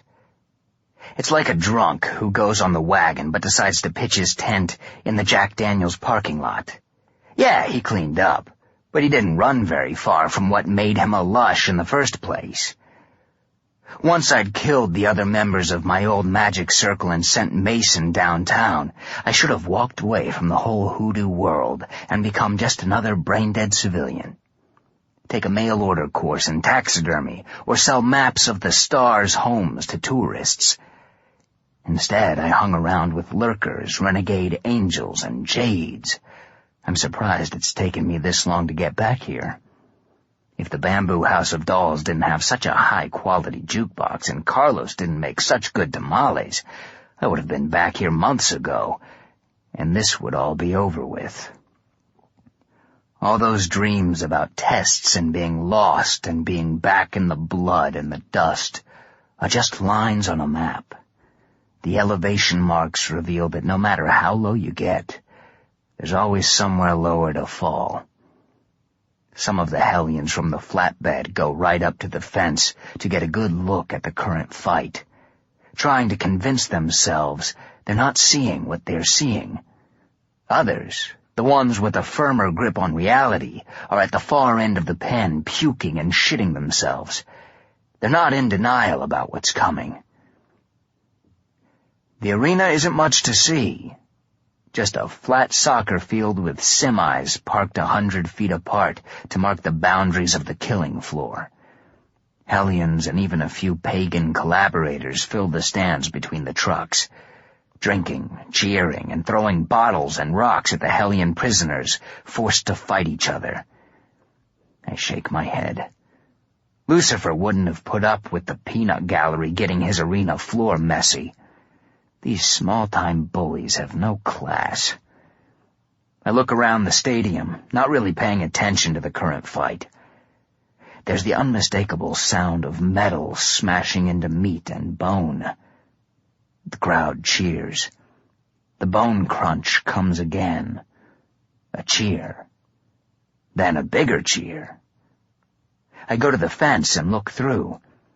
It looks like the Hellion who was to be chopped into McNuggets got the other fighter in the throat with a knife when he got too close. They both fall over and disappear. Cue the crowd. People drink and pay off wagers. It's a party, and they take their time about it. A few minutes later, armored guards grab more prisoners from the pen. Bareth is with them. He looks at me like he thinks I'm going to do something about it. All I do is stay by the fence to watch. The guards walk the group out to the middle of the killing floor and hand them weapons. Every Hellion was a soldier once. They were all part of the rebel legions in heaven. But that was a long time ago. In the arena, the prisoners look at the rusty swords and shields in their hands like they've never seen anything like them before. That's the lousy thing about shock. It makes you look stupid. I remember my first time in the arena. It wasn't like this bumpkin retrofit. The arena in Pandemonium was built for blood sports and nothing else. It was like the Roman Colosseum, but clad in plates of bronze and ivory, and hung with sculpted bone chandeliers over each entrance. It was full of false walls that could be moved to change the fighting floor. There were trapdoors and chutes where beasts and fighters could be lifted or shot into the arena in a few seconds. The crowds were connoisseurs of pain. My first fight was against a human soul. The arena bookers thought it would be a hoot to put the one living guy in hell up against one of his dead brethren.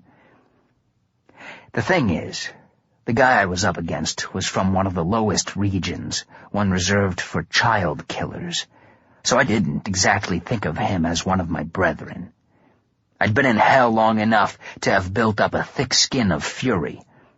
I was still a circus attraction back then, the living freak to be passed around and used and gawked at like a pickled punk, and I was sure as shit a long way from being Sandman Slim.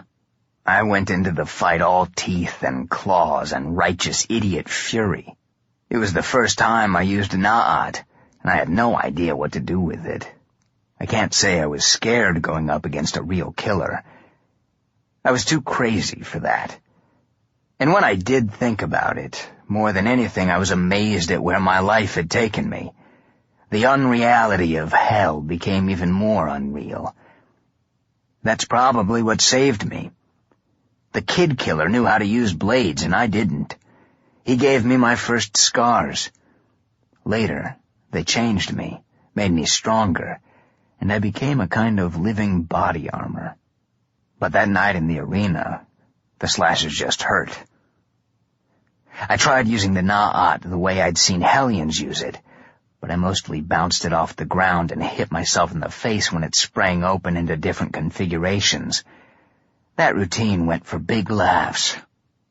I wish I could say I finished the kid killer with a flashy Na'at move, but the blood and pain nudged me from crazy into Norman Bates territory, and the crazier I got, the more the crowd cheered. When I managed to knock the kid killer down, I climbed on top of him, pinned his arms, and choked the fucker until his eyes bulged out like twin 8-balls. You haven't seen surprised until you've seen a dead man realize he's about to die again. Later, one of my guards explained to me about Tartarus and the double dead. I'd never killed anyone before, and knew I was supposed to feel bad about it. But I didn't. I felt just the opposite. These geniuses were training me to kill, building up my strength and turning me into the monster I was always meant to be. Later, when Azazel made me his assassin, I thanked every Hellion I killed for their contribution to my schooling. The looks on their faces when I cut their throats never got old. I'm glad Alice never saw me in the arena. I hope Kasabian has the brains not to show Candy. What none of the Hellions except maybe Lucifer understood was that when I stepped onto the killing floor, I wasn't fighting an opponent. I was fighting all of hell. When I killed a beast or a soul, I was killing every leering, putrid Hellion in existence. The nouveau riches in the stands came for a fight. I was there for extermination, and every time I murdered them it felt like Christmas morning. That's what I don't want Candy to see. Back in L.A., we talk about being monsters together, but it's not the same thing. I don't have any problems with my L.A. monster side, but I don't want her to see the kind of monster that comes out when I'm the real Sandman Slim. I don't want to watch Berith and the other lead-footed fighters. I know how this is going to go. I don't want to see it again. The angel wants me to shout some strategy or encouragement to Berith, but it's already too late for him. He's down in the dust and disappears less than a minute later.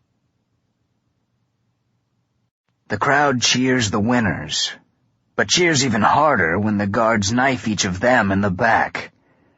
Hellion humor isn't what you'd call sophisticated.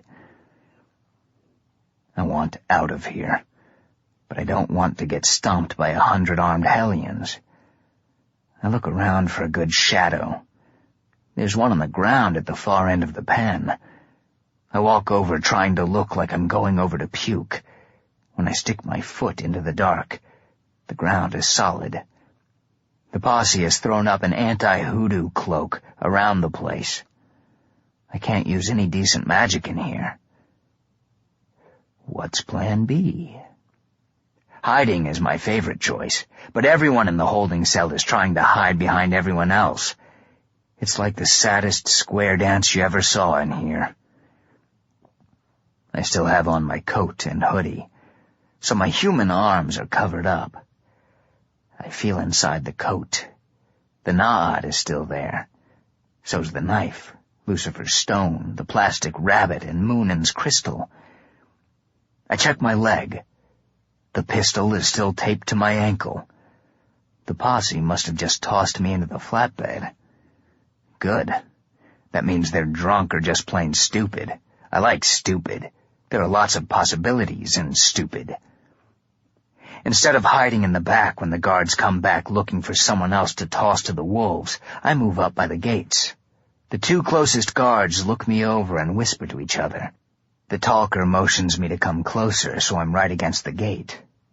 The talker walks over to me. He has a sickly green complexion and a smashed cheekbone. In one hand, he's holding a long truncheon, a piece of flexible metal covered in leather. When we're close together, he reaches between the gates and pops me in the face with the truncheon's butt. The guards just about bust a gut at me holding my bruised nose. He takes a step forward, presses his face into the space between the gates, and spits at me. I pivot and swing, catching him under the chin with my fist. His body goes limp. I reach between the gates, get a hand behind his head and the other around his throat, and pull. The gates bow in and he starts slipping through. The other guards pounce on him, pulling him out. The gates bulge in as I get his head and the tops of his shoulders through, like he's being born out of twisted wire and steel. It's a fun tug-of-war we've got going. I wonder if this is how giraffes were invented. The guards get together and do a nicely coordinated group pull. I've got my death grip and dig in my heels, but they're dragging both of us toward the gate. I can't hold the guard, but I don't want to let him go. When I'm sure they're going to get him away from me, I lean down, get a good grip with my teeth, and let go. The guard shoots out of the gates like they're a solid metal slingshot, and lands with his hands over his face, screaming and coughing up blood. I wait for the rest of the guards to look at me before I spit his nose on the ground in front of them. I expect them to rush me, but they go into a huddle. Their buddy is on the ground screaming, but they've already forgotten about him. The huddle doesn't last long. One of the guards takes charge and beckons over a couple of other guards to take away the idiot who lost his nose. The head guard comes close to the gate, but out of biting range. He's wearing a faux military law enforcement uniform, the kind you see bounty hunters wear. It gives them an air of authority, but isn't close enough to any specific uniform to get them busted for impersonating an officer. It's sad the assholes they'll sell uniforms to these days. "Come here," he says. I stand pat. "Come here." "I can't hear you clear over here, Audie Murphy. Get a little closer." He signals to the other guards. They pull their pistols and shotguns and point them at me. "I'm going to open the gate, and you're going to come with me." What if you forget to say Simon Says, and I don't? "My men will shoot everyone else in the pen." So much for honor among thieves.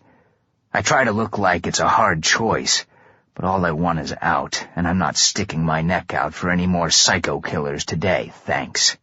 It's all I can do not to jump into his arms and say, "Home, Jeeves!" Finally, I nod. "Yeah, okay. I'll come." Audie gestures a couple of other guards over to open the gates. Everyone keeps their guns on me as we walk past the pens and RVs to the killing floor.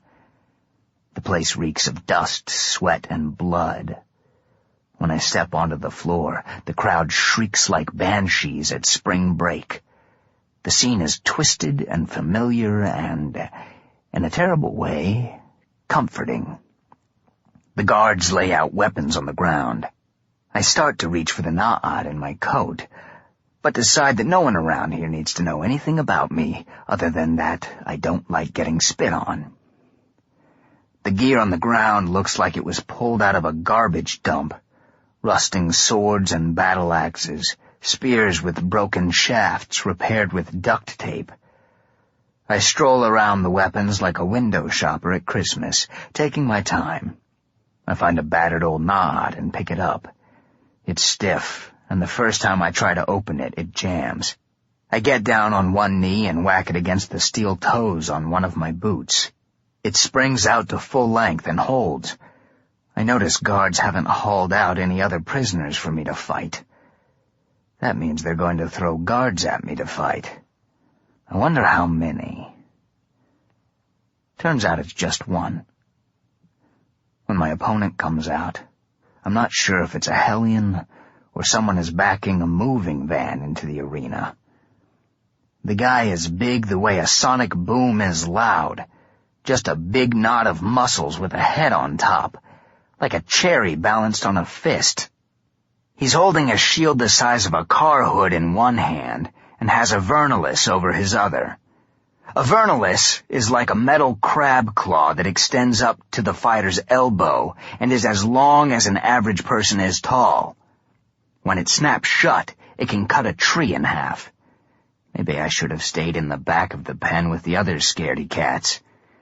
I'm giving serious consideration to cutting and running, but the guards are still holding guns on me, and I can't do any hoodoo here. Can't even click my heels 3 times and say there's no place like home.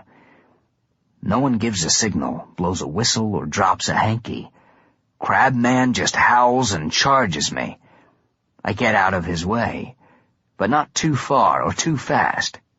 I stay put and try to look confused long enough to spring the na'ad's blade and slice the crabman's vernalis arm. I leave a nice gash, but don't do any real damage. He howls, some in pain and some because he didn't get to draw first blood. He swings the vernalis at me like a club, but it's a feint. When I move in to stick him, he brings the shield around like a battering ram. I throw myself on the ground just before the shield splatters me like a dump truck. I roll to my feet and Crabman and I circle each other. I try to extend the na'ad again, but the mechanism jams when it's just halfway out. I can't fight him like this. The vernalis gives him too much reach. I need to get in close. I attack this time, feinting left and right, getting the shield and claw swinging at me just a little too late. I duck forward, closing the distance between us. Crabman is used to fighters not wanting to get near him, so he doesn't have a lot of inside defense. I spear him in the side, but he's fast for a guy his size. He catches me in the back with a big elbow, and I fall against him. He snaps his knee up hard enough to toss me on my back 10 feet away. The vernalis crashes into the ground near my head. I roll out of the way just as Crabman spits a ball of fire at me. I reflexively block it with a kind of shield hex that bounces the attack back at the opponent. God damn! They left a hole in the cloak for the fighters. We can throw hoodoo out here. If the Andes Mountains weren't trying to beat me to death, I could probably get right out of here. I throw a blinding hex at Crabman's eyes. Part of it hits his arm, so I only get one eye. He howls like I pissed on his Batman #1, and a bolt of lightning hits the ground a few feet behind me. He has some big bad hoodoo under that claw. But I have an angel in my head, and it can see the flash of power when he throws the big stuff. I move around him, trying to stay on his blind side and draw him in closer. The magic he tosses at me is like the rest of him. Big and powerful, but not all that fast or creative. Being in the arena with him is like playing tennis in a meteor shower, but one where I can see the meteors a second before they hit. I keep tossing sharp little barbs of hoodoo at him, waves of white-hot razors at his legs, blasts of Arctic cold at his eyes and balls, muscle disruptors that have him shaking and spasming like an epileptic. But I can't pull out the big stuff. I could airburst this place and turn the air into a blowtorch, but Crabman is too close, and the arena's too small, and burning myself up with him isn't part of what little strategy I have. Crabman keeps on with the blockbuster spells, raining fire and brimstone. If he keeps on tossing the big stuff this fast, all I have to do is keep out of his way and he'll wear himself out. I toss a starburst into his face. It starts as a fist-sized ball of plasma that explodes into 1,000 burning pieces of shrapnel. Crabman raises his shield to block the hex, and I slide in underneath, thrusting the Na'ad at his gut, going for a kill shot. The fireballs chew up his face, but he protects his one working eye and brings his shield down at me like a guillotine. I get the Na'ad into his gut a few inches, but not far enough to finish him. He swings the shield at my head, but I duck it. He raises it high and brings it straight down on the Na'at, snapping it in half. That's not supposed to happen. When a Na'at is hit like that, it goes limp and bends in the middle like rubber. Mine shatters like glass.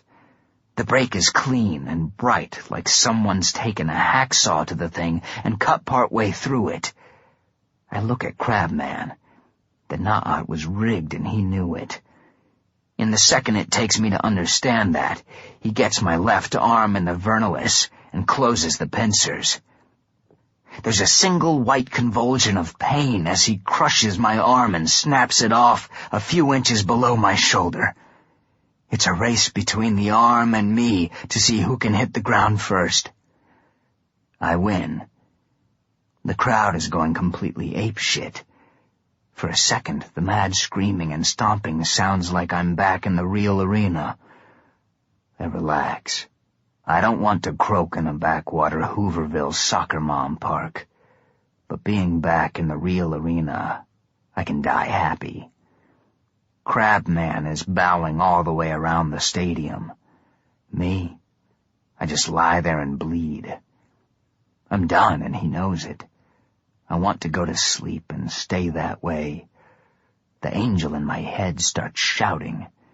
He reminds me that if I go out, I'll die, and so will Alice. I let my mind float away and the pain takes me over completely. The agony of crushed muscles and bones revs my engines nicely. I bark a Hellion combat spell to slow the bleeding and another to suck the blood into the dirt so no one will notice it's human. Crabman is soaking up the love. A few more bows and he'll come back and finish me. John Wayne wouldn't shoot a man in the back, but that's my favorite target. I manifest the gladius and drag myself up.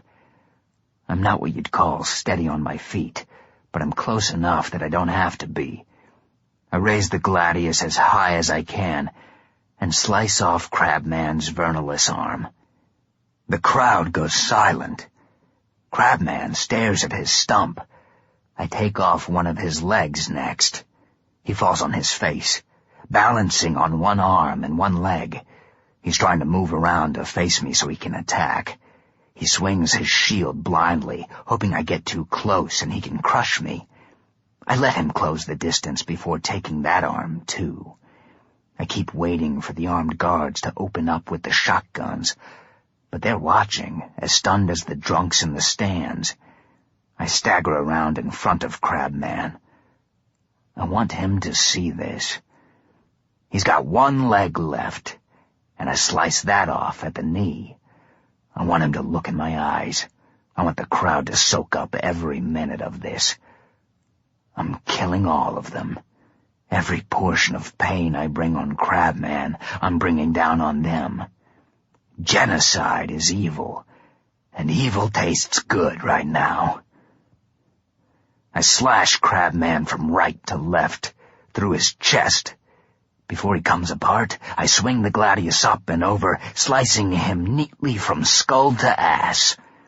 He falls apart in 4 big, cauterized chunks of honey-baked ham. That, ladies and gentlemen, is what we call showmanship. With love from Sandman Slim. The stadium is still quiet, like all the air has been sucked out of the place. But all it takes is for someone to drop a bottle, and the sound sets everyone off at once. You didn't see that coming, did you?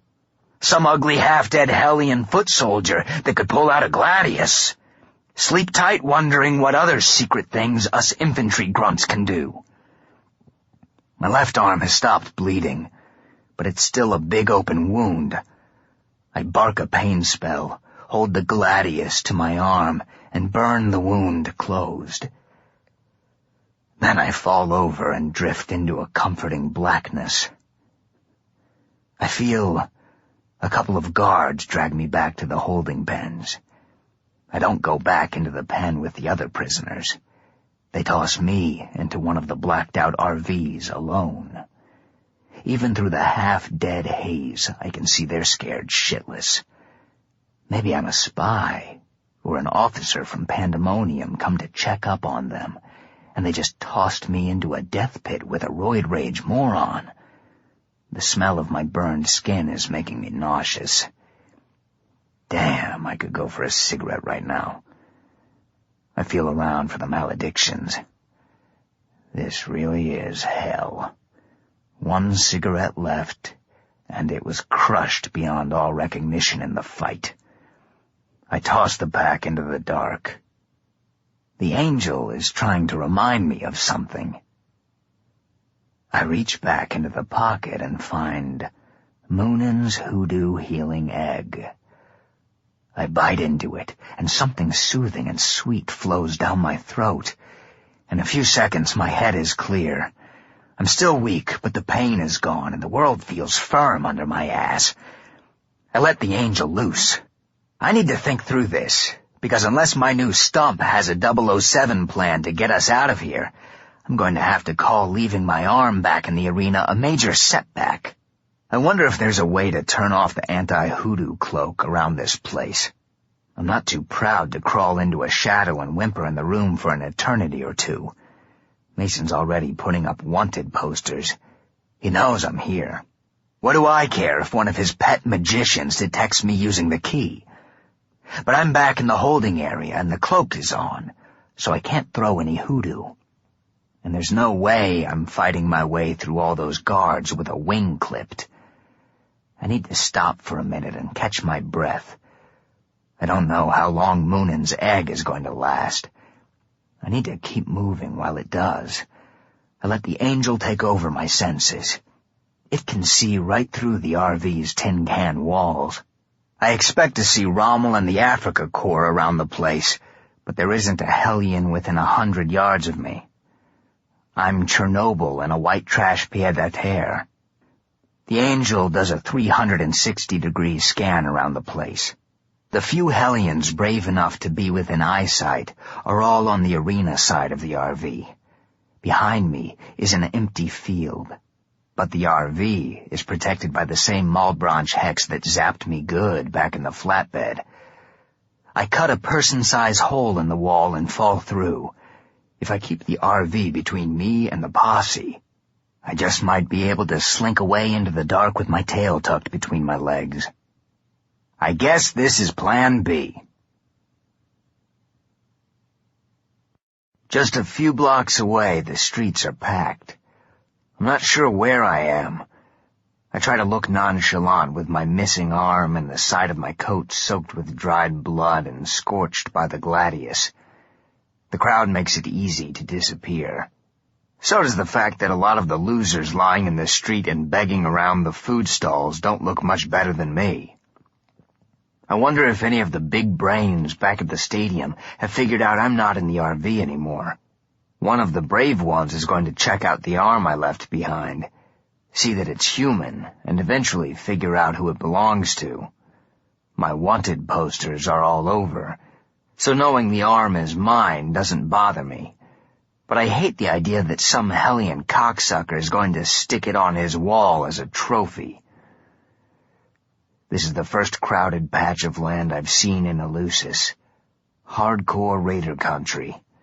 Instead of hitting the individual corner markets, the enterprising ones have cleared them out and set up their own stalls.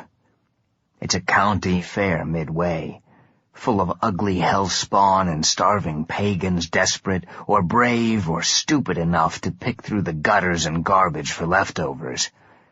Looking at what's going on at the stadium and the ruthless bastards picking the city clean out here, I can't see much difference between the raiders and the posse that followed Jack and me, except who pays their salaries. It makes me wonder how many soldiers in Lucifer's legions were true believers, and how many were simple mercenaries.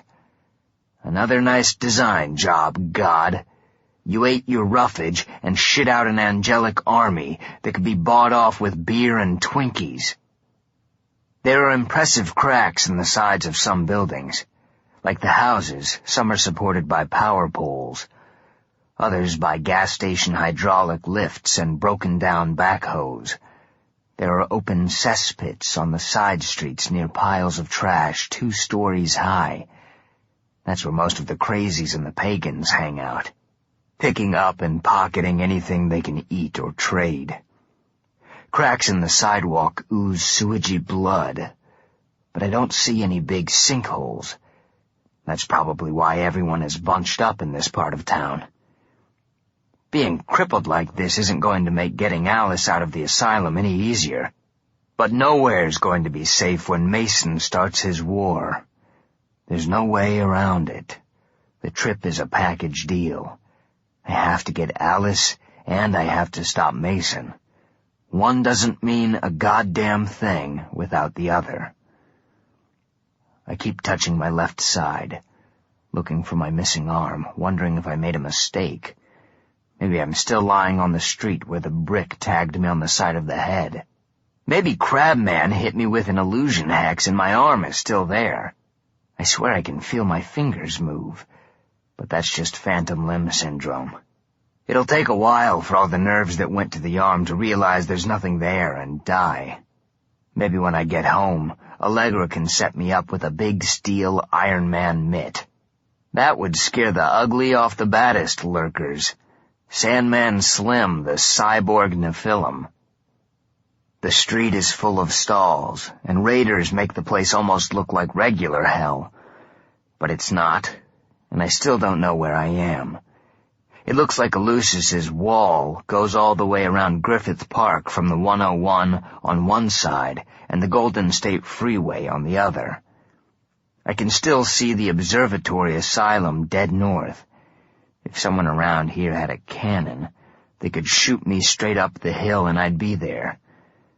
I need to find one of the tourist roads. If I tried climbing the damned hill through the trees, I'd still be going an hour after the universe ended. I need some elevation to get my bearings. A few Kissi wander through the crowd. They trail raiders, making them jittery and paranoid and looking for a fight. They whisper to merchants who start screaming arguments with their customers.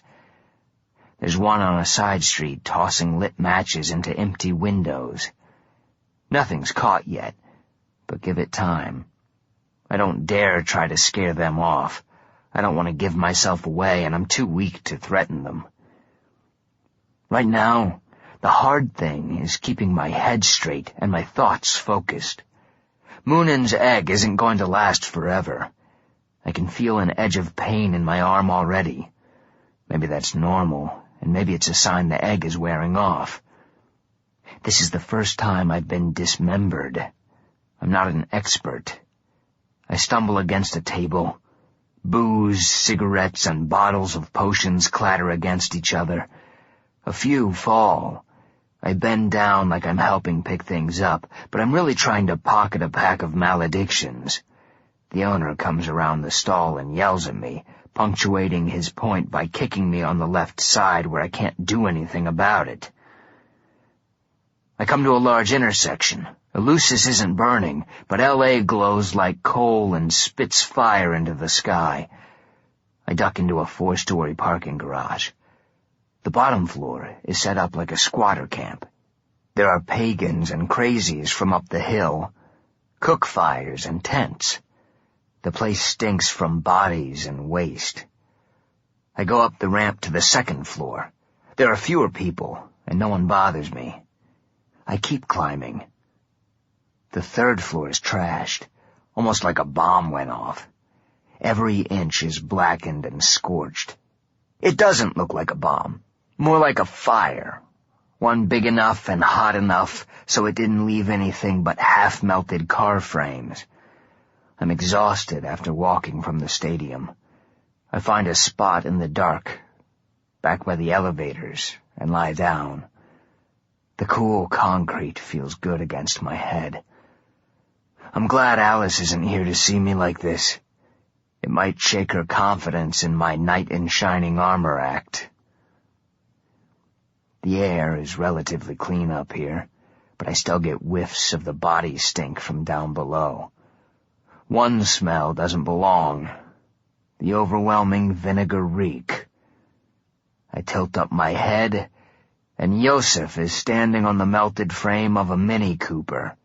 "This isn't exactly the progress I was hoping to find," he says. "Get out of here, man. Someone's going to see you." "So? Do you think any of the mob out there would be willing or able to do anything about it?" My point is, I don't want to find out. No loose ends, remember? I sit up and lean my back against the wall. Yosef looks at my empty sleeve and shakes his head. "You're ridiculous. Crippled. Locked up by idiots and robbed by a dead psychopath." He kicks some loose rocks from near his feet and uncovers a pair of crushed reading glasses. "We're tired of waiting. We're coming in now." "Be my guest." He picks up the glasses and holds them over his eyes, squinting through the lenses. They must not be his prescription. He makes a face and tosses them out over the wall. "Aren't you going to try and talk me out of it?" "No. Be my guest. Pandemonium is that way, and so are about 90% of Hell's legions. If you and your friends think you can take on 1,000,000 or so Hellion soldiers all by yourselves, be my guest." He leans in close, bringing his stink with him. "You don't think we can handle these Hellion idiots?" Maybe when there weren't enough in one place for a decent tailgate party, but these boys have just about put the original Rebel Angel legions back together. "So? They lost their war in heaven, and now even Lucifer is gone. They're weak." "Yeah, but there's the other thing." "What?" "Do you have a cigarette?" He reaches into his breast pocket and pulls out a pack of regular human cigarettes. Never count on a Kissi to give you what you really want. I light the cigarette with Mason's lighter and pull the smoke deep into my lungs. It's better than nothing, and it helps cover up Yosef's smell. "You said there was something else," Yosef says. "Do you ever watch the Discovery Channel? They had a show on where a colony of little tiny red ants all got together and killed a full-grown wolf. See my point? "No." Just because you're the wolf at the top of the food chain doesn't mean you're bulletproof. You and your pals might be able to wipe out the Hellions, but they won't go down easy. And by the time you're done, you're going to be blind and crippled. That doesn't sound like the big win to me." Yosef takes a deep breath and turns his head to the sounds from the street. "How much longer are we supposed to wait?" "Just a few more hours. I need to get up this hill and then get General Semyaza. He's the one guy who can turn this whole thing around." "He's in Tartarus." "I know." "You think you can help him? How?" "I'll tell them I'm the pizza delivery boy. They'll never suspect a thing. Don't be cute. No one's ever returned from Tartarus. Maybe they were going the wrong way. His expression changes to genuine interest. You know a secret way out? I drag off the cigarette. After maledictions, regular human cigarettes are like inhaling the steam off a cup of herbal tea. If you're so concerned about winning this thing, why don't you go and do your job and let me do mine? If I'm not back in Pandemonium in, say, 12 hours, you'll know I'm stuck in Tartarus and I'm not coming back. After that, you can do what you want. But give me the time to do this the smart way. He gets closer, picks a bit of lint off my shoulder, and tosses it away. This is the last time. The tide is rising, and you can't hold back the sea. Besides, you're not an easy man to trust. Yeah, but nobody else wants to play our reindeer games, so we're stuck with each other. Yosef fingers my empty coat sleeve. How are you going to pull this off with only one arm? I'll manage. Meaning you're going to let your ego ruin everything. It's my plan. It's mine to blow. No, it's not. It's easy to forget that Kissi are a kind of angel. A factory second, thrown in the dumpster and left in a landfill angel. But still an awesomely powerful creature. When Yosef grabs me, there isn't a damned thing I can do to fight back. I'm one-handed, off balance, sick and dizzy. He throws me onto my knees, pulls off my coat, and takes out the black blade. I try to back away, but he grabs my empty left sleeve and pulls me back like a fish on a reel. He slices through the cauterized stump of my arm, reopening the wound. My knees buckle. I hold on to him with my one good hand, trying to get my fingers around his throat or push him off. Something. Anything. He shrugs me off and pins me against the wall. With the black blade, he cuts an X on the palm of my right hand and presses my bloody palm to the arm stump. I'm sicker than ever. Not blacking out sick or throwing up sick, but lost in space. Like my body and brain have given up trying to register things like up and down or sane or insane. I keep waiting for the angel in my head to jump in and handle things, but he's as floored as I am. The stump itches, and the nerves that feel like they're still connected to fingers feel even more like that. I look to see what's happening and find something white and pulsating hanging off my body like a giant maggot. Great. Now I'm going to have to change my online dating photo. The maggot grows veins and arteries. 5 twitching tentacle things wiggle out the end. The maggot shrinks and turns almost black. The veins and arteries toughen until they're cables within thick, dark muscle. Shiny skin glides over and around the growing structures. It shines like metal, or a scarab's carapace. My fingers are delicate, but strong, half organic insect and half machine. They flex when I tell them to. I touch each fingertip to thumb, counting 1, 2, 3, 4. They move easily.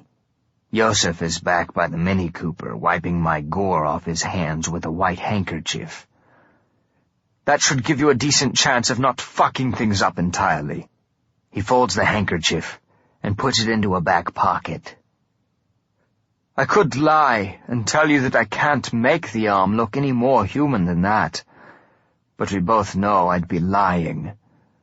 Wear that, and don't forget who your friends are. You're a Georgia peach. The pain and nausea are gone. I stand up. Yosef comes over and helps me get my coat back on. Get used to your new arm quickly. You have 12 hours from now, or we go without you. He walks down the ramp and disappears before he reaches the bottom. I flex and move the arm, pick up a piece of concrete, toss it from my good hand to my new one and back again. The biomechanical hand feels pressure, heat, and sharpness, but not like my regular one. It'll take some getting used to, but it's better than a burned stump. The arm isn't the only thing I have to work out. I don't know a secret way out of Tartarus. I don't even know the way in. But I'll find it, and if hoodoo and bullshit won't get me out, I'll hold my breath until I turn blue. That always worked on Mom. I walk up to an open level at the top of the garage and look out over the city. On top of a hill, less than a mile away, is the asylum. If Eleusis is as weirdly laid out and fucked up as the rest of this L.A., Alice might as well be on the moon. I don't know if I can even get to her in 12 hours, much less get her and Semyaza. I should have asked Yosef for a jetpack instead of an arm. Escaped lunatics are warming themselves around a fire of old furniture and my wanted posters. Maybe I should steal a car and take my chances on finding a road to the observatory somewhere. Still trying to get up that hill, eh? I look over my left shoulder, and then my right. There's a small, round man in a red tailored suit sitting on the edge of the wall with his feet dangling over the edge. I look at him, and he glances at me. Is he gone? Who? Your pal, Yosef. Is he gone? He's not my pal, and yes, he's gone. Who are you?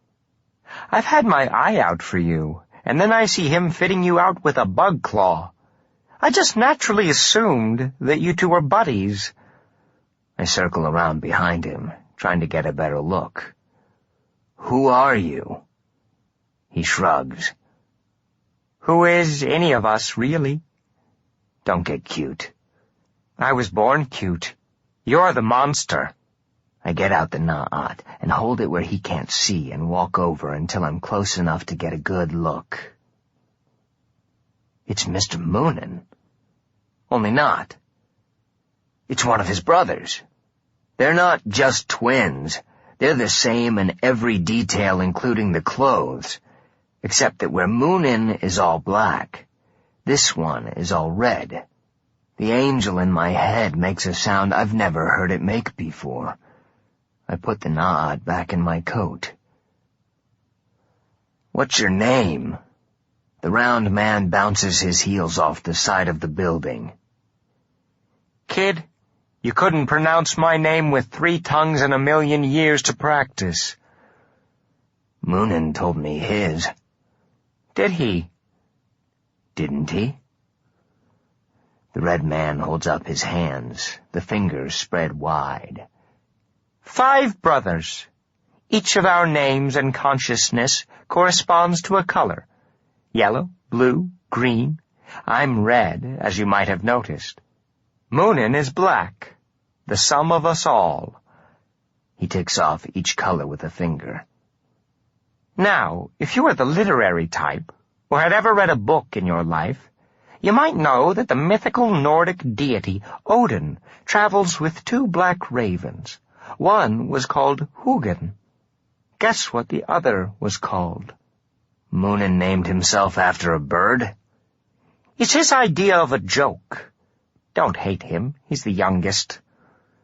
The angel in my head stops making the funny noise and finally gets out a single word. Elohim. The red man is looking at me. I get the feeling he can read me a lot better than I can read him, because I can't read him at all. Are you? Yep. All 5 of you are? Yep. Mr. Moonin, too? I think we established that when we established that he's one of us 5 brothers. My head is going funny again. My stomach twists.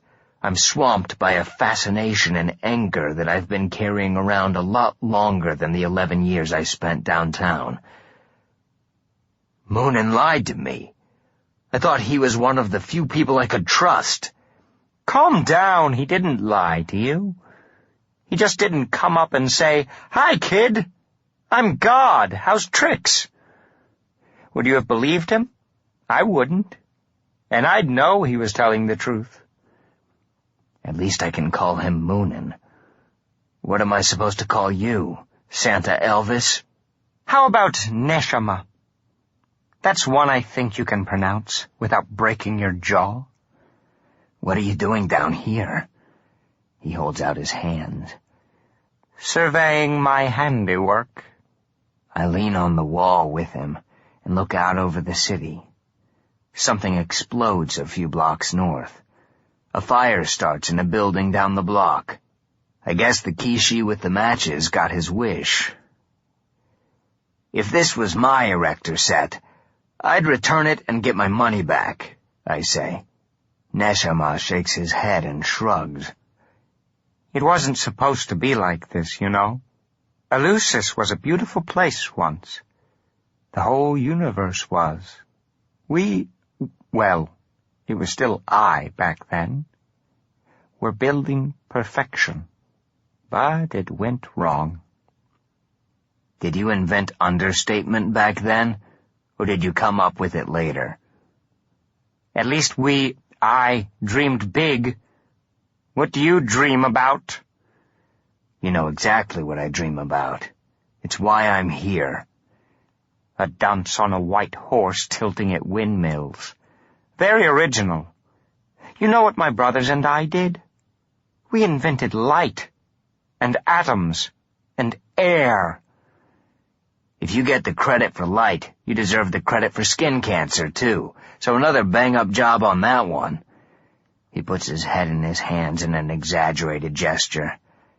Cancer? Damn, you people are a mess. You made us, so what does that make you? He watches smoke rising from the nearby fire as it drifts up to meet the burning cloud of the sky. We were so sure we got you right the first time. Then there was the whole Eden debacle, and it was all downhill from there. But don't worry, the new ones are a lot better. You're done with us and on to Humanity 2.0? Oh, we're way beyond 2.0. The new ones are nearly perfect, nearly angels. You'd hate them. Fingers crossed I never have to meet one. He leans over to me and speaks in a fake conspiratorial whisper. You won't. I put them far, far away from you people. Why do you think space is so big? He sits up and laughs, pleased with his vaudeville act. I always wondered if I'd run into him sometime. I'm not sure what I was expecting. A muscle-bound Old Testament Conan Yahweh? Maybe a pothead New Testament love guru. Something, but not Moonin, and especially not a bad Xerox asshole version of Moonin. Why did you leave me down here all those years? You mean, why do I allow human suffering? No. What I mean is, why did you leave me down here? You don't belong anywhere, so what difference does it make where you are? You really hate me, don't you? I'm every fucking mistake you ever made, all rolled into one. That's about the size of it. Alita murdered Uriel, my father. Yes. Did you tell her to? Alita and I aren't really on what you'd call speaking terms these days. Is my father stuck in Tartarus? No. Where is he? He's gone. Where? He's just gone. The other dead Nephilim, are they gone too? He raises one hand and drops it back in his lap. I ask, what's in Tartarus? He doesn't say anything for a while. I'd appreciate it if you'd put that cigarette out. It bothers my allergies. You have allergies? Only down here. I flick the cigarette over the side into the crazies' bonfire below. What I don't get is the disappearing act. You hate me, that's a given. But if you were done with all us mortal slobs and moving on to 2.0, why didn't you just kill us? Or didn't you care enough to put us out of our misery? Is that who you are? One of those people who forgets their kids in the car on a hot day until it has a stroke? He doesn't move or speak for a while. He just looks down into the street. A couple of raiders walk by, passing a bottle back and forth. Neshama leans over the edge and spits, hitting one of the raiders on top of his head. He laughs. You broke my heart. Not you in particular. All humanity. And then there was the incident in heaven with Lucifer and his juvenile delinquent friends. I had to throw a third of my children into the void. I think the ones that stayed, the, quote, loyal ones, were just as bad, if not worse, so puffed with their importance and self-righteousness. The funny thing is, I never really believed that Lucifer wanted my throne, but I think a few of the angels who stayed did. They saw my failure and felt entitled to it after they fought and won.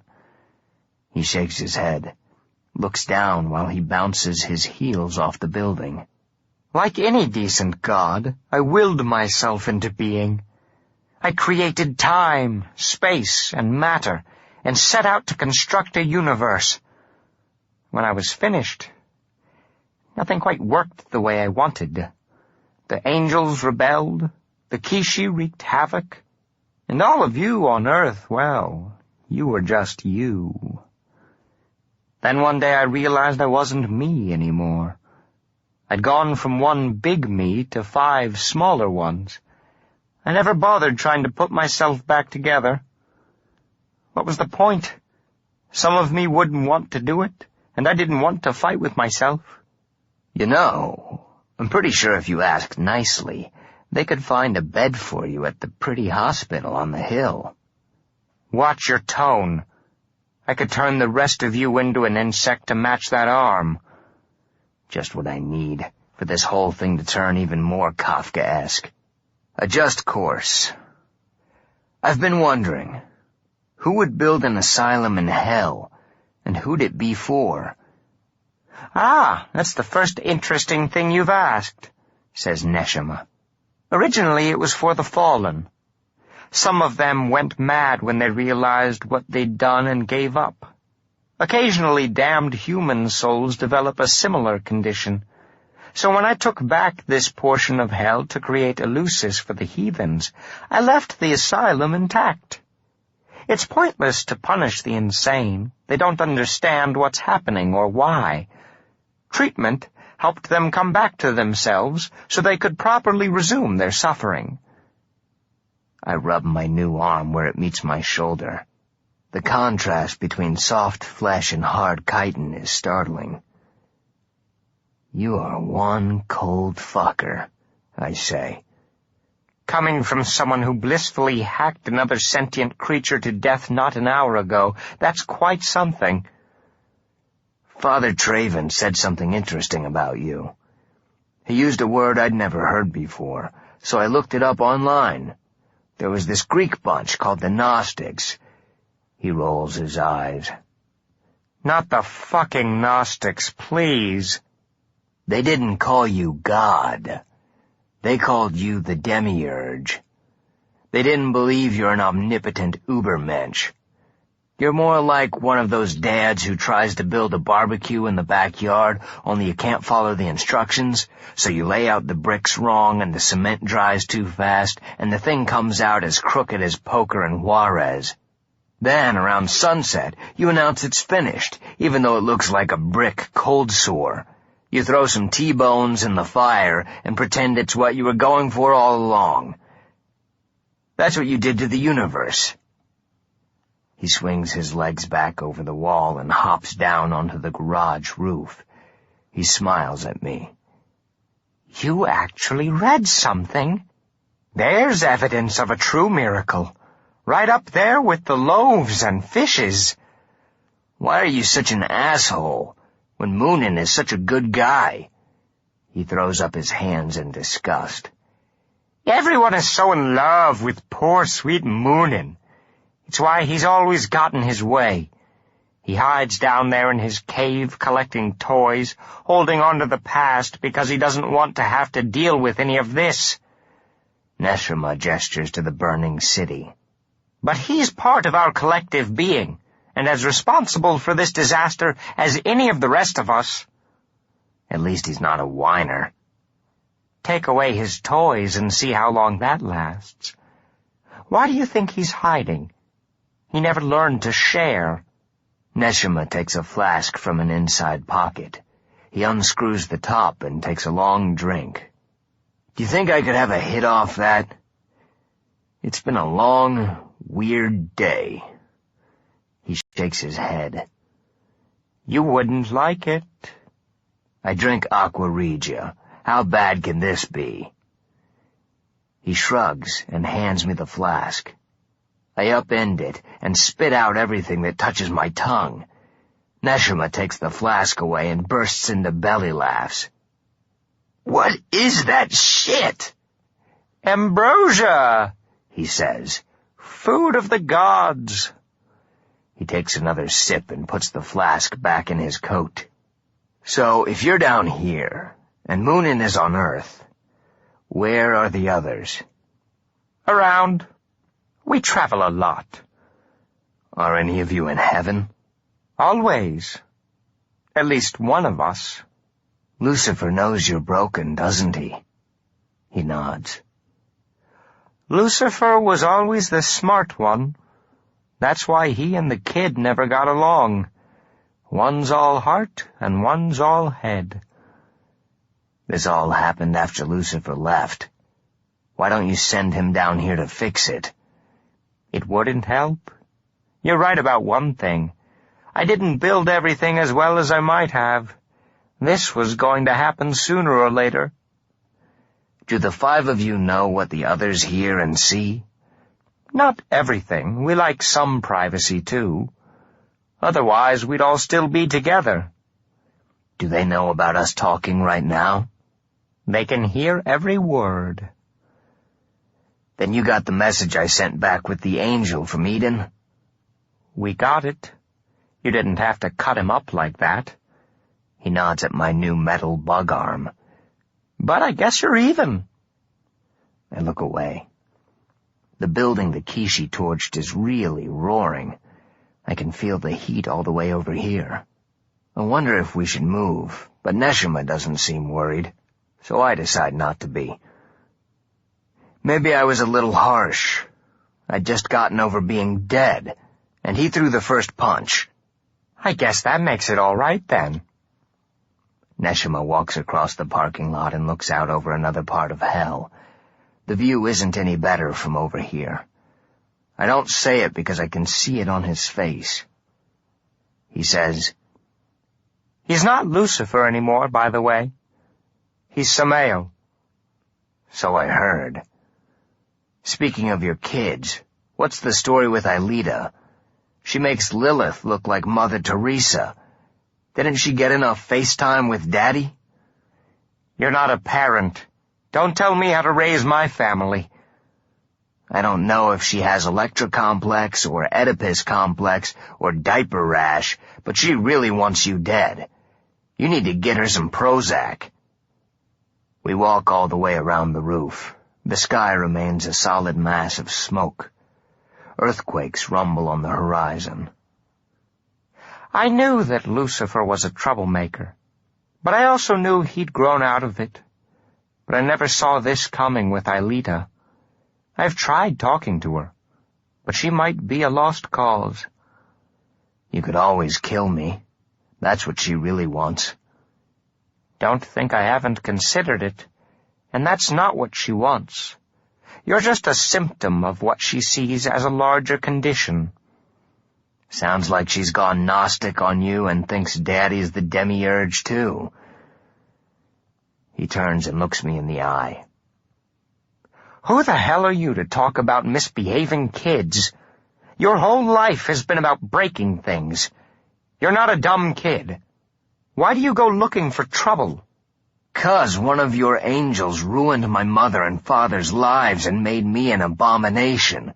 When I finally found my real dad, he told me that all I was, and ever will be, is a killer. Not exactly Leave It to Beaver, is it? We've all got our troubles. Look at this mess.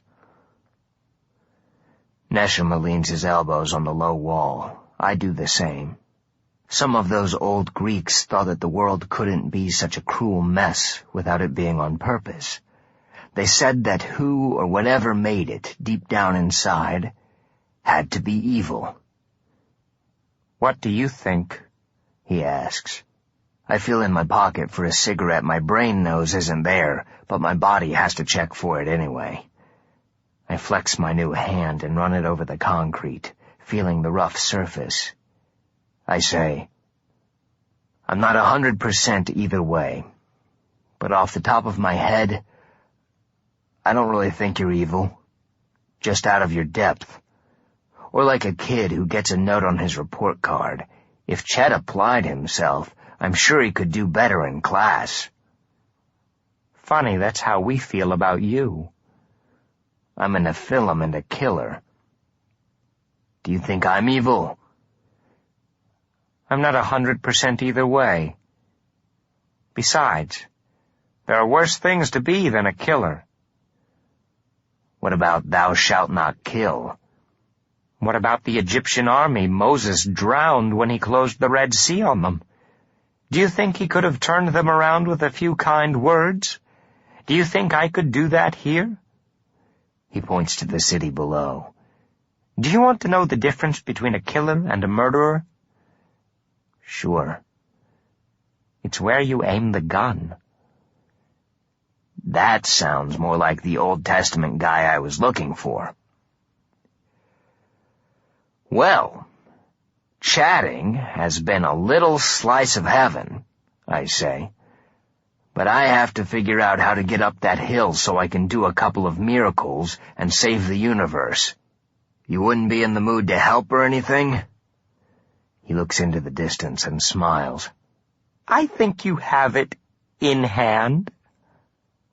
Was that a fucking joke? Sorry, I couldn't resist.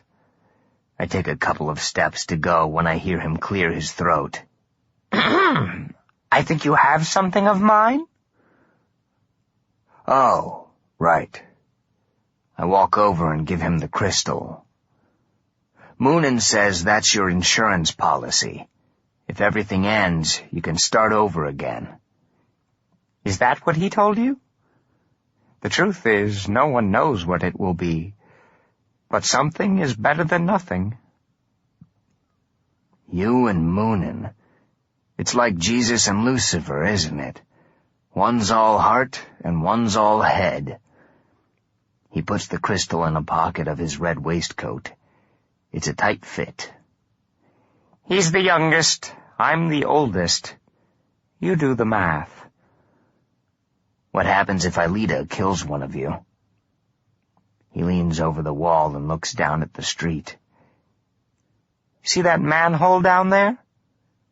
I have a feeling if you went down inside and walked exactly 333 paces west, you'll find where you want to go.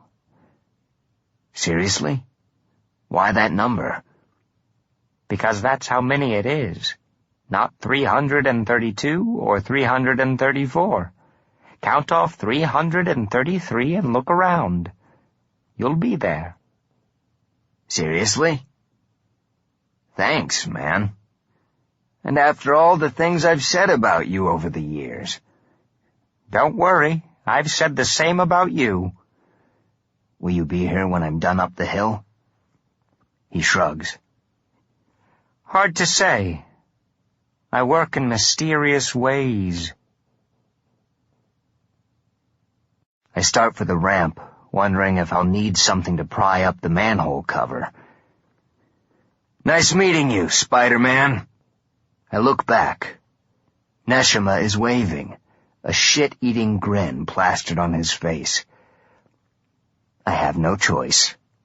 I start an old tune my mother used to belt out when she had just the right number of martinis. At the devil's ball, in the devil's hall, I saw the funniest devil that I ever saw, dancing with the devil, oh, you little devil, dancing at the devil's ball. He turns back to the city. Yeah, fuck you too, kid. There's a kid's game that goes something like this. Don't think of a white bear for half an hour and you win $1. No one ever wins because the moment anyone says white bear, that's all you can think about. Being told your life depends on walking exactly 333 steps is a lot like that. You count on your fingers, but what if you get distracted and drop a number? What if you repeat one? How do you know each step you're taking is the same distance as all the others? I should have a calculator, a tape measure, and Rain Man as a guide. If I count wrong and don't find a way out, maybe I should keep on walking. No. I could end up in here forever, and if it's only one apocalypse per customer, I don't want to miss it. 330, 331, 332, 333. I stop and look around. Light comes through a crack in the wall to my left. I dig a finger into the crack. It feels like a surface door that's been welded shut.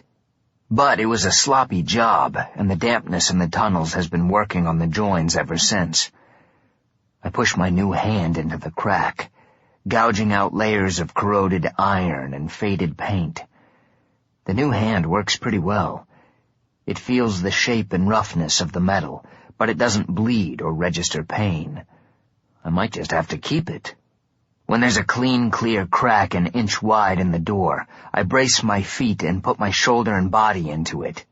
The metal slides away, scattering sewer fungus and oak leaf-sized sheets of rust. Ragged lunatics are asleep on the floor and dirty mattresses dragged down from the wards upstairs. They don't look so different from the ones I saw on the street. Maybe these are a little farther down the road to Candyland. The others managed to run away, but these bedlam sheep never left the pasture. They drool and stare at me as I step through the old service door. I'm in the lobby of what back home is the Griffith Park Observatory. This version doesn't look like Galileo would stop by for a piss. The floors and walls are bare cement. A large open ward and single cells in a circle are around the bottom floor. All the cell doors are locked or have been smashed open. The loons over here watch a couple of old souls, maybe witches, spin a dust of tiny emerald pyramids into orbit around crystal glass cubes, like imaginary constellations. The second floor is for more impressive head cases. Jack said there were hellions in the asylum, and for once he wasn't lying. There are several, mixed in with the human souls. They're playing games that only they can possibly understand, tossing potion bottles and human or animal bones, then drawing symbols on the floor in blood and shit. When the drawing is done, everyone takes a step and contorts into a strange new position. Dungeons and Dragons for actual monsters in an actual dungeon. The third floor is the old-fashioned black and white Boris Karloff bedlam I've been looking for. Dim, wet, and stinking. This is where they keep the 1%ers. All the cells on the lower 2 floors are open, but these have double-thick bars surrounded by bonding hexes. And they're working, because most of the cells are still occupied. The good news is that the few third-floor patients who've escaped their cells look more dangerous to themselves than to me. 2 grimy hellions roll around on the floor, each gnawing on the other's straitjacket. I can't tell if they're trying to help or eat each other. Going by the holes in the material in their broken teeth, it looks like they've been going at it for quite a while without getting anywhere. Still, you have to give them points for hanging in there. A hellion as big as Crabman emerges suddenly from the dark and lumbers past without looking in my direction. He must have been shackled to the wall of his cell.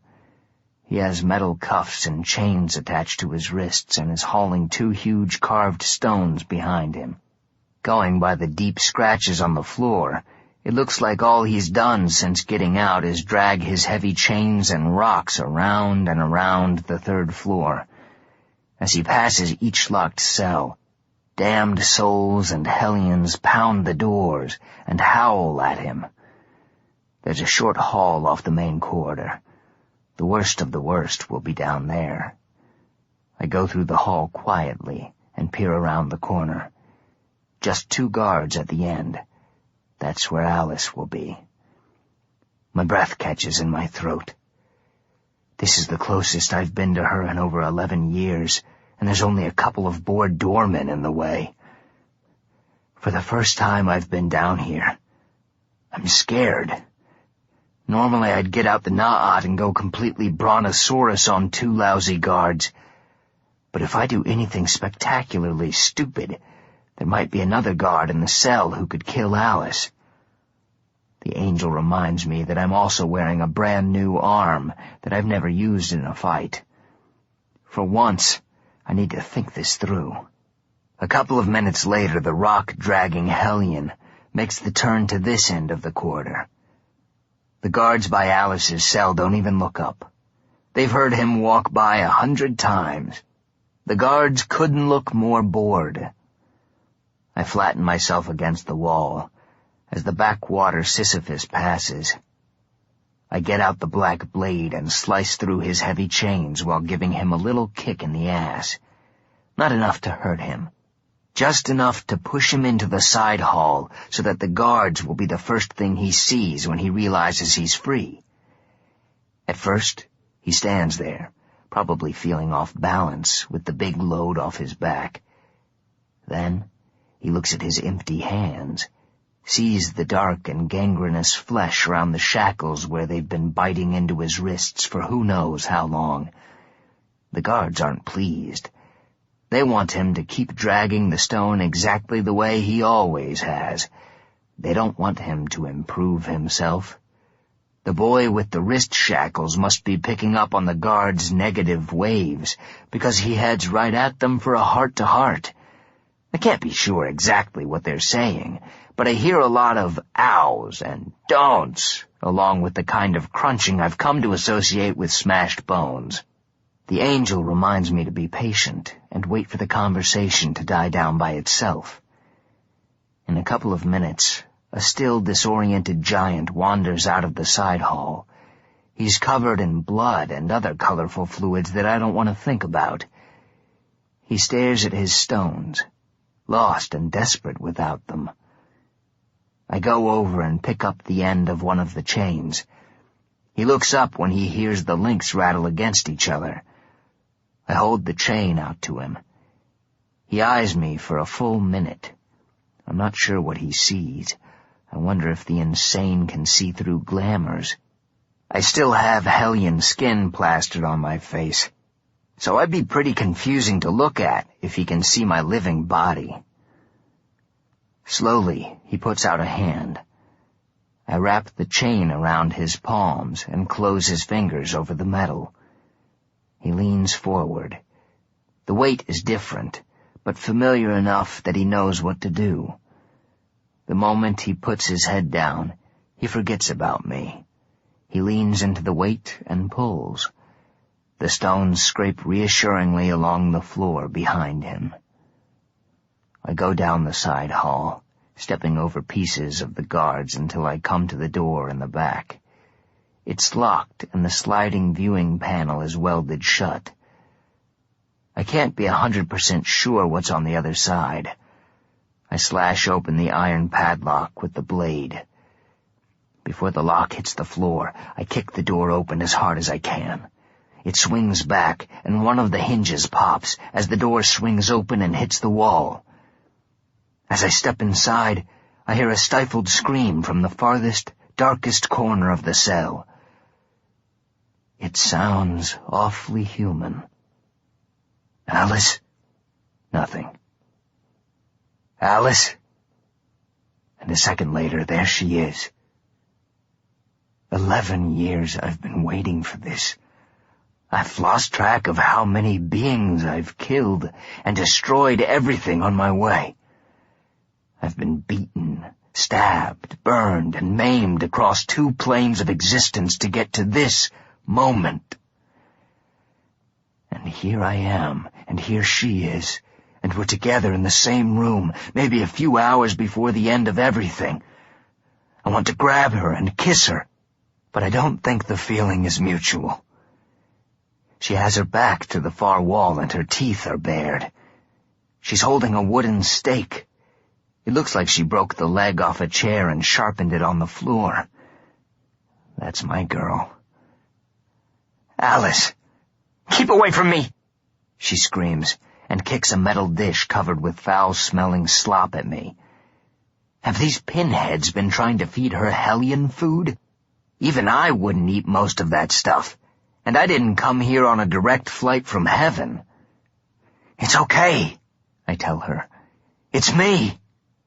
I've come to take you out of here. She holds the stake higher. I'm not going anywhere with you, asshole. Leave me alone. There's only one small oil lamp in the cell. All she can see is my shadowed profile from the light in the hall. I get closer so I'm not a ghost anymore. Alice, I've come to save you. She lunges and jams the stake deep in my chest. I fall back against the wall. A couple of months ago, Candy gave me the zombie bite antidote on the point of a knife, and now this. Why'd all the women I like end up stabbing me? In this case, the answer is obvious. I got so excited at the idea of finally seeing her that I forgot I'm sporting a robo-bug arm and a hellion's face. I pull the wood out of my chest and toss it into the hall. Even unarmed, Alice looks like she's ready to go Fraser and Ali with me. She's always been like that. She was never big on backing down from anything. Are you really going to sacrifice yourself to save your great betrayer? Shut up, Medea. We're having a moment. And I know you were lying now, so can it? Getting staked isn't going to kill me, but it hurts, like a rhino giving you a flu shot with its horn. I sit down on a wooden chair Alice didn't break, and push the hoodie back from my head with my new bug arm. My boots are slick with the dead guard's innards. My coat is covered in blood and smells like the sewer. And then there's my face. For those few seconds when I first saw her, it felt like I wasn't Sandman Slim anymore. I was plain old boring James Stark. With the pain, the truth comes back.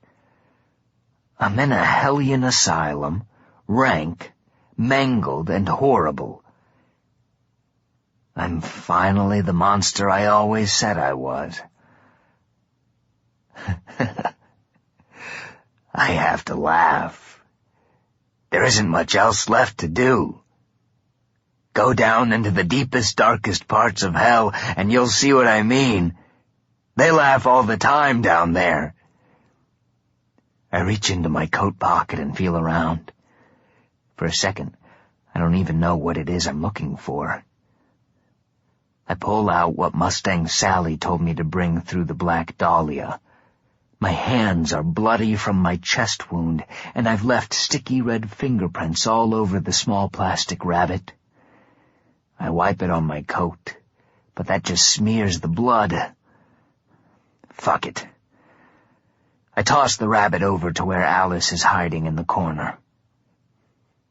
I was going to bring you a turkey dinner since we missed Christmas, but it wouldn't fit in my coat, so you'll have to settle for that. I see a hand dart from the blackness and disappear back inside. My chest burns, but the wound is already closing up. My legs are cramping. I want to stand, but I don't want to spook her. I wish God hadn't made me put out my cigarette. Soon I hear, "Jim?" I can't see her, but the angel in my head can. He shows her to me outlined in the deep dark, The atoms that hold her together are the same as the air around her, her clothes, the walls and floor. And me, there's no difference. Jim? Hi, Lucy. I'm home. She comes over to me slowly, still afraid it's a trick. I know the feeling. Jim? Are you...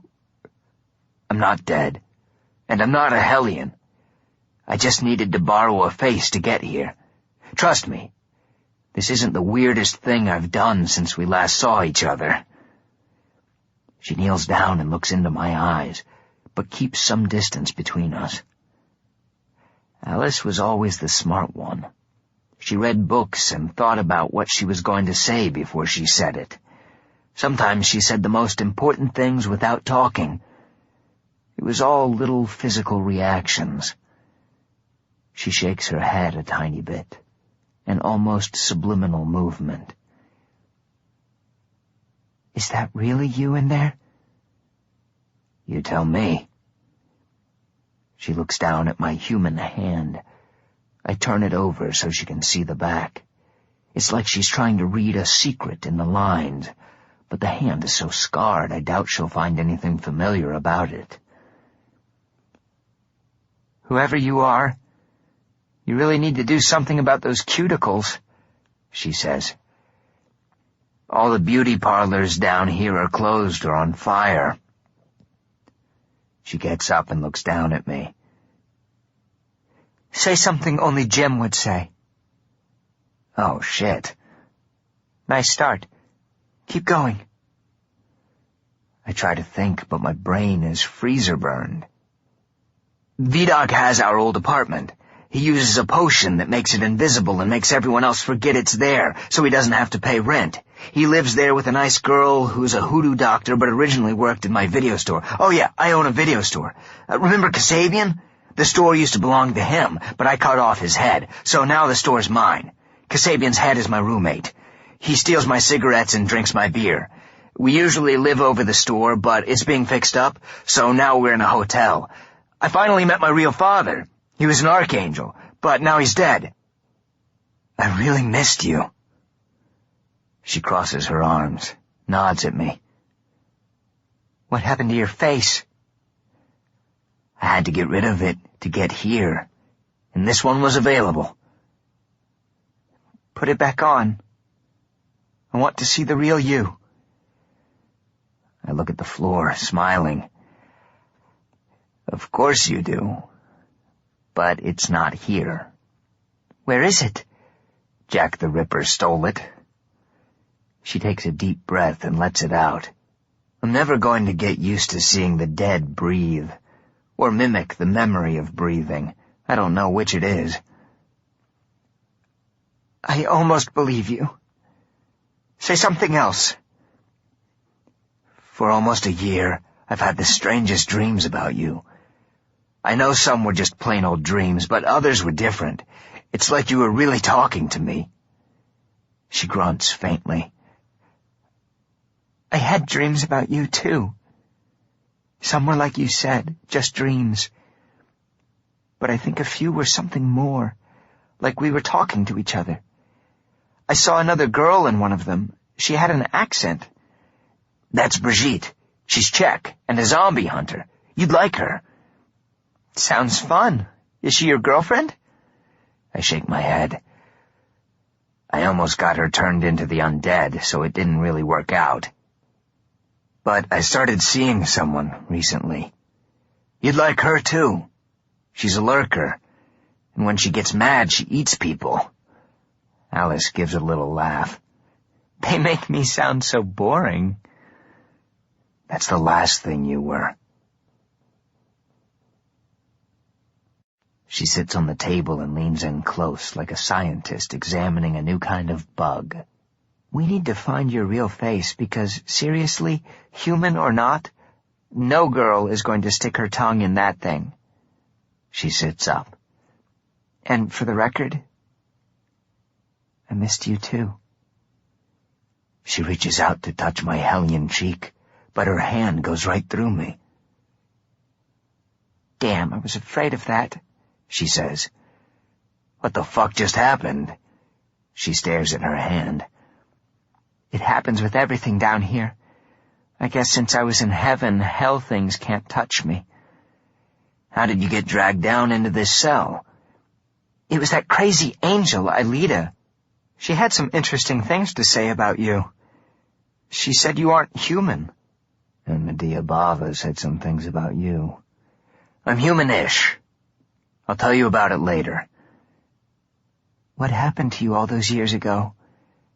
Where were you? I know it had something to do with Mason.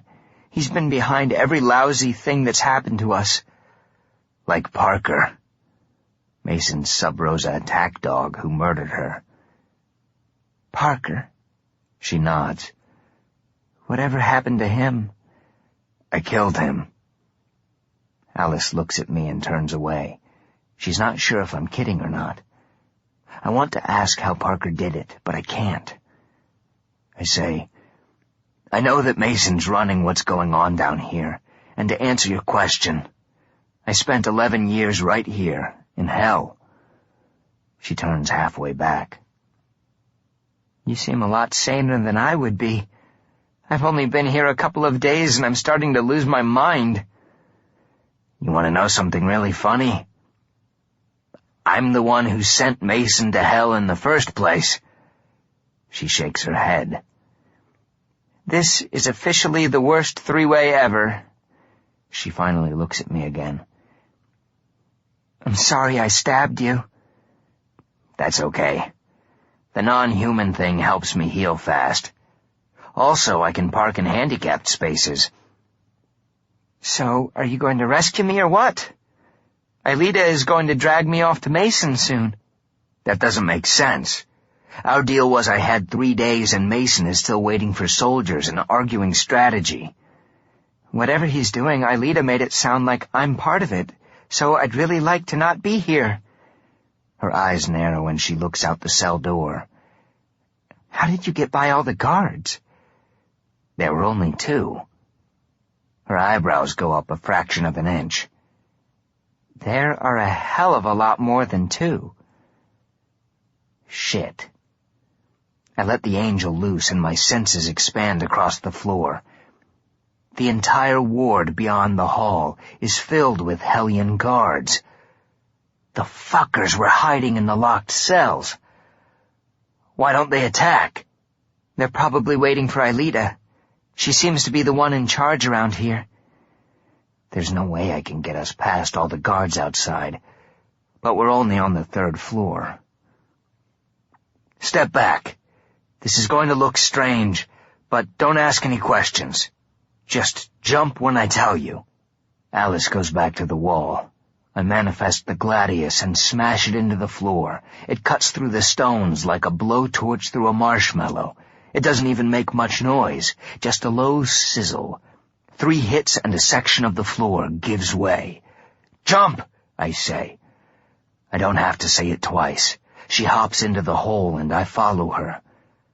The 2nd floor crazies are still playing their game. A couple glance at us when we hit the floor, but we're not nearly as interesting as the game, so they turn away. I hack another hole in the floor, and we drop through to the 1st floor. There are a few Hellion guards stationed downstairs, but only a couple by the stairs. They're surprised when Alice and I come falling out of the ceiling, but shocked when they see the gladius. One of the guards tries to shout, but I take his head off before he can make a sound. Unfortunately, the 2nd guard shouts a Hellion alarm command. I stab him in the heart and he disappears. I try to push Alice into the tunnel, but my hand goes right through her. She's staring at me. She's never seen me kill anything before. "Go!" I shout, and she snaps out of it and jumps into the tunnel. When I get out, I pull the door back into place and slash at the tunnel ceiling and walls, knocking down as much debris in front of the door as I can. I let the gladius go out, and we head back to the manhole. She stops and looks at me a little like she did when I first walked into her cell. She says, "What the hell was that in your hand?" It's called the Gladius. It's just something I found I can do. There's no goddamn way I'm explaining to her how only angels have them. You killed those guys and didn't even flinch, she says. First off, they weren't guys, and second, I've killed a hell of a lot more than them. How do you think I got here? Do you think I got these scars on the debate team? Killing is what I do down here. And it's what I still do. But only bad things, right? We're in hell. I don't think Mother Teresa or Johnny Cash are in much danger. She has to think about it for a minute. It'll take her a lot longer than that to make sense of the last few minutes, and we don't have time. We need to keep moving. Okay. As we go, she tries to take my hand. It goes right through me. Shit, she says. I lead her back to the manhole, and we climb the ladder out. I walk Alice up the garage ramp, skirting the crazies and the squatters. She can't take her eyes off them. I get the feeling Aelita dropped her straight into the cell, so she hasn't seen much of hell. Lucky girl. Neshama is on the roof, looking through Moonan's crystal like a jeweler checking a diamond for flaws. He shoves it back in his waistcoat when he sees us. The prodigal son returns. I wasn't sure you had enough fingers and toes to count to 300. I see you've brought back a friend, and that you have a hole in your chest. Just another day at the office, says Neshama. He turns to Alice. Was he this clumsy on Earth, or is all this blood a Sandman Slim thing? A who? Alice, this is Neshama. Neshama, this is Alice. Neshama is the one who told me how to get into the asylum. Thanks for helping Jim get me out of that place. I would have gone crazy if I'd been in there much longer. Neshama holds out his hand to Alice. She looks at it like he's holding out a dead squid. But out of a kind of doomed sense of politeness, she puts her hand out too. She looks at their hands and then at him when they touch. She starts to say something, but Neshama cuts her off. If it's any comfort, you wouldn't have been in there much longer. Probably just a few hours. A day at the most, wouldn't you say? He looks at me. If I don't get to Pandemonium in about 7 hours, the Kissi are going to come down hard on the place. The way Yosef is acting, I don't know if they're going to start a war down here or join up with Mason's boys and make a play for heaven. He shifts his weight from one foot to the other. The angel in my head squirms like something is trying to get inside. I think he's losing. I noticed Kissi lurking about. What exactly are they getting out of all this? Neshama asks. They'll get what I give them. Nothing more and nothing less. His eyes narrow. Do you think it was a good idea to ally yourself with such, let's say, touchy creatures? I knew I was going to need help to stop Mason, and I never got anything but the silent treatment from your bunch. So who was I supposed to go to? Besides, Aelita wants you out of the way, and for all I know, she was the new CEO of Heaven Inc. Boys, I'm new here, says Alice. What are Kissi? Why did Mason bring me here? I say, Kissi are like angels, only worse. I'm not sure why you're here now. I thought it was just to get rid of me. But with what Aelita said to you, there might be something more. I look at Neshama. You want to jump in here with any insights? He shrugs. Mason wants to get into heaven. She's from heaven.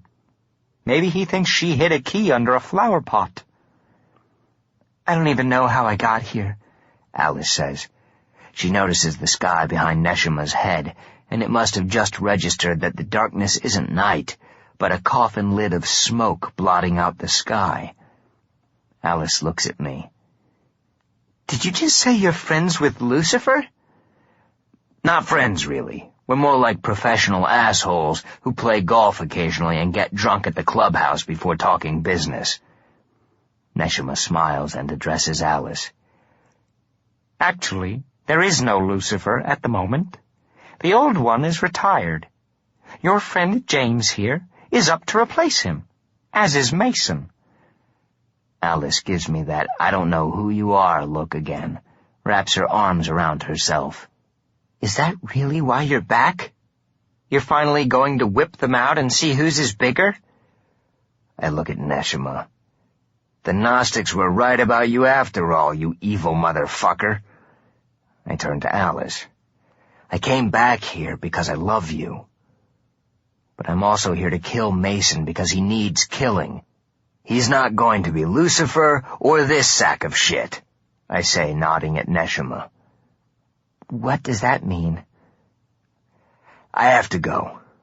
Let Rain Man here explain it to you. Alice stares at Neshima. Do I know you from somewhere? You might have run into one of my brothers. Do you think you could possibly not be a prick long enough for me to go and finish this? I ask. Are you running off to Pandemonium alone? That's magnificently stupid. I'm going to Houdini someone out of Tartarus, but I don't even know where it is. Do you have a map of the stars' homes or something I could borrow? Neshima scratches his chin. I have to hand it to you, kid. You're a pain in my ass, but you're not boring. Tartarus is in the Badlands. Alice reaches for my arm, but her hand goes through me. Wait. We finally see each other again, and you're dumping me here with a stranger? I know this stinks, but trust me, getting you out of the asylum wasn't rescuing you. What I'm about to do is... She turns to Neshima. Who are you? You're part of this, aren't you? He can explain it to you after I go. Neshima pats Alice's shoulder. And indeed I will. So how do I get to the Badlands? Are you sure you want to do this? Once you're in Tartarus, there's nothing I can do for you. It's not my domain. It belongs to my brother, Ruach. And if you think I'm a bastard, you should meet him sometime. If he's around, I'll give him a peck on the cheek for you. How do I get there? The same way you got to the asylum. 333 paces, but in the opposite direction. You really like that number. He nods. Actually, I like 9s. Sacred numbers. You've got to love them. If you people were better at math, you'd be as smart as me. I nod in Alice's direction. You can take care of her while I'm gone, right? She was taken from her place in heaven, so unlike some people, she's one of mine. No one will hurt her. I start down the ramp. Alice follows me a few paces. I stop. Can you for sure stop Mason? I don't know. Then promise me this. If you can't win and everything is going to fall apart, you come back here so we can write it out together. I promise. Okay then, she says. I half turn away, then pivot back. Did you spy on me for the Sub Rosa? The question just charged out on its own. I can almost feel the angel trying to reach into my mouth and snatch the words back. Alice stands still. I can read faces pretty well. If she had a heartbeat, it would be spiking right now. That's all I need to know. There's a crack like a cannon going off as the building the Kissi set on fire collapses. I wave to her once, and go. I come up in the Badlands, though I don't see how this parcel of the L.A. shitscape is supposed to be worse than any of the others I've seen. In fact, I'd find the area downright restful if it wasn't for all the blood. I'm in a deserted industrial area surrounded by collapsed warehouses and bent and twisted railroad tracks following the L.A. River. The river's concrete banks are stained the color of old bricks from a rushing river of blood, a tributary of the Styx. I guess this is the source of the blood bubbling up out of the sinkholes. There's nothing here that points to Tartarus. No signs, burning bushes, or sphinxes playing Jeopardy for clues. The one time a sphinx tried that with me, I held it down and shaved it until it looked like one of those hairless cats you see in Beverly Hills pet stores. I'm not far from a burned-out, crumbling version of the old 4th Street Bridge. It's all big Roman arches, with a few out-of-place Victorian street lamps to class up the thing, because you don't want your industrial wastelands to look tacky. There's something strange under the bridge. A bright patch of green. There are palm trees on either side, and they're not on fire. The green looks like fresh, healthy grass. In the middle of the little oasis is a white stucco 40s bungalow. It has red slate shingles, and it's styled with the vaguely hacienda look you see on the older places. I go up the pristine walkway out front and knock on the door. It opens, and the woman inside smiles at me. Her face shifts and reforms, showing the phases of the moon. "I told you that in the end you'd come to me," says Medea Bava. "So this is your dirty little secret. Tartarus is the Inquisition." "No, I'm the Inquisition. Tartarus is your fate, the dies irae," she says and recites, "Just judge of vengeance, grant me the gift of forgiveness before the day of judgment." I like the sound of that forgiveness part. "And some receive it, but I'm afraid you're a bit too late for that." I step out of Bava's way, tromping on her perfect lawn with my bloody sewage waste boots. "Then why don't you scoot us on over to the club double bed and let me in?"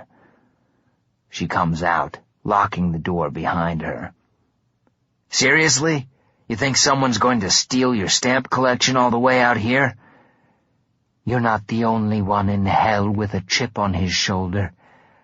I don't believe in taking foolish chances." "That sounds boring." She leads me to a rickety-looking metal staircase leading up to the bridge through a hole chiseled in the roadbed. Medea gestures for me to go first. I take hold of the railing and shake it. The stairs wobble a little, but it looks like they'll hold. I start climbing. "You know, I've been waiting here for you your whole life." "I hope you've got cable, or you've missed a lot of good TV." When we reach the top, she heads for the far side of the bridge, and I follow. She stops abruptly halfway across and looks at me. "You know that once you get inside, you can never leave." That's what Angie Summers said in the back of her daddy's Cadillac on prom night. If I can get away from her, I can get away from you. It's refreshing to meet a man so anxious to embrace annihilation. Okay, you've had your supervillain moment. Now can you show me to the front door?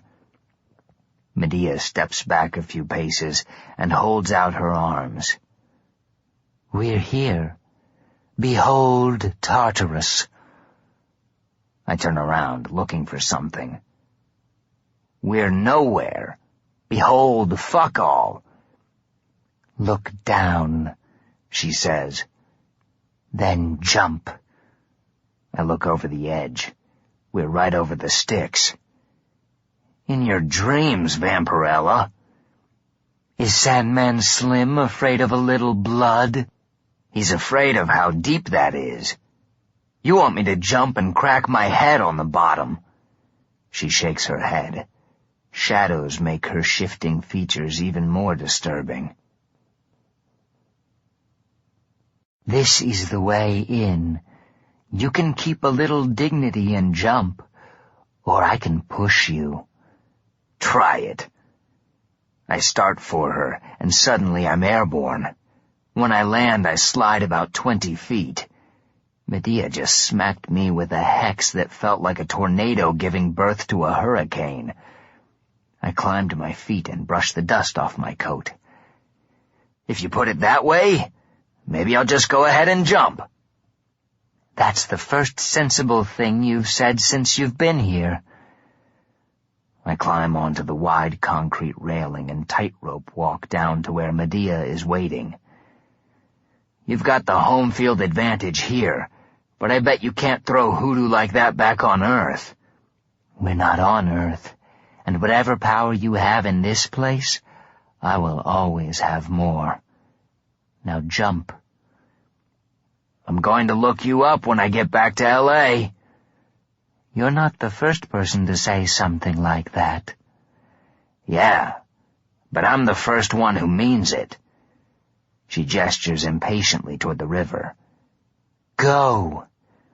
I glance down at the bloody waves and turn back to her. I don't have time for one last smoke, do I? Jump, or I'll throw you. I put my arms out and take a breath. As a great man once said, I should never have switched from scotch to martinis. I lean back and let myself go over the edge, tumbling through the air and slamming into the Red River. I hit flat on my back. It feels just as good as falling 50 feet into blood sounds. I hold my breath and try not to breathe in anything. I sink and keep sinking, like the gravity in the river isn't the same as the gravity outside. I'm pulled down into soft mud at the bottom. At least I hope it's mud. Another gladiator once swore to me that he'd sailed the pandemonium on a river of shit. I hope there wasn't any backwash down here. I'm instantly engulfed in the muck. My lungs want to crawl up my throat and hitch a ride back to Hollywood. The angel in my head chants a serenity prayer. If I could punch my own brain, I would. The angel stops long enough to remind me that everything has a bottom. Even hell. I'm being squeezed down through sediment that gets harder every inch I go. The sucking soon turns into pushing, like a hydraulic press is pounding me down into the riverbed. This must be what pasta feels like coming out of a spaghetti extruder. Then I'm fucking falling again, but only a few feet this time. I slide through a tight, fleshy opening in the roof and down a steep incline like a garbage chute. Nice touch. I slip down another level and slam into the ground. At least I'm not moving anymore. I lie on the floor and breathe.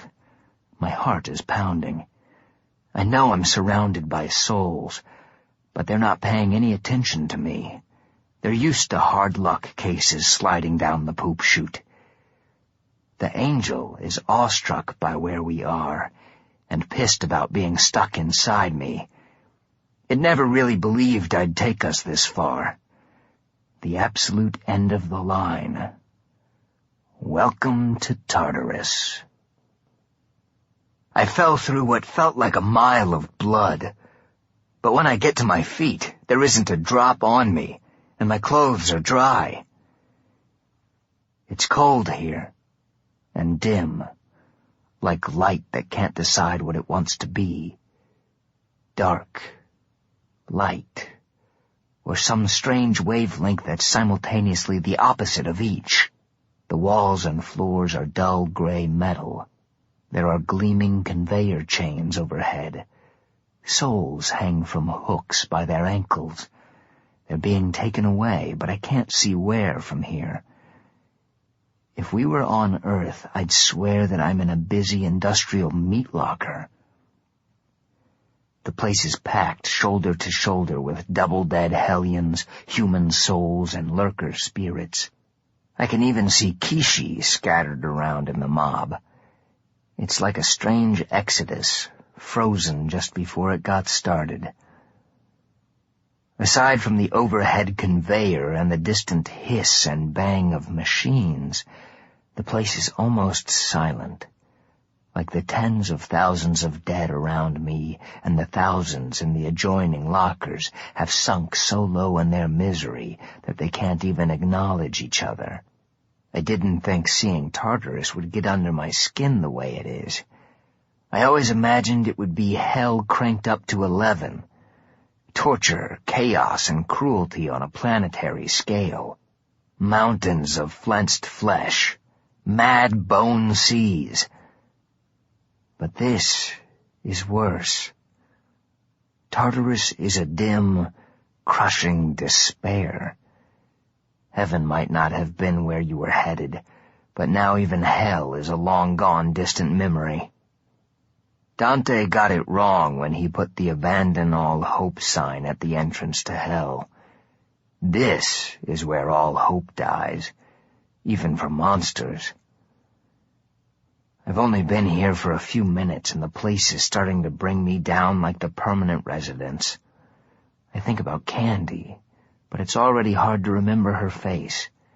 I can make out the ghost of her body, but not her voice or how she felt. When I try to remember our room at the hotel, it feels as dismal and dead as this place. What am I doing getting close to her? Even assuming I get out of here, do I want to drag her into this life? Look what happened to Alice. Look where I am now. I've been here 10 minutes and I already miss hell. Candy is a big girl and can make her own choices. But what if she chooses wrong? Will I be doing this again in a year when someone murders her and steals her soul? The angel in my head isn't handling any of this well. Tough shit. I didn't exactly enjoy the ride when it took over while I was sick with zombie hoodoo. I suffered through its choir boy routine, so now it can limp along while I figure a way out of here. What looks like mist in the distance shifts and parts. It's steam coming off an enormous old-fashioned open-face furnace beneath a gigantic boiler with transit pipes on top. Like a scene out of Metropolis, blank-faced but efficient workers take souls off the conveyor chains and toss them into the fire. The ones who aren't frying the double dead are adjusting iron valves and enormous levers. They inspect gauges and bleed off hurricanes of steam to keep the pressure steady. I push my way through the mob. It's like walking through a wheat field. They're so insubstantial that I can barely feel the spirits around me. The meat locker goes on for miles in every direction. I could wander down here for years without ever seeing a familiar face. I yell, "General Semyaza!" Heads slowly turn in my direction. The motion ripples out in small waves like I dropped a rock into a pond of the dead. No one here has paid attention to anything in a long time. "General Semyaza!" Nothing. I feel around in my pocket and pull out Mason's lighter. I spark it and hold it high like I'm hoping for an encore of Freebird. The room fills with light. Thousands of souls that haven't made a sound in years suddenly try to speak. It sounds like a wind from the far side of a hill. Some souls rush to me and fall to their knees, holding their hands up in prayer. They think I'm Jesus at the final judgment come down to save them. Sorry, but I don't think any of you are high on the rapture list. "Semyaza!" Someone yells back at me. The voice is faint at first, but it gets louder as the crowd shifts, parting for someone muscling his way through. I can't tell much about him except that he's wearing the filthy remains of a Hellion officer's uniform. I head toward him with the lighter over my head. It takes about 20 minutes for us to meet in the middle. "General Semyaza?" He hesitates, not sure if he should admit it. "Yes," he says. "I'm here to get you out of here." Are you? And why would the Father send an angel for me, one of his most devoted betrayers? God wouldn't send you a pizza, even if it was your birthday. And I'm no angel. I'm Sandman Slim. Semyaza is thin, but moves gracefully, like he was built to always be in motion. His face is almost as scarred as mine. When he smiles, half of it doesn't move. Another one? I've met 100 Sandman Slims down here. You're not any more impressive than any of them.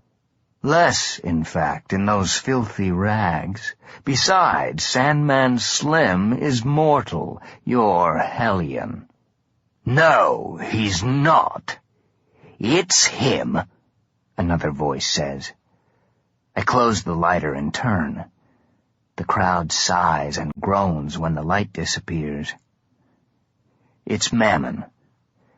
Enjoying my face, are you?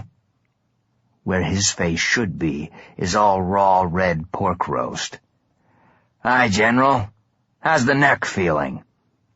Semyaza looks at me, but talks to Mammon. This is who butchered you? Mammon nods. I'm afraid so. I hold out my hand to Semyaza. Shake my hand, General, I say. He looks at me like it's the last thing he wants to do. I'm not asking you to be roommates, but I've come a long way to see you. It's the least you could do. He lifts his hand slowly and puts it in mine. It has weight and mass. I can feel it. Mammon was telling the truth. They stuck you in here alive. And they took great delight in watching me go. I know the feeling. We're both looking at Mammon, who looks right back at us. Rumor is you're not a fan of Mason Femme. How would you like your legions back and a chance to stop Mason's war from destroying your world? He straightens and squares his shoulders. Our war with heaven was just. It was for the worthy cause of releasing angels from our existence as slaves. Mason Femme's war is pure vanity. He's used that and fear to gather the generals who've fallen in with him.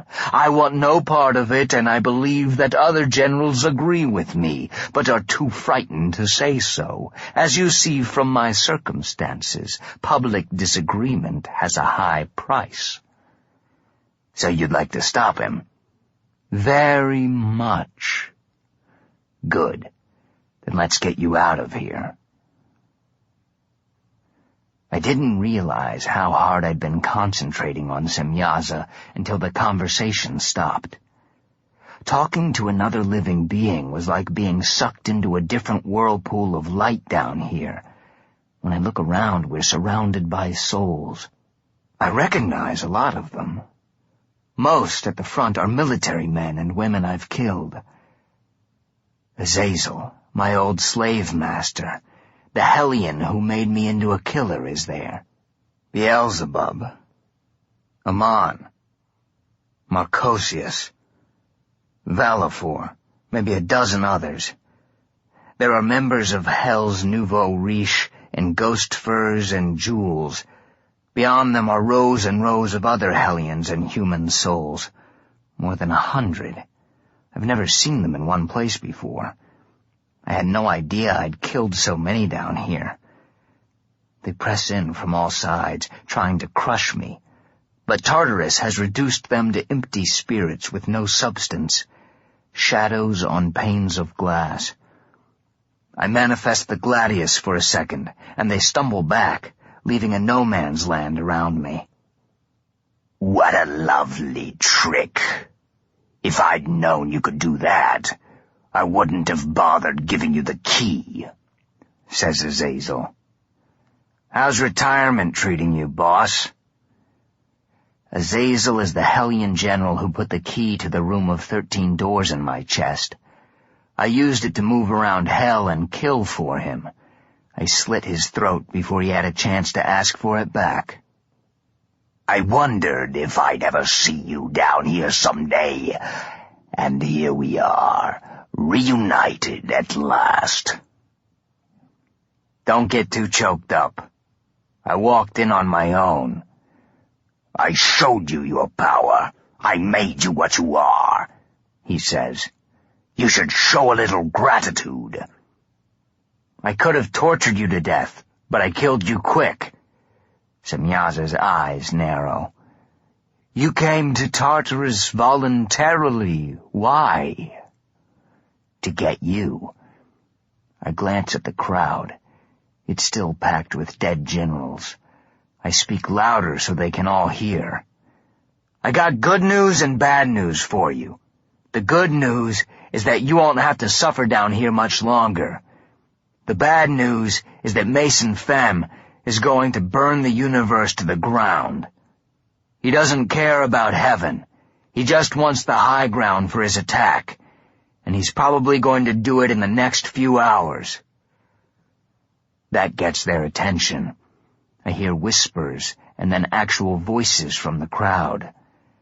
Semyaza says, You intend to take me out of here? Yes.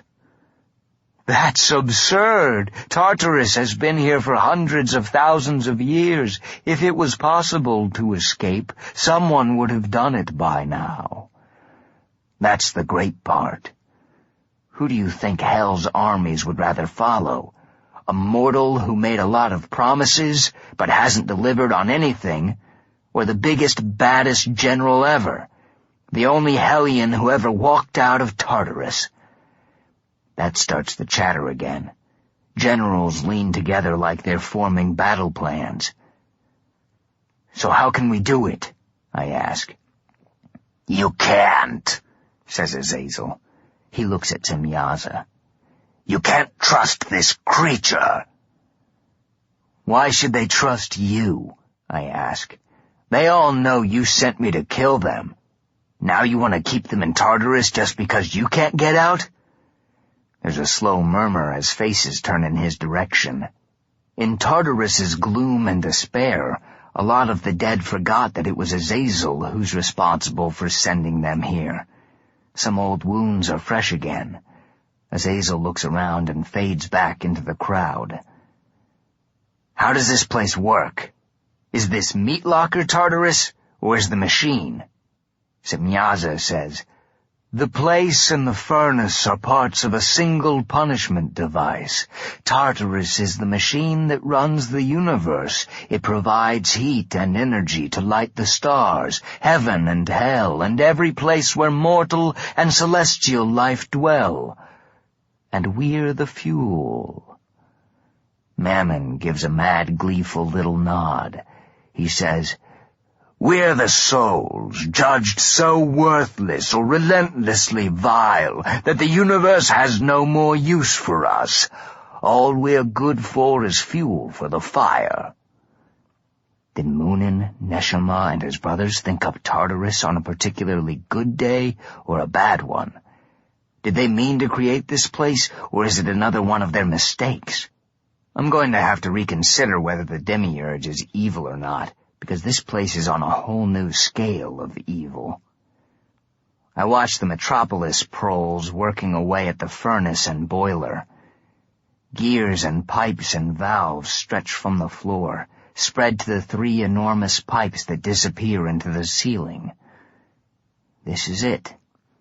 God's ultimate revenge for his kids letting him down. Eventually, we'll all end up down here. Right now, it's only the most monstrous souls. But Moonin and his brothers will get tired of watching humanity fuck up, and we'll end up Cordwood too. So will the rest of the angels. Even humanity 2.0, 3.0, and 100.0 will eventually disappoint them. When there's no one left to punish, why would they keep Hellions around? We'll all end up in the furnace, warming the brothers' palace, a tiny dot in an empty universe, while they sit around arguing like old biddies for the next 1,000,000,000 years. or until one of them gets fed up enough to crack open the Big Bang crystal and put them out of their misery too. The furnace workers cut down more souls from the conveyor and tossed them in the fire. We can't get out the way we came in. But what about up there? I point to the machine. Are there any maintenance areas or access tunnels? Someone built this place.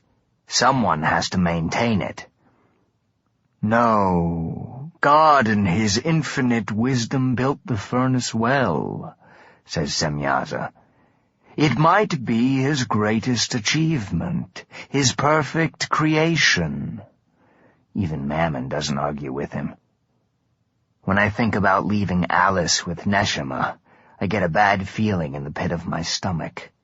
He knew what I'd find down here.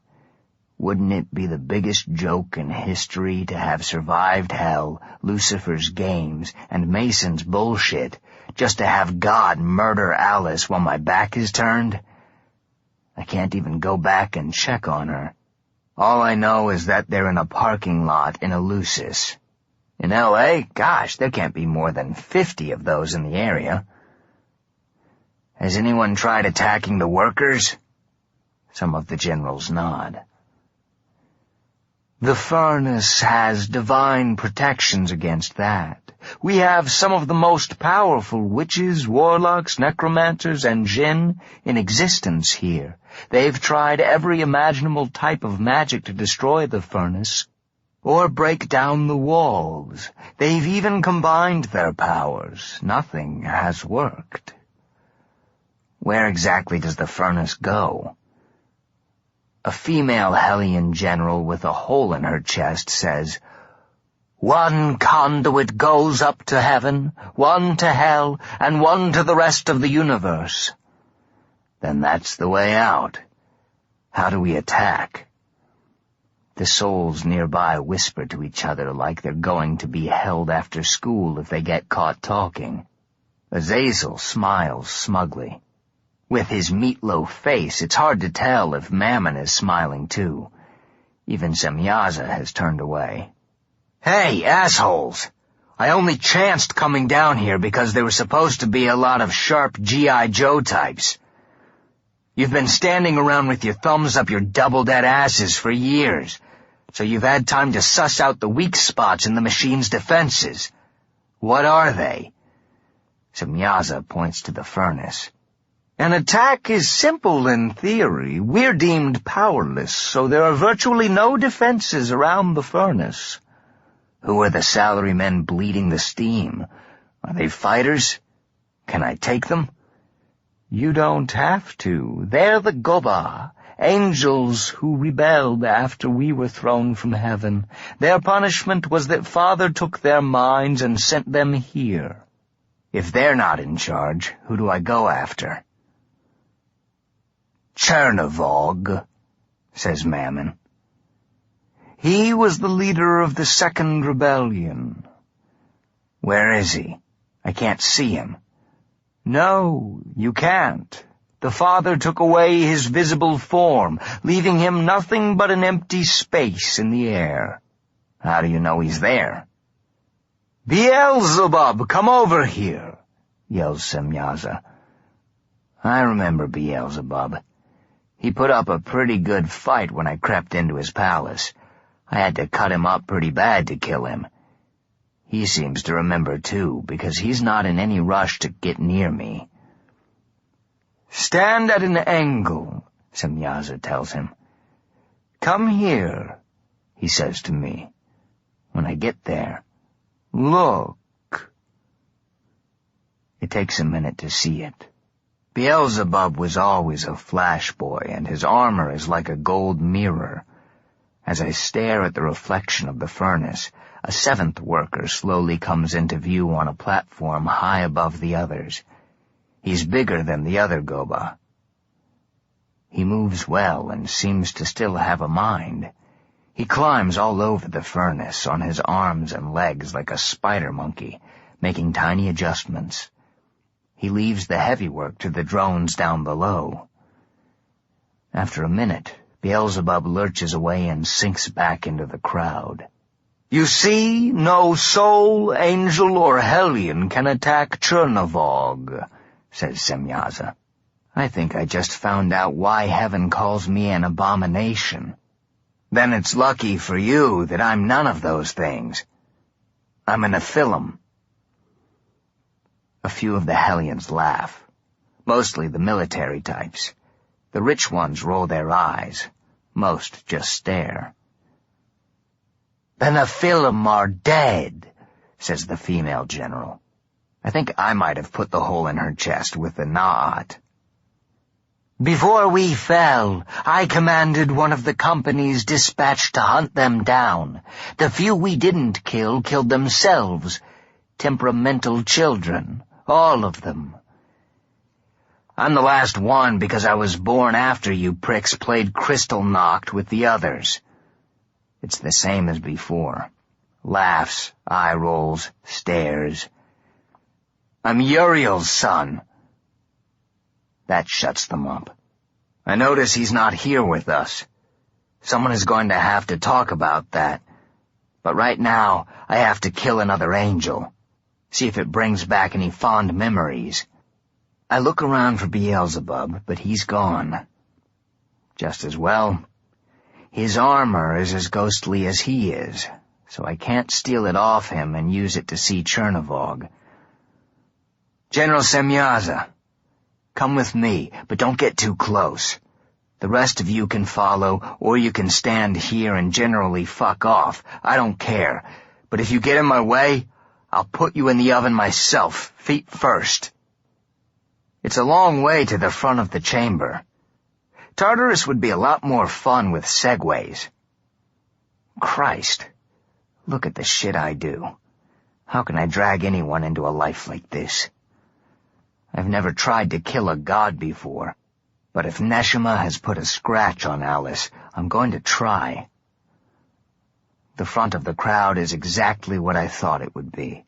Hellion garbage collectors, street sweepers, and small-time merchants. The officers and Hellion elites are all bunched at the far end of the place, leaving mortal souls, lurkers, and working-class Hellion slobs to be fed into the furnace first. I bet some of those Hellion heavyweights have been hiding at the ass end of Tartarus for centuries. You'd think one of the drones would break up the tedium and take souls from the back of the room once in a while. I'd volunteer to sharpen the hooks for them. The crowd gives me a wide berth when I make it to the furnace. I walk up to the machine slowly, waiting for the Goba to react. I don't think they even see me. They're drones that service the dead. I bet they can't even see the living. They don't even twitch when I stroll past them. I jump up, grab a valve, and pull myself onto the machine, heading to where I saw Chernavog working. I whisper some simple hoodoo as I go. Steam bleeding from pipes rolls down and wraps the upper boiler in a hurricane of opaque heat. I reach Chernavog's platform and hoist myself over. A few feet over my head, I see him. Chernavog is a negative space in the steam, an angel-shaped ghost enveloped in burning mist. It's goddamn hot up here. If I'd thought about it, I'd have gone for him Greco-Roman style, oil up and take him down naked instead of wrapped in a wool coat and heavy boots. I'll put that in my memory book for the next time I destroy one of God's perfect creations. Chernavog is banging on the furnace controls with a monkey wrench, trying to stop whatever is causing the boiler to bleed so much steam. I manifest the gladius and take a swing at his leg. He screams as I burn off part of his left foot, then does his spider monkey thing up into the mist. I go to the middle of the platform, looking for any odd movement in the steam, listening for movement overhead and feeling for weight shifting on the platform. Chernavog drops down behind me. I pretend I don't notice. When he's close, I drop to one knee, spin, and swing at his legs. I catch the edge of one. He screams again, But even with a leg wound, he jumps straight over my head and onto the boiler before disappearing. Chernivog is somewhere overhead. I catch glimpses of empty spots in the steam. Sweat is rolling into my eyes. I have to keep rubbing it away with my coat sleeve just to see. The hissing of the steam makes it hard to hear his movements. Something smashes into my left arm. Chernivog swings his heavy wrench. I dodge it, and he disappears. I look at my robo-arm. Not a scratch on it. I admire it just a little too long. Chernivog slips up from behind and gets a better shot at my right shoulder. The pain blinds me for a second. I fall forward and almost burn a hole in my own leg with the gladius. I look up in time to see Chernivog scrambling up and away on all fours. I get to my feet, trying to see where he went. When he jumps onto my back from behind, I spin and push back, driving him into the hot metal on the front of the boiler. Chernivog squirms a little, bites down, and tries to take a piece of my ear. When I shake him off, he disappears. I don't even get a chance to look for him this time. He rolls past me and hits my leg with the wrench. I slash down with the gladius, but miss him by an inch. Then he's on my back again, then gone. He hits my arm with the wrench, slams into my chest, and drives me down on my back. Gone again. The prick's actually getting faster. I get to my knees and use the railing to pull myself to my feet. Between the steam and the sweat in my eyes, I can't see a thing. I turn in circles, swinging the gladius randomly at the steam, just trying to keep him off. The angel in my head says something terrible, and I want to shove him back into the dark. But I'm afraid he might be right. I'm playing Chernivog's game, and I can't beat him. I slash the bars off the side of the platform with the gladius. I'm exhausted. The steam makes it almost impossible to breathe. I catch glimpses of Chernivog shooting back and forth on the face of the boiler. I let the gladius go out. Is it technically playing possum when you're about to do something that might amount to suicide? I know what he's going to do, and I wait until I see him do it. An empty spot in the steam streaks toward me as Chernivog leaps from high up, hoping to land on me and crush my chest. I bark some arena fighting hoodoo, holding off on the last syllable until Chernivog is a foot above me. Then I say it and roll off the platform as the air turns to fire. Who needs Mason? It feels like I just blew up the universe myself. I've never done the airburst hex inside before. I figured it might work, since the only things not ghosts already are Chernivog, Semyaza, and me. After you set off a hex like that, the trick is to stay out of its way. Falling from the furnace, I stay just ahead of the blast. I chant one more arena hex and make an air pocket to cushion my fall. It isn't exactly like landing on a feather bed, but it keeps my bones from turning to butterscotch pudding. I still can't see a thing. Steam is everywhere, and the heat from the furnace feels as hot as ever. Souls howl and scramble away from the explosion. In a few minutes, the steam drifts away, and the temperature cools. Like a magic trick, the boiler emerges from the mist. It's caved in on itself, the bottom twisting as the face and overhead pipes came down. The bottom is twisted slag, and the transit pipes droop from the ceiling like metal stalactites. Chernivog and his drones are gone, daddy, gone. Cold air and a white celestial light streams down one of the pipes and lights up Tartarus for miles. I don't even bother checking what's on the other end of that one. I hope they have electric blankets in heaven, because it's going to get cold tonight. The light from the second pipe is bright, but flickers and is colder than heaven's glow. That's the way to the stars and earth. I hope Neshama, Moonin, and Ruach up in heaven and the other 2 brothers heard what just happened here. Clean up on aisle 2, boys. Nothing comes out of the 3rd pipe. No light, no air, no nothing. I crawl up into the bottom. There's a breeze, but it flows almost imperceptibly upward. The angel feels it long before I do, but I know what's important. Overhead, the ground is blown open. Beyond it are rolling black clouds lit underneath by fires in the hills. Hell's half-acre never looked so good. I yell, "Semyaza!" He stands under the pipe and peers into the sky. I never thought I'd see the sky again. You can write a sonnet about it later. Get up here and get climbing. I manifest the gladius, shove it into the pipe, and pull it out quickly. I do it again at an angle to the other hole, and again a few feet higher. I put my foot into the first hole and my hand in the second, pulling myself up. I punch climbing holes all the way to the top. When I get out, I can see the 4th Street Bridge. Sweet. It's close enough that Medea Bava had to feel the explosion. I hope the falling sparks kill her pretty lawn. Semyaza yells down the pipe for the others to start up.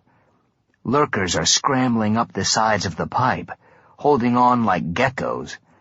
They reach the top and run into the gloom, whooping as they go.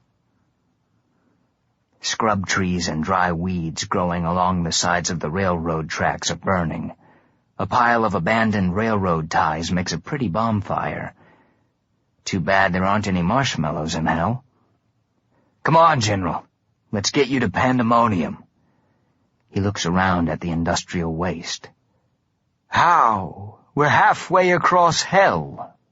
See those nice fat shadows by the railroad ties? I'll show you a shortcut.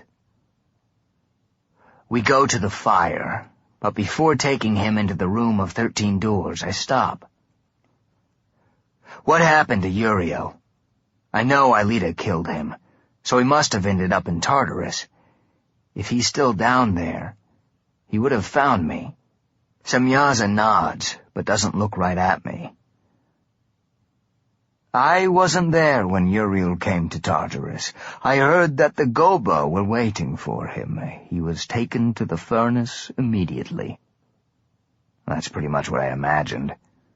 Aelita's a planner. She'd have everything set up in advance. Smart woman. Dead woman. I shake my head, trying not to show anything other than information received. Okay, let's go. We step into a shadow. 2 potent ley lines meet where Beverly Drive and Wilshire Boulevard cross. Beverly Hills is a major power spot in a city that's a major power spot. The layout of Convergence LA might be twisted all out of shape, but power is power, and Lucifer's palace is right where the 2 lines meet. But his palace is different here, and it's not his palace anymore, it's Mason's. Other than that, I'm right about everything. Back on Earth, the Beverly Wilshire Hotel has some of the most expensive rooms in the world. The nicer ones average around $10K a night. But that's okay, because the mints on your pillow are extra big. The hotel was built in the 1920s, when movie stars were still movie stars. Rich people skin-popped monkey glands to stay young, and black people had to come in through the kitchen. Except for the big-screen TVs, Louis XIV wouldn't feel out of place there. In case you're slow and haven't figured it out yet, the Beverly Wilshire is Lucifer/Mason's palace in Convergence Town. Semyaza and I are on the roof of a Bank of America building a few blocks down Wilshire, An earthquake has smashed most of the first 3 floors, and fires gutted the rest. The roof seems stable enough, though I wouldn't want to be us if a big quake hits right now. From here, Semyaza and I can see most of Beverly Hills. It's filled with Hell's legions, attack vehicles, and weapons. Many, many troops and weapons. They stretch for over a mile in every direction. On another day, seeing all this infernal firepower would make me consider wetting my pants. But today, it's just one more thing to cross off my bucket list. We need to talk over some things before you go to your troops. Semyaza only half turns. Most of his attention is focused on the soldiers in the street. I say, I'm going to tell you a few things, and you're going to have to go along with them, or all of this is going to fall apart. Now he looks at me. I've been a general in the Infernal Legions since we fought in heaven. I'm not used to taking orders from a mortal, especially one who's killed my people, good soldiers, for 11 years. At least you chose to be down in heaven's toilet. I was shanghaied. Semyaza touches a finger to his lips. We seem to have reached an impasse. I shrug. Stay up here in the cheap seats if you want. But I'm going to try and stop this thing. And if that means killing every one of your pals in uniform, oh well. And after I save your shitty little world, we can call the movers for your stuff. I hear there's plenty of room in Tartarus these days. I start for one of the fat shadows cast by the hill fires. Try to understand my position, says Semyaza. I can't very well rally troops to my side by telling them that I allowed myself to be rescued by our worst enemy. I look back at him. That's the best part. You're not going to mention me at all. You broke out of Tartarus on your own. You got all the brujas and wizards and table tappers together, organized them, and you led the final assault on the Goba yourself. I don't know. It's easier for them to believe that I've been cowering in a hole somewhere. Mammon knew where you were in Tartarus, so the rest of them will know too. And I guarantee they all heard the explosion when the boiler blew. Between that fucked up uniform and the blisters on your face, they'll believe you. Possibly. Tell them you broke out to save your men from Mason's war, Semyaza grunts. It's a good line because it's true, I say. Mason is as suicidal as he is homicidal. He wants to burn down everything you ever cared about. Semyaza looks at the palace and absent-mindedly touches the blisters on the side of his face that was toward the blast. They probably hurt like hell, but they'll help convince the other officers he was in a serious fight. There's one other thing, I say. It's going to piss you off, but you can use it to persuade any of the holdouts. What is it? The Kissi are coming. I cut them into the game. It wouldn't be a party without them. He's back over to me in 3 quick steps. Are you mad? Relax. Just because they're crazy doesn't mean they aren't useful. But when it comes to dealing with them, you need to listen to me. His eyes narrow. He's wondering if Azazel was right, and I'm the liar who's going to get them all killed. I'll need to hear your plan before I agree to anything. Fair enough. You're going to need whatever generals you still trust, and some goddamn fast runners. It isn't hard to guess where Lucifer's office is. The penthouse is huge. It's basically an old-school Hollywood mansion bolted to the top of a classy hotel, with multiple bedrooms, a kitchen, I don't know how many goddamn showers, plus expensive furniture and enough art to start a tacky museum. San Simeon meets the Playboy Mansion. In the middle of a large meeting room is a table with the same floating 3D map I saw at Mammon's palace. A gaggle of Hellion generals and staff officers are gathered on the balcony talking, arguing, and waving their hands describing details of battle maneuvers. I stay half a step behind Semyaza, playing the humble underling. No one turns our way until I clear my throat extra loud. The officers turn, then do nothing for a few seconds. A couple head over to Semyaza. "General."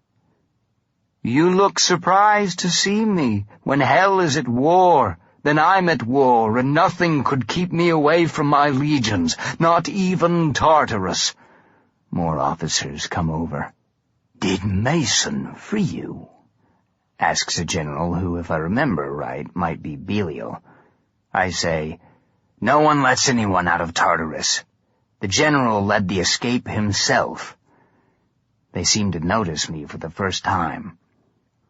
"Who is this?" Belial asks. "Just a guide," I say. "The general freed us from Tartarus, so in gratitude I showed him the quickest route back here." The oldest and most battle-worn of the officers steps out in front of the others. It's Baphomet, one of Lucifer's first converts. "That's quite a story, General," he says. "It might answer a troubling question. When we heard the rumbles to the south, Mason Fame ordered us to use artillery to lay waste to that entire region of pandemonium. I refused an order. Firing on my people was never part of our plans. I persuaded much of the officer corps to join me. Now it seems that Mason Fame has disappeared, allegedly preparing his own alternate war plan." "What plan?" asks Semyaza. "I have no idea." A pale officer comes to stand beside Baphomet. I think it's General Shax. "The truth is that many of us have been having increasing doubts about this mortal's war. What will it profit either of us if both heaven and hell are laid to waste?" Semyaza steps forward and gestures for the other officers to come closer. "The destruction of both worlds has always been Mason Fame's plan. Let me tell you what I know, and you'll understand why he banished me." While they talk, I slip back out the same shadow we used to come in. I come out in Lucifer's old office. Mason has taken it over completely. All the hellion art and tapestries showing the fall from grace are gone. Maybe they weren't ever here. This version of Lucifer's office looks like a top-floor office at the New York Stock Exchange. Nice paneling, cushy chairs, a lot of expensive-looking paintings on the walls. I prefer Lucifer's slaughter art. At least that didn't look rented. Mason's office is part office and part lab. A lot of the equipment is the same kind of alchemical gear that Vidocq uses. There's an area with machining tools and a homebrew blast furnace that's scorched one wall black. It's surrounded by stacks of raw iron slugs. The floor and tables are covered with dozens of failed copies of the key to the room of 13 doors. I wonder how many of those keys I can shove up Mason's ass before they come out his eyes.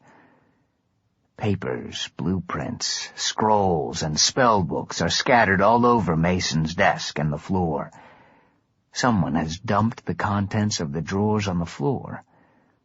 I sit in Mason's desk chair, close my eyes, and step aside so the angel can take over for a while and read the room.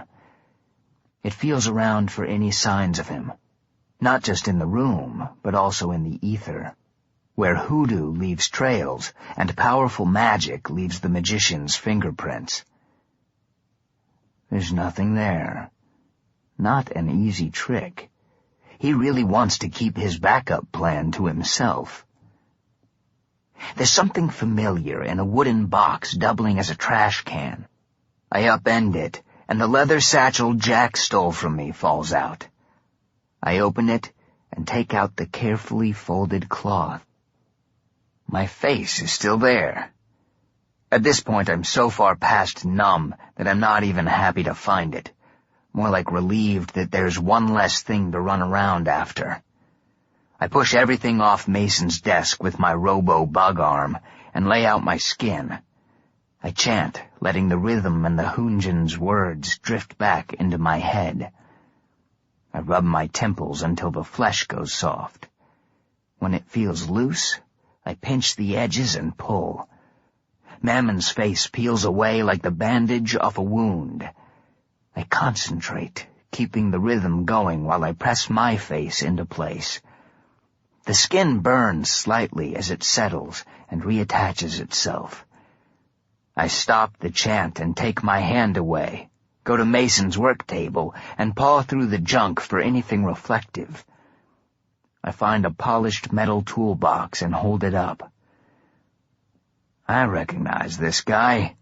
He smokes all my cigarettes and gets me in trouble. And when I find Alice, this face won't scare her as much as the other. Of course, she hasn't seen all my scars. She might not think this is an improvement. If the bag is here, it means Jack must have made it back. But if Mason tossed it, that means he wasn't much interested in Jack's swag. I'm a little hurt. I thought he'd at least have my face stuffed and mounted like those mariachi frogs you get in Tijuana. Is that you, Stark? Or are you another bad dream? The gurgling voice drifts in from an open window. Something is moving out there, casting a wavering shadow on the floor. I get out the na'at and push aside the curtains. There's a heavy chain and something wet and red dangles from it, swaying gently with the breeze. It's too small to be a side of beef and too big for pork. The meat smiles at me. Are you real? It asks. Hello, Jack. You're not looking so good. I'm not, am I? He gurgles the words. There's a lot of blood in his throat. Just one of the many downsides to being skinned alive, or as alive as Jack can be. He giggles high and crazy as the breeze moves him in gentle circles. Suddenly, being tossed into the Tartarus furnace doesn't seem so bad. At least it's quick. As you can see, I received somewhat less of a reward than I'd hoped for, Jack says. He grimaces, grinding his teeth as the pain cuts through whatever mad place his mind has gone to. What happened? Jack kicks his fleshless legs in frustration. He didn't even want it. He was disgusted by it, and by me for bringing it. He said he already knew where you were. Did he say how? Jack giggles again. It wasn't much of a conversation. My contribution consisted mainly of screams. This time the laughing doesn't stop. It goes on until it's kind of a mantra.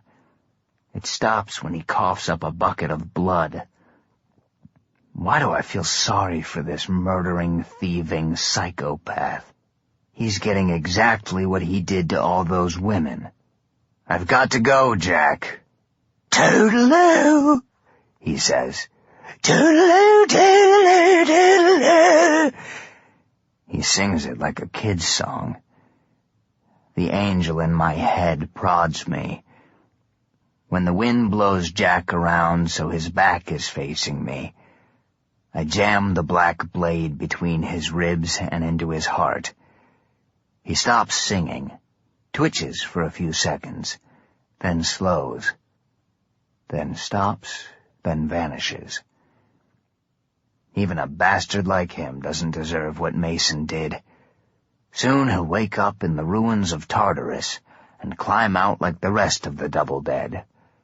He'll wander there forever, a ghost among the ordinary souls. I don't know if that's justice, but sometimes you take what you can get. I say, "Ollie, ollie, oxen free, Yosef. It's showtime." A second later, the Kissi is standing by the desk. I hope this isn't another excuse or delay, he says. Delay? You're already late for the ball. Get the kids in their Sunday best and bring them out front. It's time to go. He struggles not to let his smile get too broad and loses. It's about time. When we destroy heaven's armies and hellion legions are gone, I think I'll take this palace for myself. I like the desk and have always admired that little furnace. What happened to the hanging man outside? I was thinking of getting several of them and using them as wind chimes. Bring your troops out front with the legions. Feel free to make a gaudy entrance. Yosef disappears. I pronounce a few words, and the glamour that's hidden my being alive fades away. There's no point to that anymore. I go to the nearest shadow and disappear too. I come back out on the reviewing balcony. The officers are in a ring around the floating map as Semyaza explains the plan. I shoulder my way into the ring before anyone can react. Knives come out, but no one throws any angel hoodoo. I'm next to Semyaza, and they don't want me quite enough to risk making him collateral damage. Baphomet, the oldest, isn't intimidated. He heads straight for me, a long curved blade in each hand. I've waited a long time for this. Rule 1 in Wolfpack territory is stand your ground. I manifest the gladius and hold it up to his face. Curses and gasps erupt around the room. Semyaza pushes me back and gets in front. Enough, he barks at Baphomet.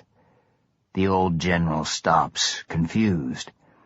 I guess even he can't do the sword trick. If any of the others can, Semyaza has intimidated them enough to back down. Sandman Slim fights with us against Mason fame, Baphomet says. Why should we trust this monster now? I say, I'm not here for your piano recital. I'm here because the enemy of my enemy isn't exactly my friend. But he isn't my enemy until this shit is over. You haven't been here for months. How could you know what's happening in hell? Asks Baphomet. Didn't Lucifer mention it to you? He gave me his password to the Daemonian Codex. If you squint hard enough, you can see past the words and into every nook and cranny in hell. I watched every one of you assholes betray each other, trying to get just an inch closer to Mason. I look at Baphomet. His eyes are red with fury. Mammon, who poisoned your troops before the attack exercise in Dees. He's dead now, by the way. You're welcome. I look around at the circle. Do you want a laundry list of which one of you shafted the other and how? How about it, Shax? Belial? Semyaza says, Lower your weapons, both of you. Sandman Slim fights with us, and whatever happened in the past can be dealt with after the battle. Baphomet sheaths his knives like a kid who has to put back the cookies he stole before dinner. Shax says, I still don't trust him. You said he's involved with the Kissi. They don't have a stake in this fight. Why would they come? I look up at the sky.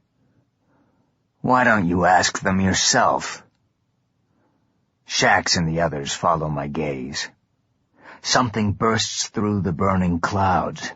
It comes in a long, solid line that snakes from the clouds. It spreads out, staining the air black. Then the dark breaks apart into 1,000 pieces and settles to the ground like a plague of giant locusts. One bug heads straight for us and lands on the edge of the balcony. Yosef steps down and bows. Not Aryan supermodel Yosef. Kissi Yosef. He looks like an unfinished insect angel. His features are half melted like sculpted wax. Yosef glows faintly with a blue-white light that makes him look like a bottom-of-the-ocean predator. He's so awful, he's almost beautiful. He walks to the circle of officers, stops and waits when he reaches the line. A hole opens up and Yosef steps through. When he reaches Semyaza, he gives a bow small enough to be a head bob. "I'm honored to meet Tartarus's destroyer, General Semyaza." Yosef offers his hand to shake. Semyaza reaches for it. It's a pure act of will. It will be inexcusably rude if he doesn't, and Yosef will read it as fear, not disgust. The general barely gets through it. "Did you get the battle plans to the right people?" I ask Semyaza. He nods, trying to make the comment look casual. "As best as we can spread the new strategy to so many in so little time, we'll know soon enough if it's worked." "A new plan?" asks Yosef. "Why have you changed your attack so close to battle?" He's suspicious. I don't have to be able to touch his mind to see that. Semyaza says, "Because Mason Femme is no longer a part of this battle. You are. That changes how we deploy our troops." "And how is that, General?" "Heaven knows we're coming, but they don't know about you. As the Kissi leader, you will ride point with Sandman Slim and myself. Your troops will travel in tight formation behind a legion of our infantry. This will hide the Kissi until the last minute. Before we reach Heaven's gates, our legions will part to reveal you. The shock will allow us to flank Heaven's battlements and crush its armies between us. Is that clear?" As the pristine vacuum of space. Semyaza turns to his men. "And to the rest of you?" Heads nod. There are noises of agreement. Semyaza goes to the edge of the balcony. The legions are spread out below him in every direction. He shouts, "Release the hellhounds!" There's a whir like prop planes and clanking like all the garbage cans in L.A. are being pounded on the ground at once. A mechanical hound the size of an elephant walks across the hotel lawn. Soldiers move back and leave a lane for the hounds to pass. Behind the elephant hound, the regular hellhounds come pouring from their pens in the underground garage. They paw the ground and snarl. Brains slosh in spinal fluid within the glass globes that are their heads. That's how you motivate your troops. Get them anxious to start the war just so they can get away from the dogs. Out on the street, Unimogs and flatbeds arrive. In regular hell, it would be the big hounds pulling carts loaded with trebuchets, siege towers, and hellion versions of Roman ballistae. Here, it's trucks pulling cannons, rocket launchers, and mortars. The vehicles have huge animal horns on the front and metal barbs around the body and over the top. I wouldn't want to have to attack one. "It's time to go, gentlemen," Semyaza says. "Our fall from heaven took 9 days, but our rise will take mere hours." He looks at Yosef. "I'll meet you downstairs with your army." Yosef nods, spreads his wings, and launches himself from the balcony. Semyaza pulls me aside. "Are you sure your people are going to go along with this?" I ask. Semyaza watches Yosef go. "We'll know soon. If not, we'll both be dead. Even if we win, we could be killed. So what does it matter?" "You didn't get the pep talk badge in Hellion Boy Scouts, did you?" In front of the hotel, trainers gather the smaller hellhounds into packs by the giant hounds. Weapons specialists with faces like children's nightmares do last-minute adjustments on their equipment. A lot of them recognize me. Their eyes go a little wide when they see my new arm and all the dried blood on my coat. I was expecting more hostility, but they know I'm here with Semyaza. So maybe having Sandman Slim on his side gets him extra brownie points. I'll be his beard if it gets the job done. Semyaza says, "My men are bringing up your transport. Which would you prefer, a male or female hellhound? The males are stronger, but the females are faster." "Fuck you. I didn't sign up to be Tarzan. Get me a truck or a Harley or anything else, but I'm not riding one of those things." One of his officers drives up in a red Ferrari Testarossa. He gets out and hands the keys to the general. "This is Mason Fame's vehicle. I thought you might be more comfortable in it," says Semyaza. I walk around the car, running my hand over the nearly frictionless surface. "Damn, General. I think you almost made a joke a second ago." Semyaza tosses me the keys. "If both you and the car survive the battle, I suggest you use it to get away from Pandemonium. When the fighting is over, Sandman Slim will be the next target for a lot of my men." I rub my shoulder where the new arm's attached. "Let's hope there's enough of us left to worry about that." Semyaza walks around the car. His lips are drawn and thin. He hates the mortal stink on it. "You'll be able to keep up in that. You, Yosef, and I will be in separate trucks at the front. Can you handle a vehicle like this?" "Just keep the trucks and hellhounds off my back. I'm not looking to pull a Jane Mansfield down here," I say. "One question. This isn't a convertible. If I'm tucked up in here, how is anyone going to know it's me?" "Mason Fame might have driven this, but he wouldn't have taken it into battle. You're the only one stupid enough to do that." "Cool. That's even better than vanity plates." As Semyaza goes, he calls over his shoulder, "Meet me where the Kissi are massing on the other side of the palace." It feels a little weird using keys to start a car. I turn them in the ignition and the engine roars like a stealth fighter. I give it some gas and pop the clutch. Hellions scatter as I blast across the lawn straight at Yosef and his big boys. The Kissi formation wavers and falls apart as I drive right at them. Yosef doesn't move. At the last minute I downshift, crank the wheel and grab the handbrake, spinning the car in a 180 and stopping in front of him. "Very funny," says Yosef. "You always were the king of comedy." "And I don't work blue. You'll play the big rooms if you work blue." Semyaza, in full battle armor, rides shotgun in a Unimog. The armor is dented where it was hit with bullets and crossbow bolts and slashed with heavenly swords. Another truck pulls up next to it for Yosef. He doesn't try to hide his disgust when he sees it. Kissi fly into battle. He must feel like an invalid having to ride. I just hope he doesn't do anything clever and fuck things up. I gun the Ferrari and wait for the order to move.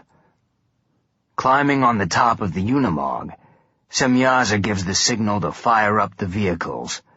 The growl of 1,000 engines and gears shifting is something you feel as much as you hear. Your rib cage shakes and your heart bounces around in your chest. I could do this every night. Fireworks burst overhead. Skyrockets burst in spiderwebs of green, gold, and red across the sky, lighting the bottom of the roiling clouds.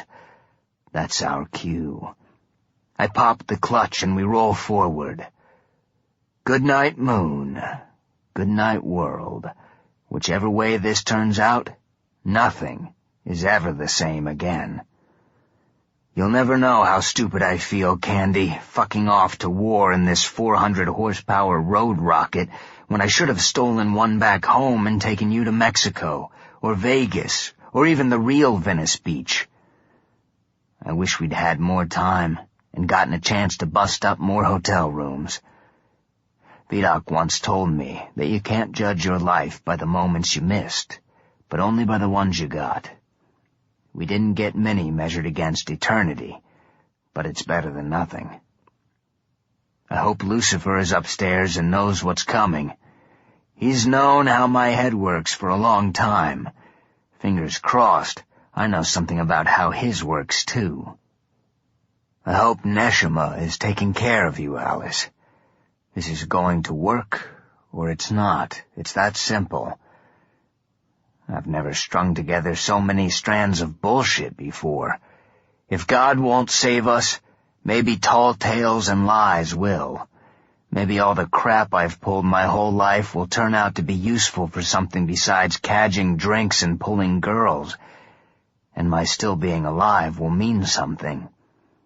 I let the world kill you once, and I'm trying like hell not to let it happen again.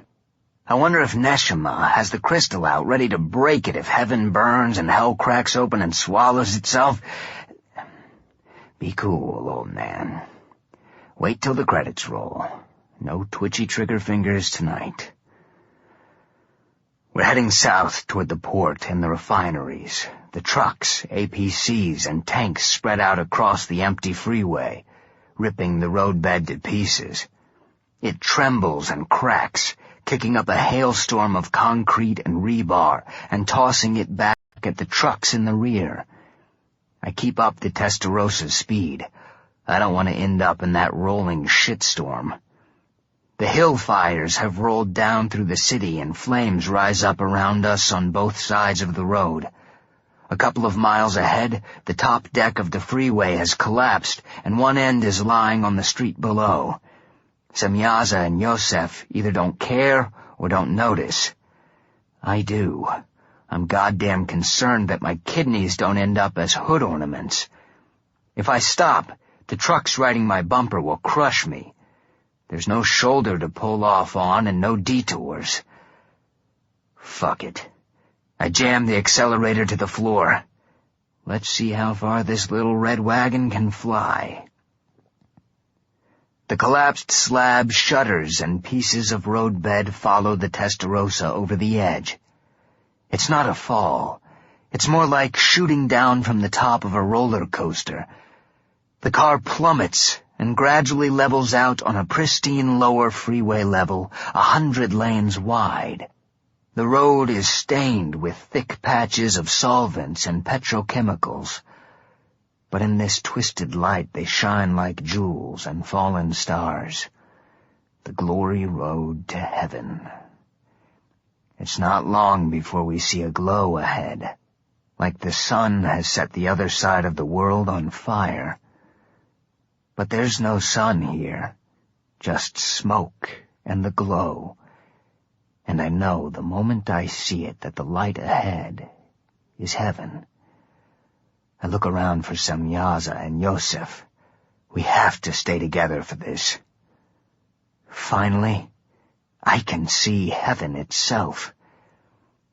It spreads out straight across the whole horizon, a monster parody of LA's southern refineries. God's little acre and the gleaming industrial skeleton of a prehistoric beast. Mountainous burn-off towers, catalytic crackers, and soaring distillation units are steel spines along the beast's back. Heaven's steel pipe bones glow gold, illuminated by 1,000 sodium vapor lights. And on every catwalk, crow's nest, and gantry, armed angels are waiting for war. I hold my breath and wait for something to go wrong. Slowly let the air out of my lungs. Don't think too much, don't jinx it, just drive. I take off the seconds, imagining heaven's golden pipes exploding and the place burning.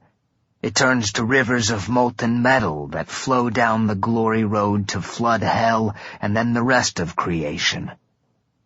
We're right at the refinery's gates. I can't believe how high they are, and how close we are to them.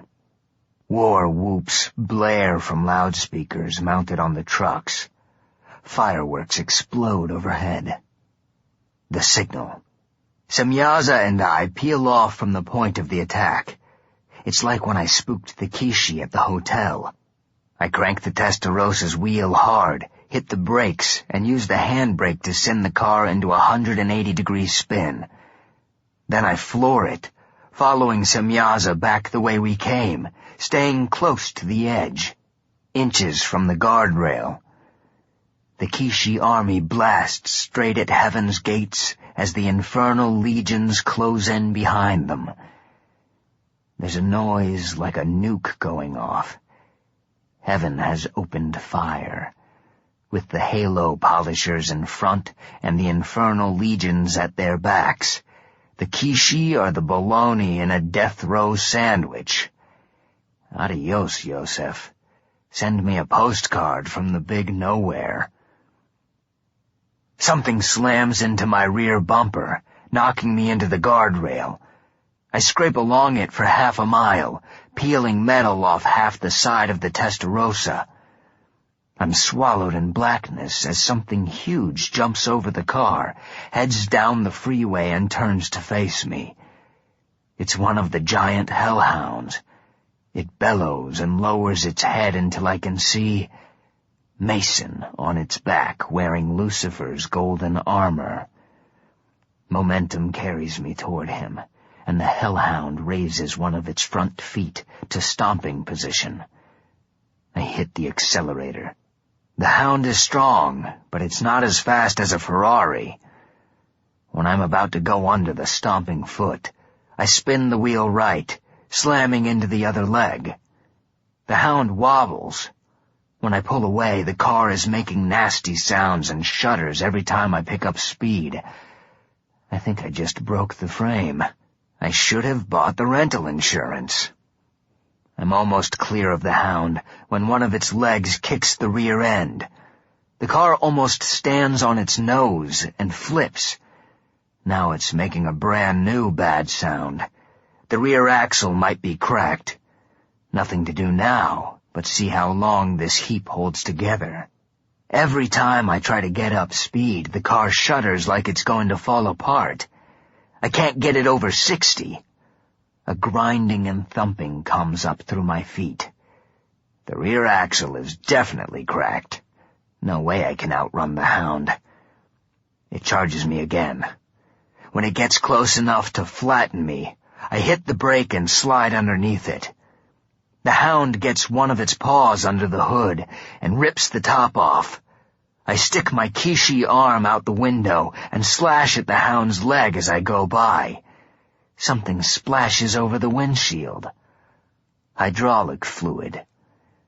I keep running. Mason's hound is still in my rearview mirror, but it's slowing down. The hydraulic line to one of the hound's front legs spews fluid all over the freeway. It can't get enough pressure to bend the leg. The hound sways from side to side, looking like it's about to fall. As a group of Semyaza's heaven-bound hellhounds passes us, Mason throws a hoodoo power bolt, knocking the rider off a medium-sized hound.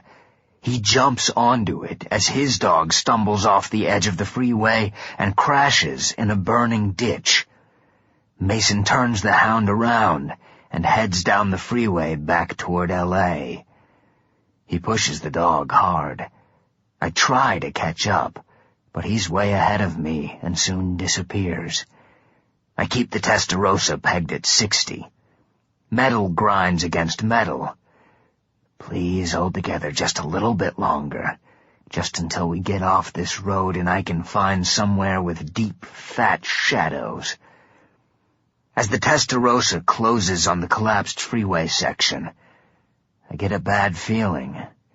It won't make it up to the top. The rear end screams and drops. The car is still moving, but suddenly I'm dragging an Italian precision-engineered plow, kicking up sparks and digging a deep furrow as I go. Up ahead is a minefield of broken pavement. The truck's kicked up. I can't steer clear in time. The car's cracked frame bottoms out, and the shudder nearly shatters my teeth. I hit the brake and let the car roll to a stop. I have to kick the door open to get out. Fires burn along the freeway. I'm back by the furnace in Tartarus again, except this time there's enough light to make deep, fat shadows. I dive in. At least one thing has gone right today.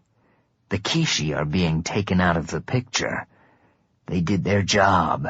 They made me look strong enough and crazy enough to be part of the war.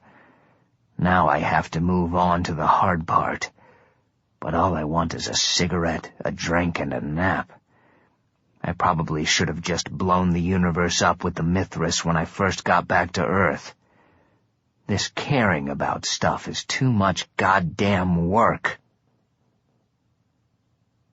I go through the door of fire and come out in Mason's office. It's the last place he should come, but I know he'll be here. People are funny. When they're dangling at the end of a rope, they head back to where they feel most secure, even if it's the dumbest thing they can do. But Mason is a bit smarter than your average thug. He has one thing none of those others have. He has Alice. Mason is perched on the edge of his desk, trying to affect exactly the kind of cool he doesn't have, or he wouldn't be here. Alice is sitting in his desk chair. Her eyes are red like she's been crying. There's a black bone knife sticking point first into the top of the desk. It's hard not to charge him. I can probably get him before he throws a hex. Who am I kidding?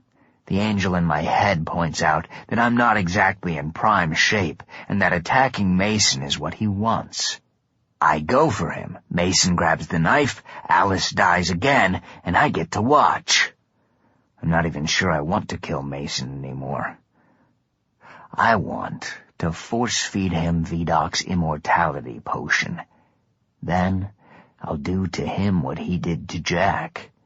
He can hang from the chain on the balcony, a chunk of raw red meat turning in the wind for 1,000,000 years. "Are you okay?" I ask Alice. She nods. "Where's Neshama?" She shakes her head. "He's dead. Aelita came with raiders. She killed him and took the crystal. Then she brought me here." Mason tosses the singularity back and forth between his hands. He says, "Do you know what this is?" "No," I lie. "But I have a feeling you don't want to break it." He smiles. "So you do know what it is?" "I just try not to break anything angels steal from deities. Call it a fetish." "He says it's a weapon," says Alice. Mason catches it with a flourish like a juggler. "When I couldn't get the key to work, Aelita told me about the singularity. It's been my private project ever since. If you want to blow up everything, you have what you need right there. Go ahead and do it." He holds up the crystal. "With this? It will just start another universe, and all the whole humans versus God and monsters game will start all over again. No, when this place goes, I don't want anything coming back." "Neshama never said it could do that." "It can't. I can. That's why it was easy to duck out when Baphomet turned the generals against me." Mason puts the singularity in his pocket. "The trick is to contain the explosion, allowing the blast to happen, but preventing it from coalescing back into a new universe." "How can you do that?" He walks behind Alice. "By setting the singularity off within a divine object. Say a soul fresh from heaven." He puts his hands on Alice's shoulders. "Her divine spark will increase the strength of the new Big Bang so that the new universe will blow itself apart before any of it can come together. I bet I can yank out your spine before you do anything with Alice in that goose egg." "I don't need long. I was hoping for just a few more minutes before you got here." "Where's Aelita?" Did she desert you in your hour of need?" He rolls his eyes. "The silly bitch went back to heaven. You know her obsession with killing God? She got Neshama, but she wants the brother still in heaven. Ruach." "She knew all about the singularity," says Alice. "She said Ruach told her." Why would he give her something that could wipe out everything, including him? Mason wipes a few spots of hydraulic fluid from his cheek. "Apparently, he thinks he's figured out a way to survive the blast. It's not possible, but he believes it, and it got me what I wanted." "So, you've got Alice, the singularity, and the big knife. But you haven't done anything with any of it yet. What do you think happens now?" "I'm going to set off my bomb, and you're going to try and stop me, which means that one of us is going to kill the other one. Or we kill each other." "I vote for the first one." "Me too." Mason puts his hands together, like he's praying. Something in the ceiling explodes, covering me with white powder. Does he want us to make biscuits together, or fill me full of anthrax? The room turns to water, and I fall through. I wake up in our bed in the old apartment. I hear Alice showering in the bathroom. My head is a little fuzzy. I drank too much again last night. I'll cool it tonight. We'll stay in and watch the Argento marathon and order pizza. Alice comes out of the bathroom toweling herself off. She's naked. She comes over to the bed and hands me the towel. "Do my back, will you? And my hair?" She asks like it's a burden to run the towel and my hands over her. I bend her forward and pull her against me, carefully toweling her from the small of her back to the nape of her neck. I start rubbing the towel through her hair, and she leans back into it like a puppy being scratched. "Kasabian called," she says. "Your little magic circle is supposed to meet at Mason's place at 10. I say, "They're going to have a long wait. I'm not going back. I'm quitting." She turns around and hugs me to her naked skin. "Really?" she asks. "I was hoping you'd say that. I don't like those people. Mason gives me the creeps." Me too. I'm going to call some sub-roses I know and see if they can help me find a legit job. Nothing behind a desk. But not like the apocalyptic power stuff we've been playing with in the circle. It's giving me bad dreams. That and the beer. You're right. We should buy better beer. You always know how to fix everything." Alice pushes me down and climbs on top. She leans down to kiss me, and her wet hair brushes my face. When she sits up again, her face isn't right. She morphs into a small brunette, and we're not in the apartment. We're at the Beat Hotel in a room filled with broken furniture. Her face changes into a distorted combination of Candy and Alice. There's pressure in my head, like hands are pulling me apart from inside. I try to make sense of the woman's contorting face, but I can't. My vision explodes into different spectrums of light. I fall a long way, no longer seeing light, but separate photons working their way through the air. My eyes snap open. I'm lying flat on my ass. The angel took control and pulled me out of Mason's hallucination.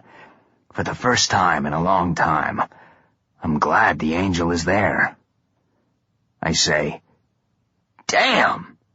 Can I get a 6-pack of that stuff before I go? That was more fun than trucker speed." The prayer hands caught me off guard the first time, so when Mason curves his fingers into a new configuration, I throw up a defensive shield. His hex flies past me and hits the office's big double doors. They turn bone white and fall apart, the dry wood turning to dust before it hits the floor. That prick almost hit me with a ball of time, I've never tried that. I'm going to have to steal the idea. I hit Mason with a quick series of hexes, alternating ice and fire, freezing and heating his skin so it splits open like the fault lines in the street. Follow it up with shots of pure pain to make his nerve endings sing. I finish by tossing a dozen pit vipers Mason's way. Their venom dissolves skin, turning blisters into what look like third-degree burns. They swarm Mason. I hear Alice gasp. Mason isn't moving. The vipers haven't hit him that many times, but he seems out of it. I can't hear a heartbeat or his breathing. It could be anaphylactic shock. Standing over him, I should at least be able to read that he'd had life in him once. When I touch his body, it falls to the floor like candy glass. Touching the phantasm broke the illusion. I spin around, looking for the real Mason. Something crunches through my left shoulder. The pain turns off my brain. When I'm thinking again, I realize I've been stabbed 3 more times. I mumble a healing spell, but Mason is ahead of me, delivering a counterspell before I've finished mine. I'm suddenly exhausted. The angel reaches down and reads my body. There's something funny in my blood all of a sudden, but it's a Hellion brew he doesn't recognize. I fall to my knees, and Mason pushes me down onto my back. I always admired your black knife. So when I couldn't make a key to the room, I made myself a knife. I think I even made some improvements. Let me show you. He jabs the blade into me just under the collarbone and makes a downward cut to my sternum. He does this again on the other side, so there's a big V sliced into my chest. He carefully puts the tip of the blade into the bottom of the V and pulls down my body, heading south of the border. Even through the pain, I can tell he's not trying to kill me. He's looking for something. He drags the knife down my chest, and something clinks. He's found the key. If he's going for my heart, I'll return the favor. I shoot my hand out and through his skin and bones, feeling around inside his chest cavity. But whatever is in my blood is making it hard to keep my eyes open. Mason is playing Operation, cutting me up like a weekend surgeon. But it doesn't even hurt anymore. I have my hand in his chest. But when I find his heart, I don't have the strength to grab it. My hand falls out of him as my muscles decide it's break time. I can't even keep my eyes open. It finally occurs to me that this isn't sleep. I'm dying. The last thing I see before I'm gone is Mason pulling a piece of glowing metal from my chest. Then the lights go out. And I'm really, no shit, no fake-outs or take-backs, no paralyzing spells or glamours, dead. I don't know how I know I'm dead, but I do. And all I have are questions, like, where's all the light coming from? I thought death would be a lot blacker than this. Also, it feels like I'm stuck in someone else's death, because this one is 2 sizes too small. Death doesn't feel much like dying, more like being on a crowded bus. And what's with all the jagged edges that keep poking me? Maybe I'm still stuck in my dead body while it's on ice. Fucking great. My body's gone because one asshole stabbed me, and now my soul is going to get the flu because another asshole stuck me in a morgue deep freeze. I fucking hate Mason. He can even make death a pain in the ass. Somewhere far, far away, Alice is screaming.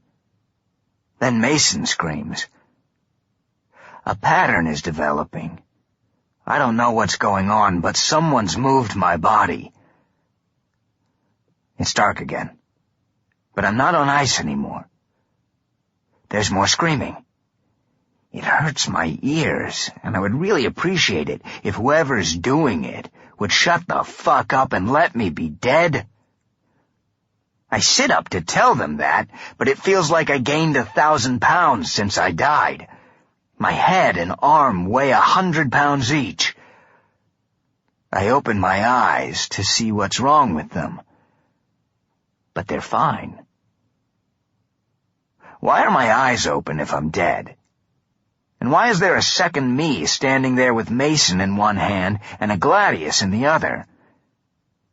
Alice kneels down in front of me.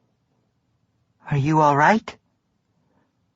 I try to tell her yes, but all that comes out is, being dead is stupid. Did I say that? I'm not sure, but it's true. I'm pretty sure I'm alive again, because there's a big hole in my chest, and it hurts like I got shot with rock salt and porcupine quills. The other me drops Mason, kneels down, and puts his hand against my chest. I feel the hole closing, the bone, muscle, and skin knitting back together. I stare at the other me, and my face stares back at me. God damn it! Did someone cut my face off again? The other me helps me to my feet. This close, I see that he's exactly me. He's me without the scars, and 11 years younger. How do you feel? Asks the other me. Like Lazarus if Jesus brought him back to life by having Mike Tyson use him as a speed bag. He's all right, says the other me. Mason is on his back where the other me dropped him. I go for him, but I'm still a little limp, so I don't so much attack him as fall on him like a cow thrown from a blimp. The other me pulls me to my feet. I know who you are, I say to the other me. It's quiet all of a sudden. You're the Boy Scout who's been squatting in my brain. You owe me back rent, fucker. Why don't you take it out of Kasabian's beer money? Or yours? I look at Alice. Is this real? Or am I back in Mason's hallucination? She shakes her head and comes over like she wants to put her arm around me, but remembers she can't, and ends up standing a few feet away looking awkward. It's real. He appeared the moment you died and took the key back from Mason. Is Mason still alive? Unfortunately, he's playing possum now, says the angel. First, he was afraid of me, and now there are two of us. What just happened? You died, the mortal part, but I'm not mortal. Cutting us like that wasn't going to kill me, so I brought you back. How? The angel smiles and picks up something small and black from the floor.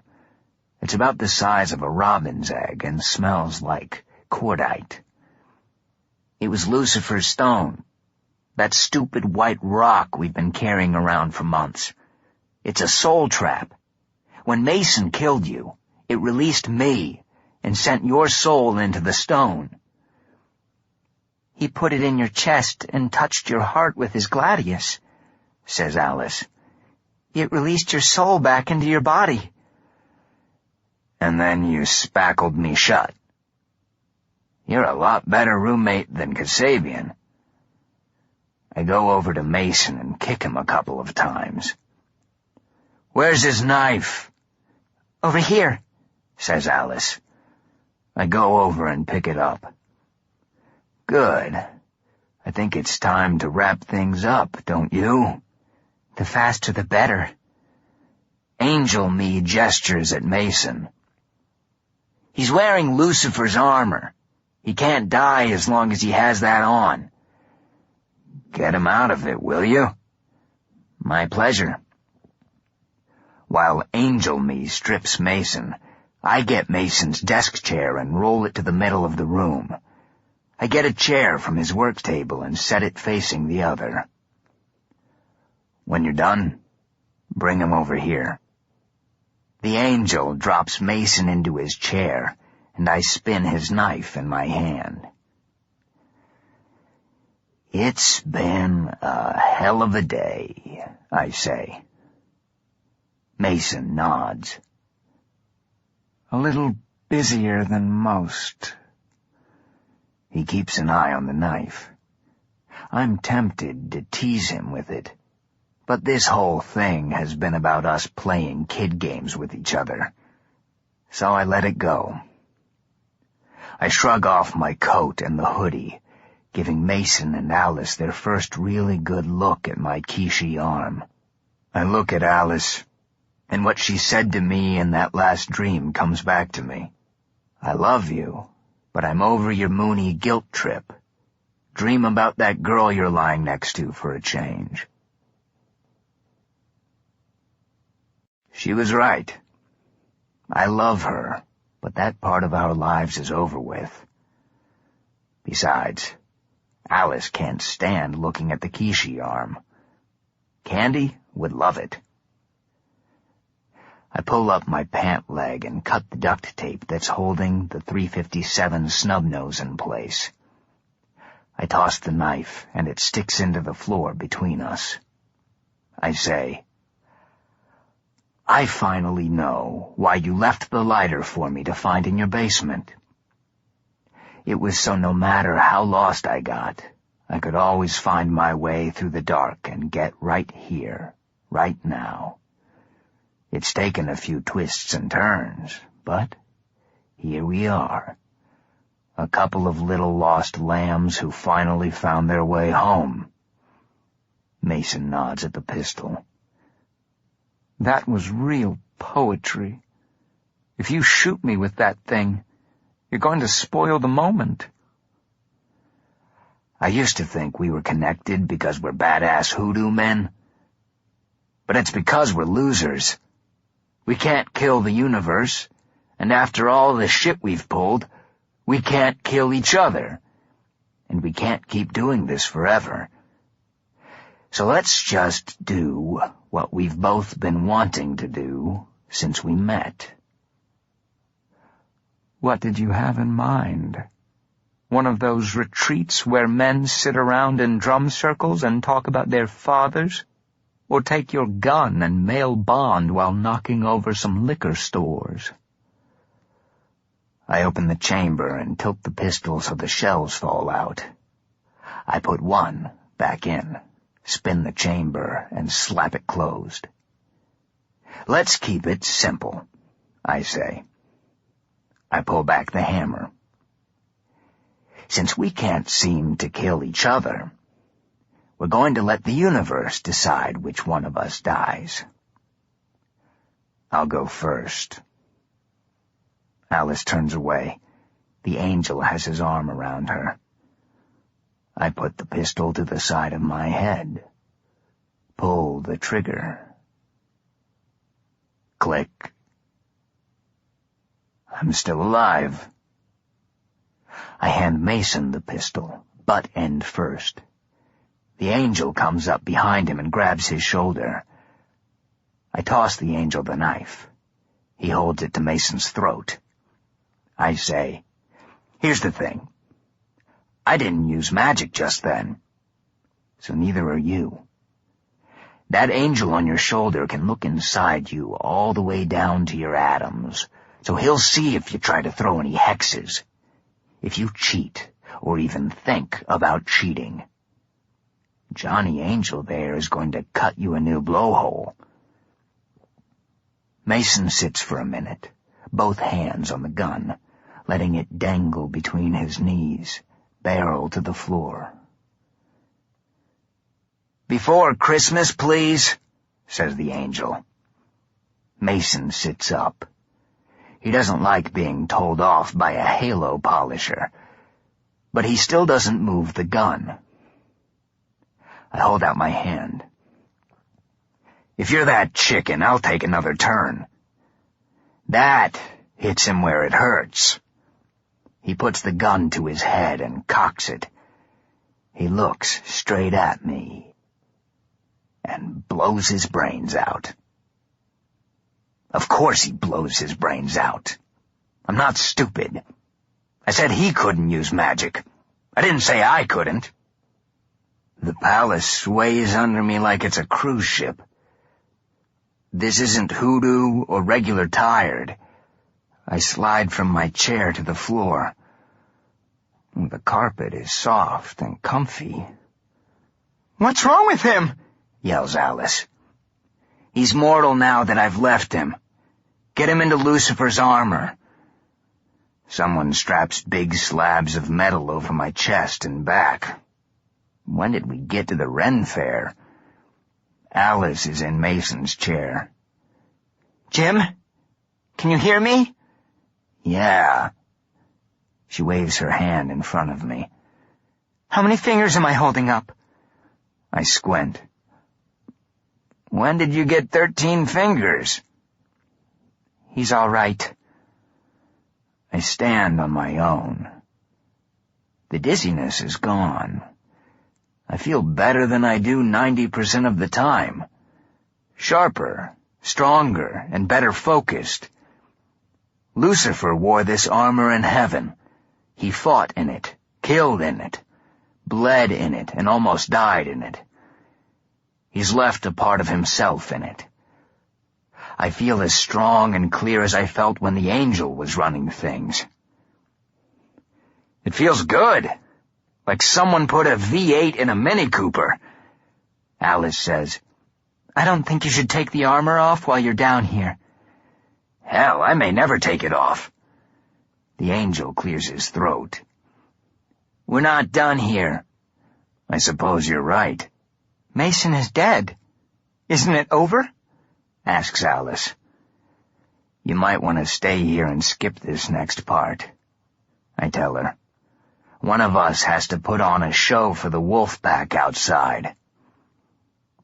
I'll do it if you aren't up to it, says the angel. No. I'm the killer, not you. And I have the armor. It should be me. I look at Alice. Stay with her. Don't let her get grabbed by any angels or gods or elves. The angel nods. What are you going to do? Asks Alice. I pick up Mason's body and toss it over my shoulder. It hardly weighs anything. This armor is definitely coming home with me. Gotta go out and become a god, baby. Alice looks at me. I shift Mason so his blood runs down my armor. There are so many at this point. What's one more? I start to go out through a shadow, but bump into a solid wall. Ow! I forgot I don't have the key right now. Allegra can put it back when she splices us back together. It feels funny not having someone inside me looking over my shoulder. In the elevator, I take the singularity from Mason's pocket and put it in mine. At the lobby, I go out onto the hotel's wide lawn.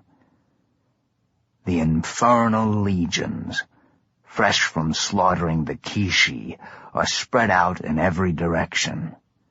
Soldiers show each other fresh Kissi pelts and wings. For all the fallen angels have built down here, at heart, there's still a bunch of morons pulling the wings off flies. Someone needs to work on that. Maybe I can set up a timeshare for the angel. He can come down and teach them table manners, and I can take care of business upstairs. Right now, though, I'm in Wolfpack country, and this 1,000,000 or so killers are wondering who's the alpha dog. I climb on top of Semyaza's unimog and hold up Mason's body so everyone can see him. A cheer goes up. It's decent as cheers go, but it's not a Steppenwolf playing Born to be Wild to a sold-out crowd cheer. I manifest the gladius and hold it up high, and then swing it down. Mason's body drops, and I kick it off the truck. When I hold up Mason's head, that's when the "Thank God Bruce is finally playing Born to Run" roar hits. When I stick the head onto a set of longhorn antlers mounted on the truck, the screams get even louder. I stand there in Lucifer's armor with the gladius burning, shining like a blood-soaked star. A group of generals comes across the parking lot. I keep the gladius burning, but lower it to my side. If they're looking to pull an Ides of March thing, I have no problem whatsoever with running away. General Semyaza is up front, with Baphomet and Shax behind. Other officers spread out around them. Halfway to the truck, they stop. Time for the bum rush. I should have kept Mason's head. I could beat a couple of them stupid with it before it fell apart. The officers don't attack, but I still have a significant urge to run away. Semyaza kneels, and one by one the other officers get down on one knee. He shouts, "Hail, horrors! Hail, infernal world! Hail, Lucifer!" The air is full of the thundering of the Hail Lucifer shit. No wonder rock stars go crazy. A mob like this can love you or rip you to pieces in a hot minute. And I don't have a tour manager to tell me what to do next. Time for one more slice of bullshit. I hold up my hands and the crowd goes quiet. Tonight was a great victory against a great enemy. In the coming weeks and months, you'll see some changes around here. Tonight, though, forget about war and blood and be happy that we're still where we should be and heaven is still where it should be. Both could be gone now, but they aren't, and it's because of your fearlessness. So tonight, Lucifer bows to you. I do it. I get down on one knee like Semyaza. The crowd goes apeshit. I get up while they're still screaming. Always leave your audience wanting more. I get my ass back into the elevator and up to the penthouse. My guts are in knots, but no one's taken a shot at me yet. When I get upstairs, Lucifer is there, chatting casually with Alice and the angel like they're deciding whether to rent Bambi or Beaches. Lucifer looks my way and claps his hands. Wonderful speech. I couldn't have done it better myself. Well, actually I could have done much better, but that was a good first effort. What sort of changes are you planning? I don't know. It was just something to say. First thing I'm going to do is haul that broken-down bamboo house of dolls in from the desert and rebuild it here.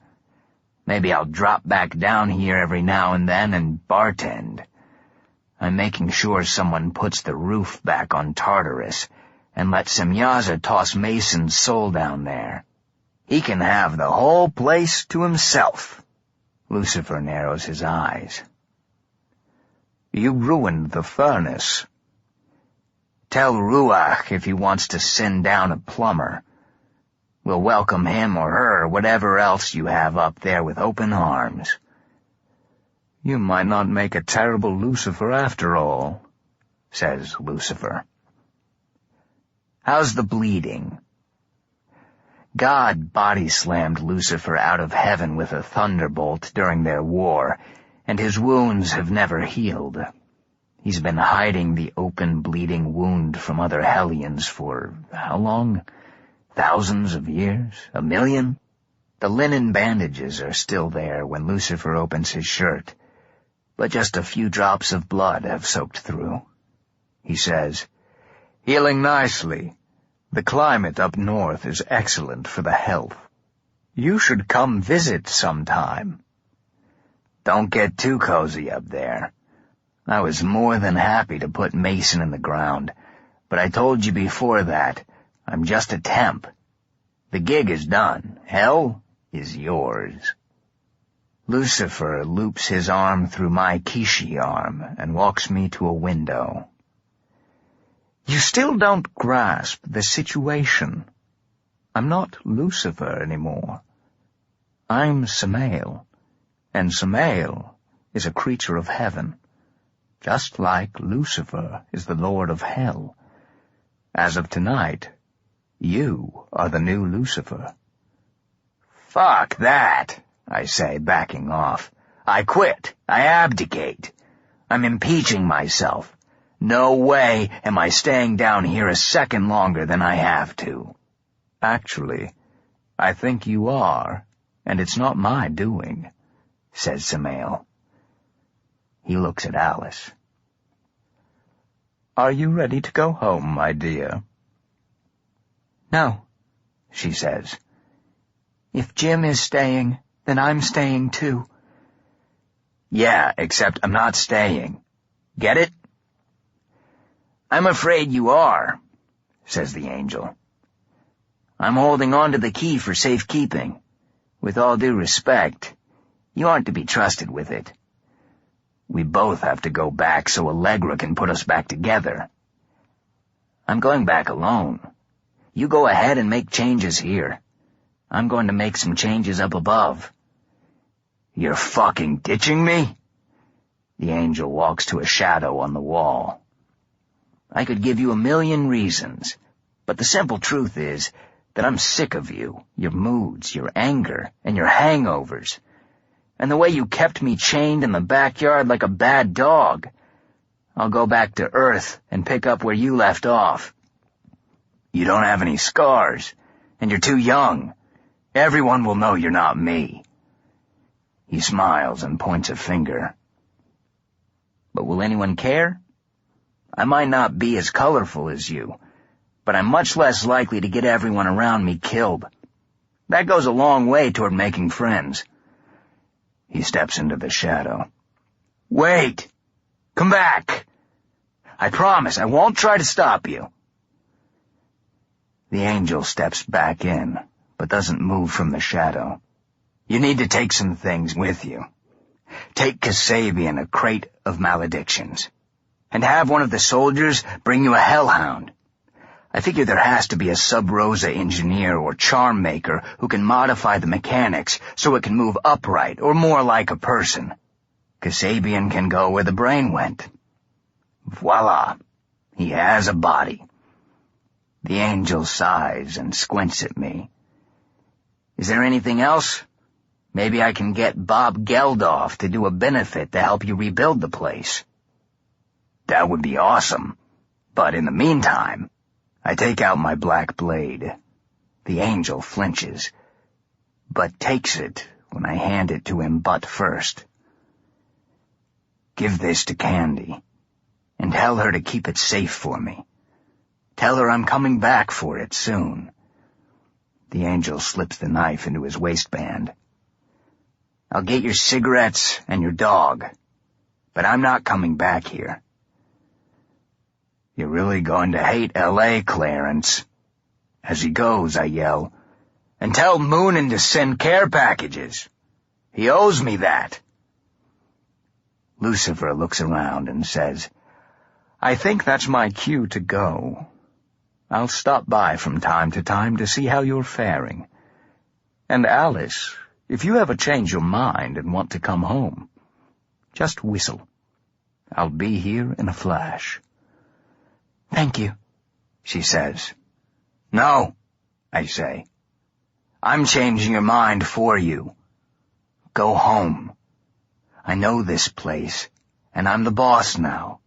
I'll be fine. I can't leave you here alone. You know what's worse than me being alone? It's you hanging around out of guilt or obligation or something. I came down here to free you, so you can go back where you're supposed to be. So please, do it. She looks between Lucifer and me. Samael, I mean. I'm Lucifer.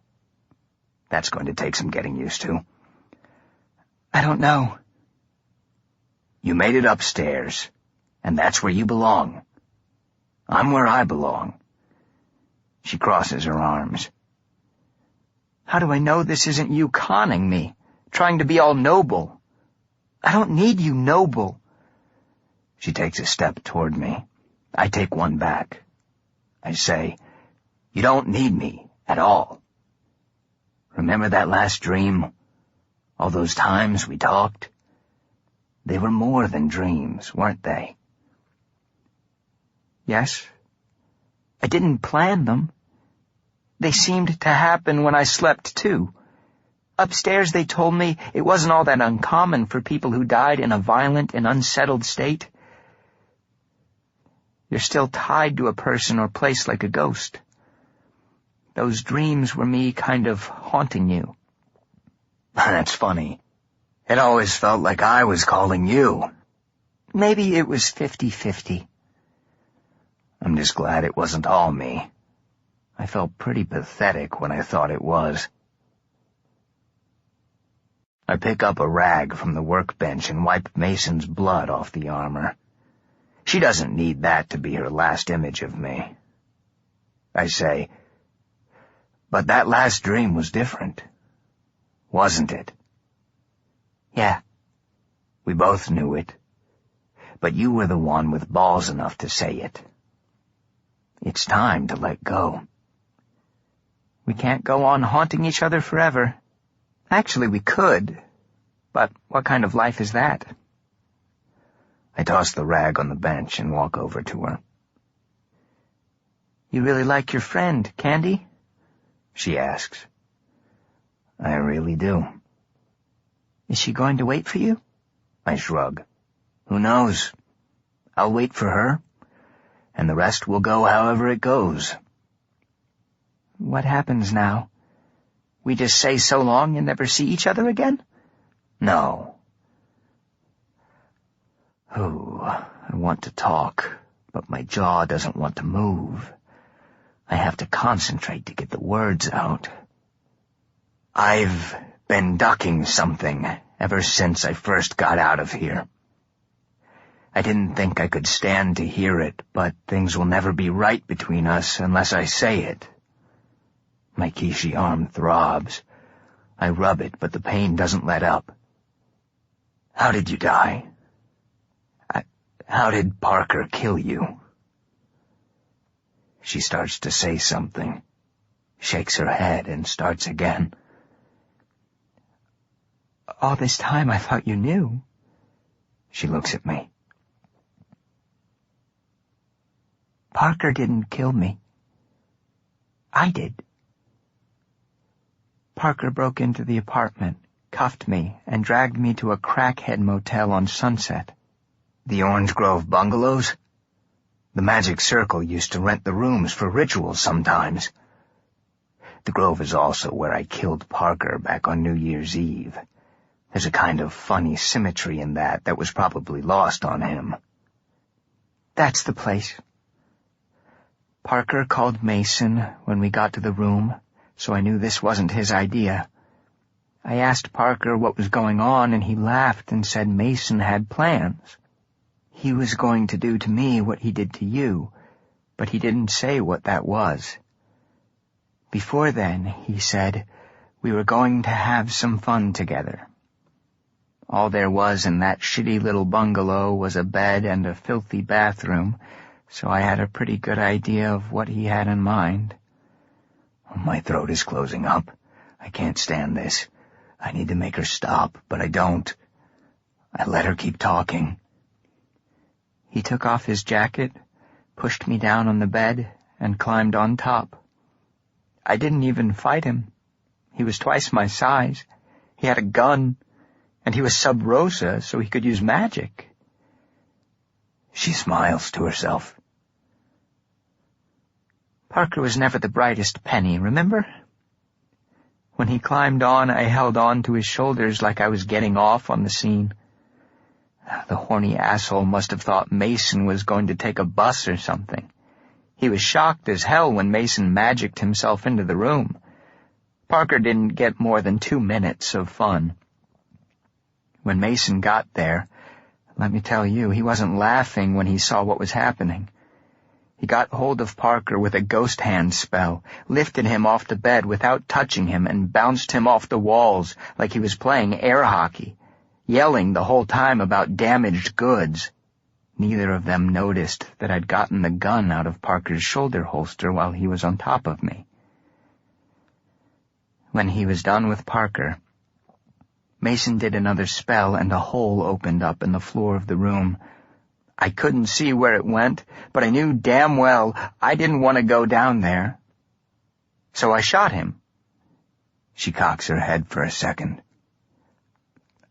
I shot at him, but I missed.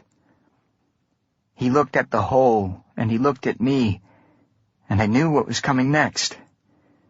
Before he could grab me with the ghost hand, I put the gun under my chin and pulled the trigger.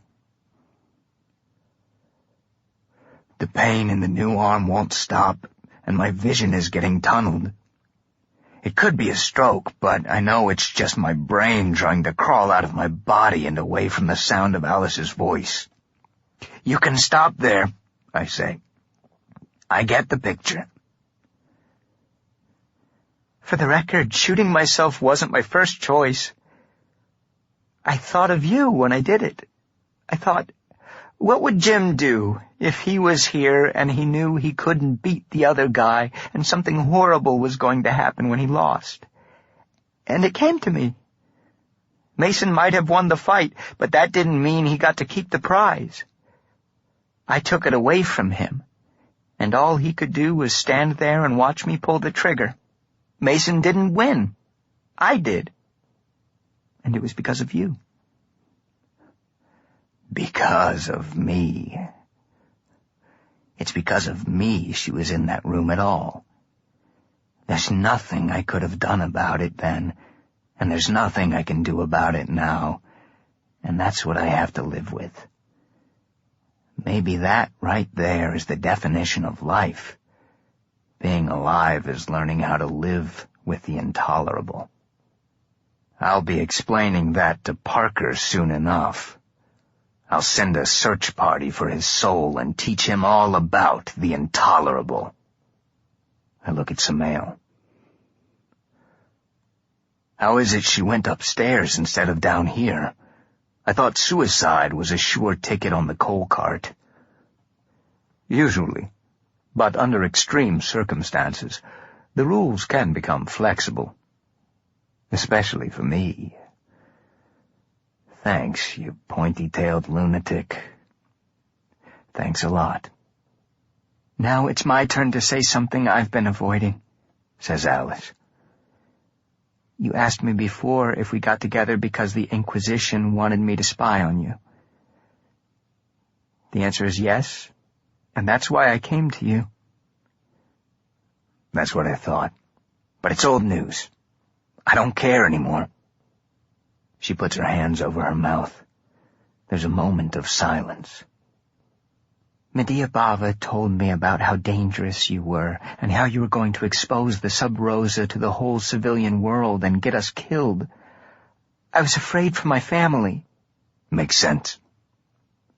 She blinks, half smiles. When I got to know you, I knew Medea was half right. You were dangerous, and I liked it. By then I didn't care about the rest. It's okay, I believe you. Really? I nod.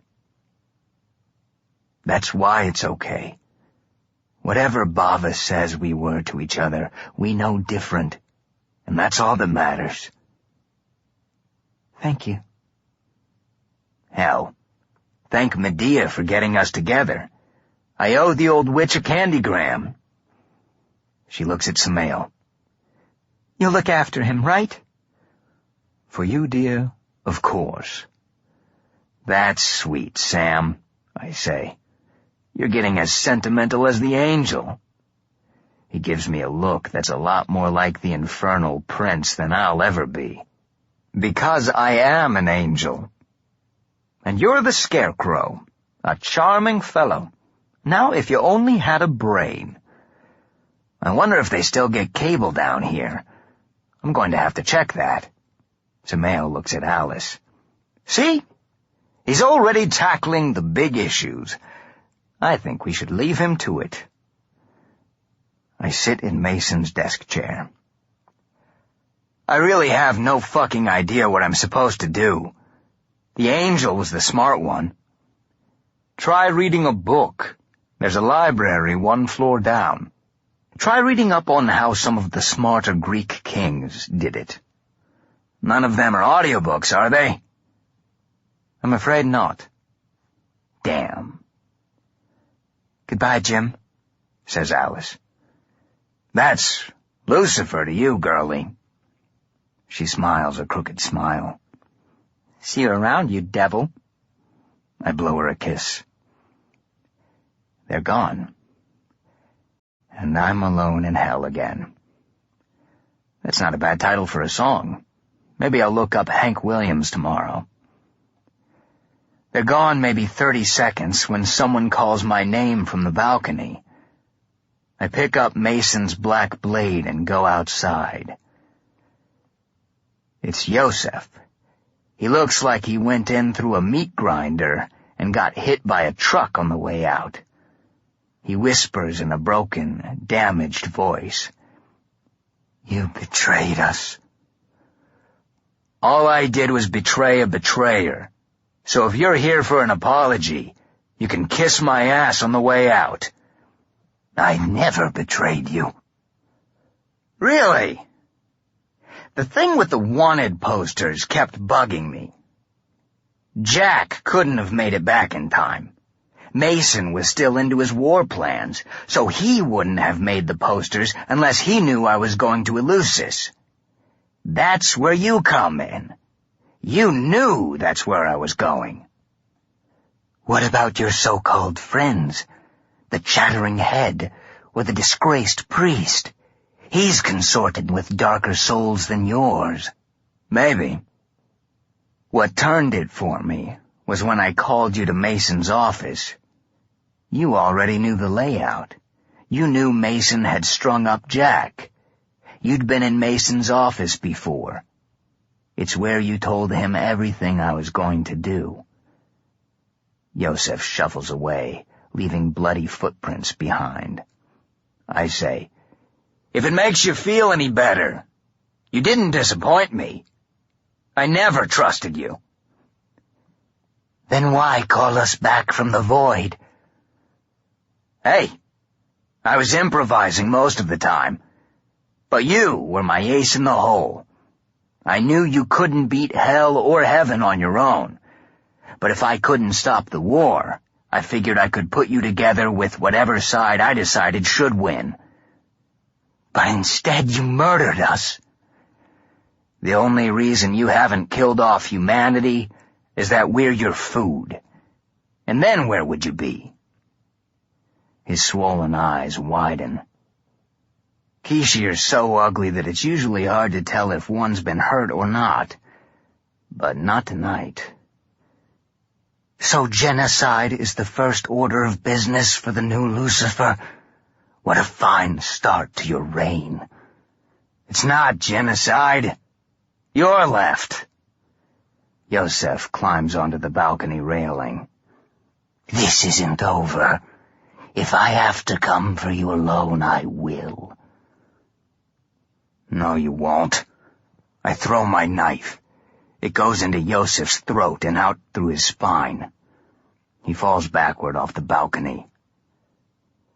And I was this close to letting him go because I did kind of fuck him over, and he was so beat up and pathetic I felt sorry for him. But I let my guard down with Jack, and he stole my face.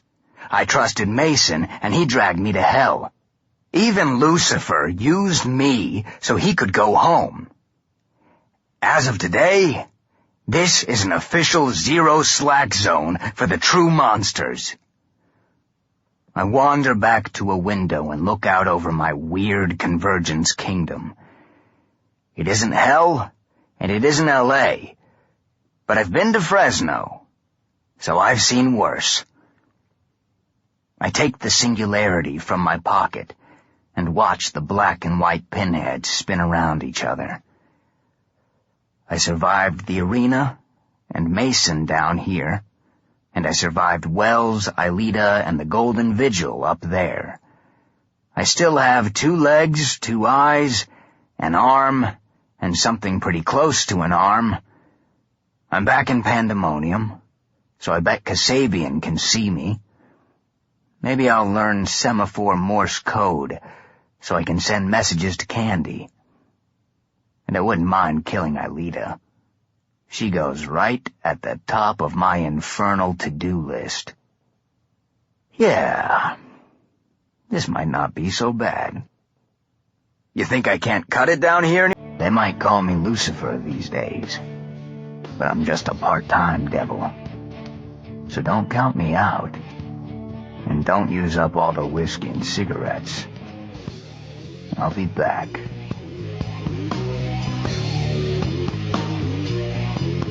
We hope you have enjoyed our presentation of Aloha from Hell by Richard Kadrey. Copyright 2011 by Richard Kadrey. Grateful acknowledgement is made to reprint lyrics from At the Devil's Ball by Irving Berlin, 1913. Performed by MacLeod Andrews. Directed by Jerry Maybrook. Performance copyright 2011 by Brilliance Audio. All rights reserved. For further information concerning this program or other Brilliance Audio titles, please call the following toll-free number, 1-800-222-3225, or visit our website at www.brillianceaudio.com. No part of this recording may be played for an audience or reproduced in any form.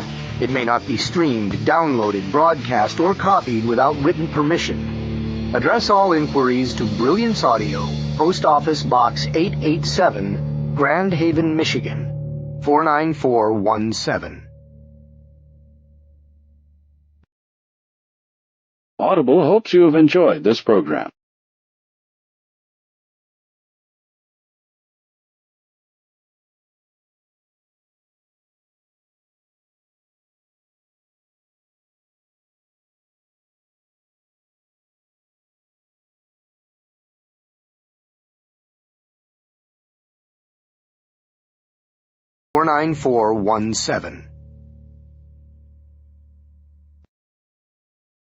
Audible hopes you have enjoyed this program.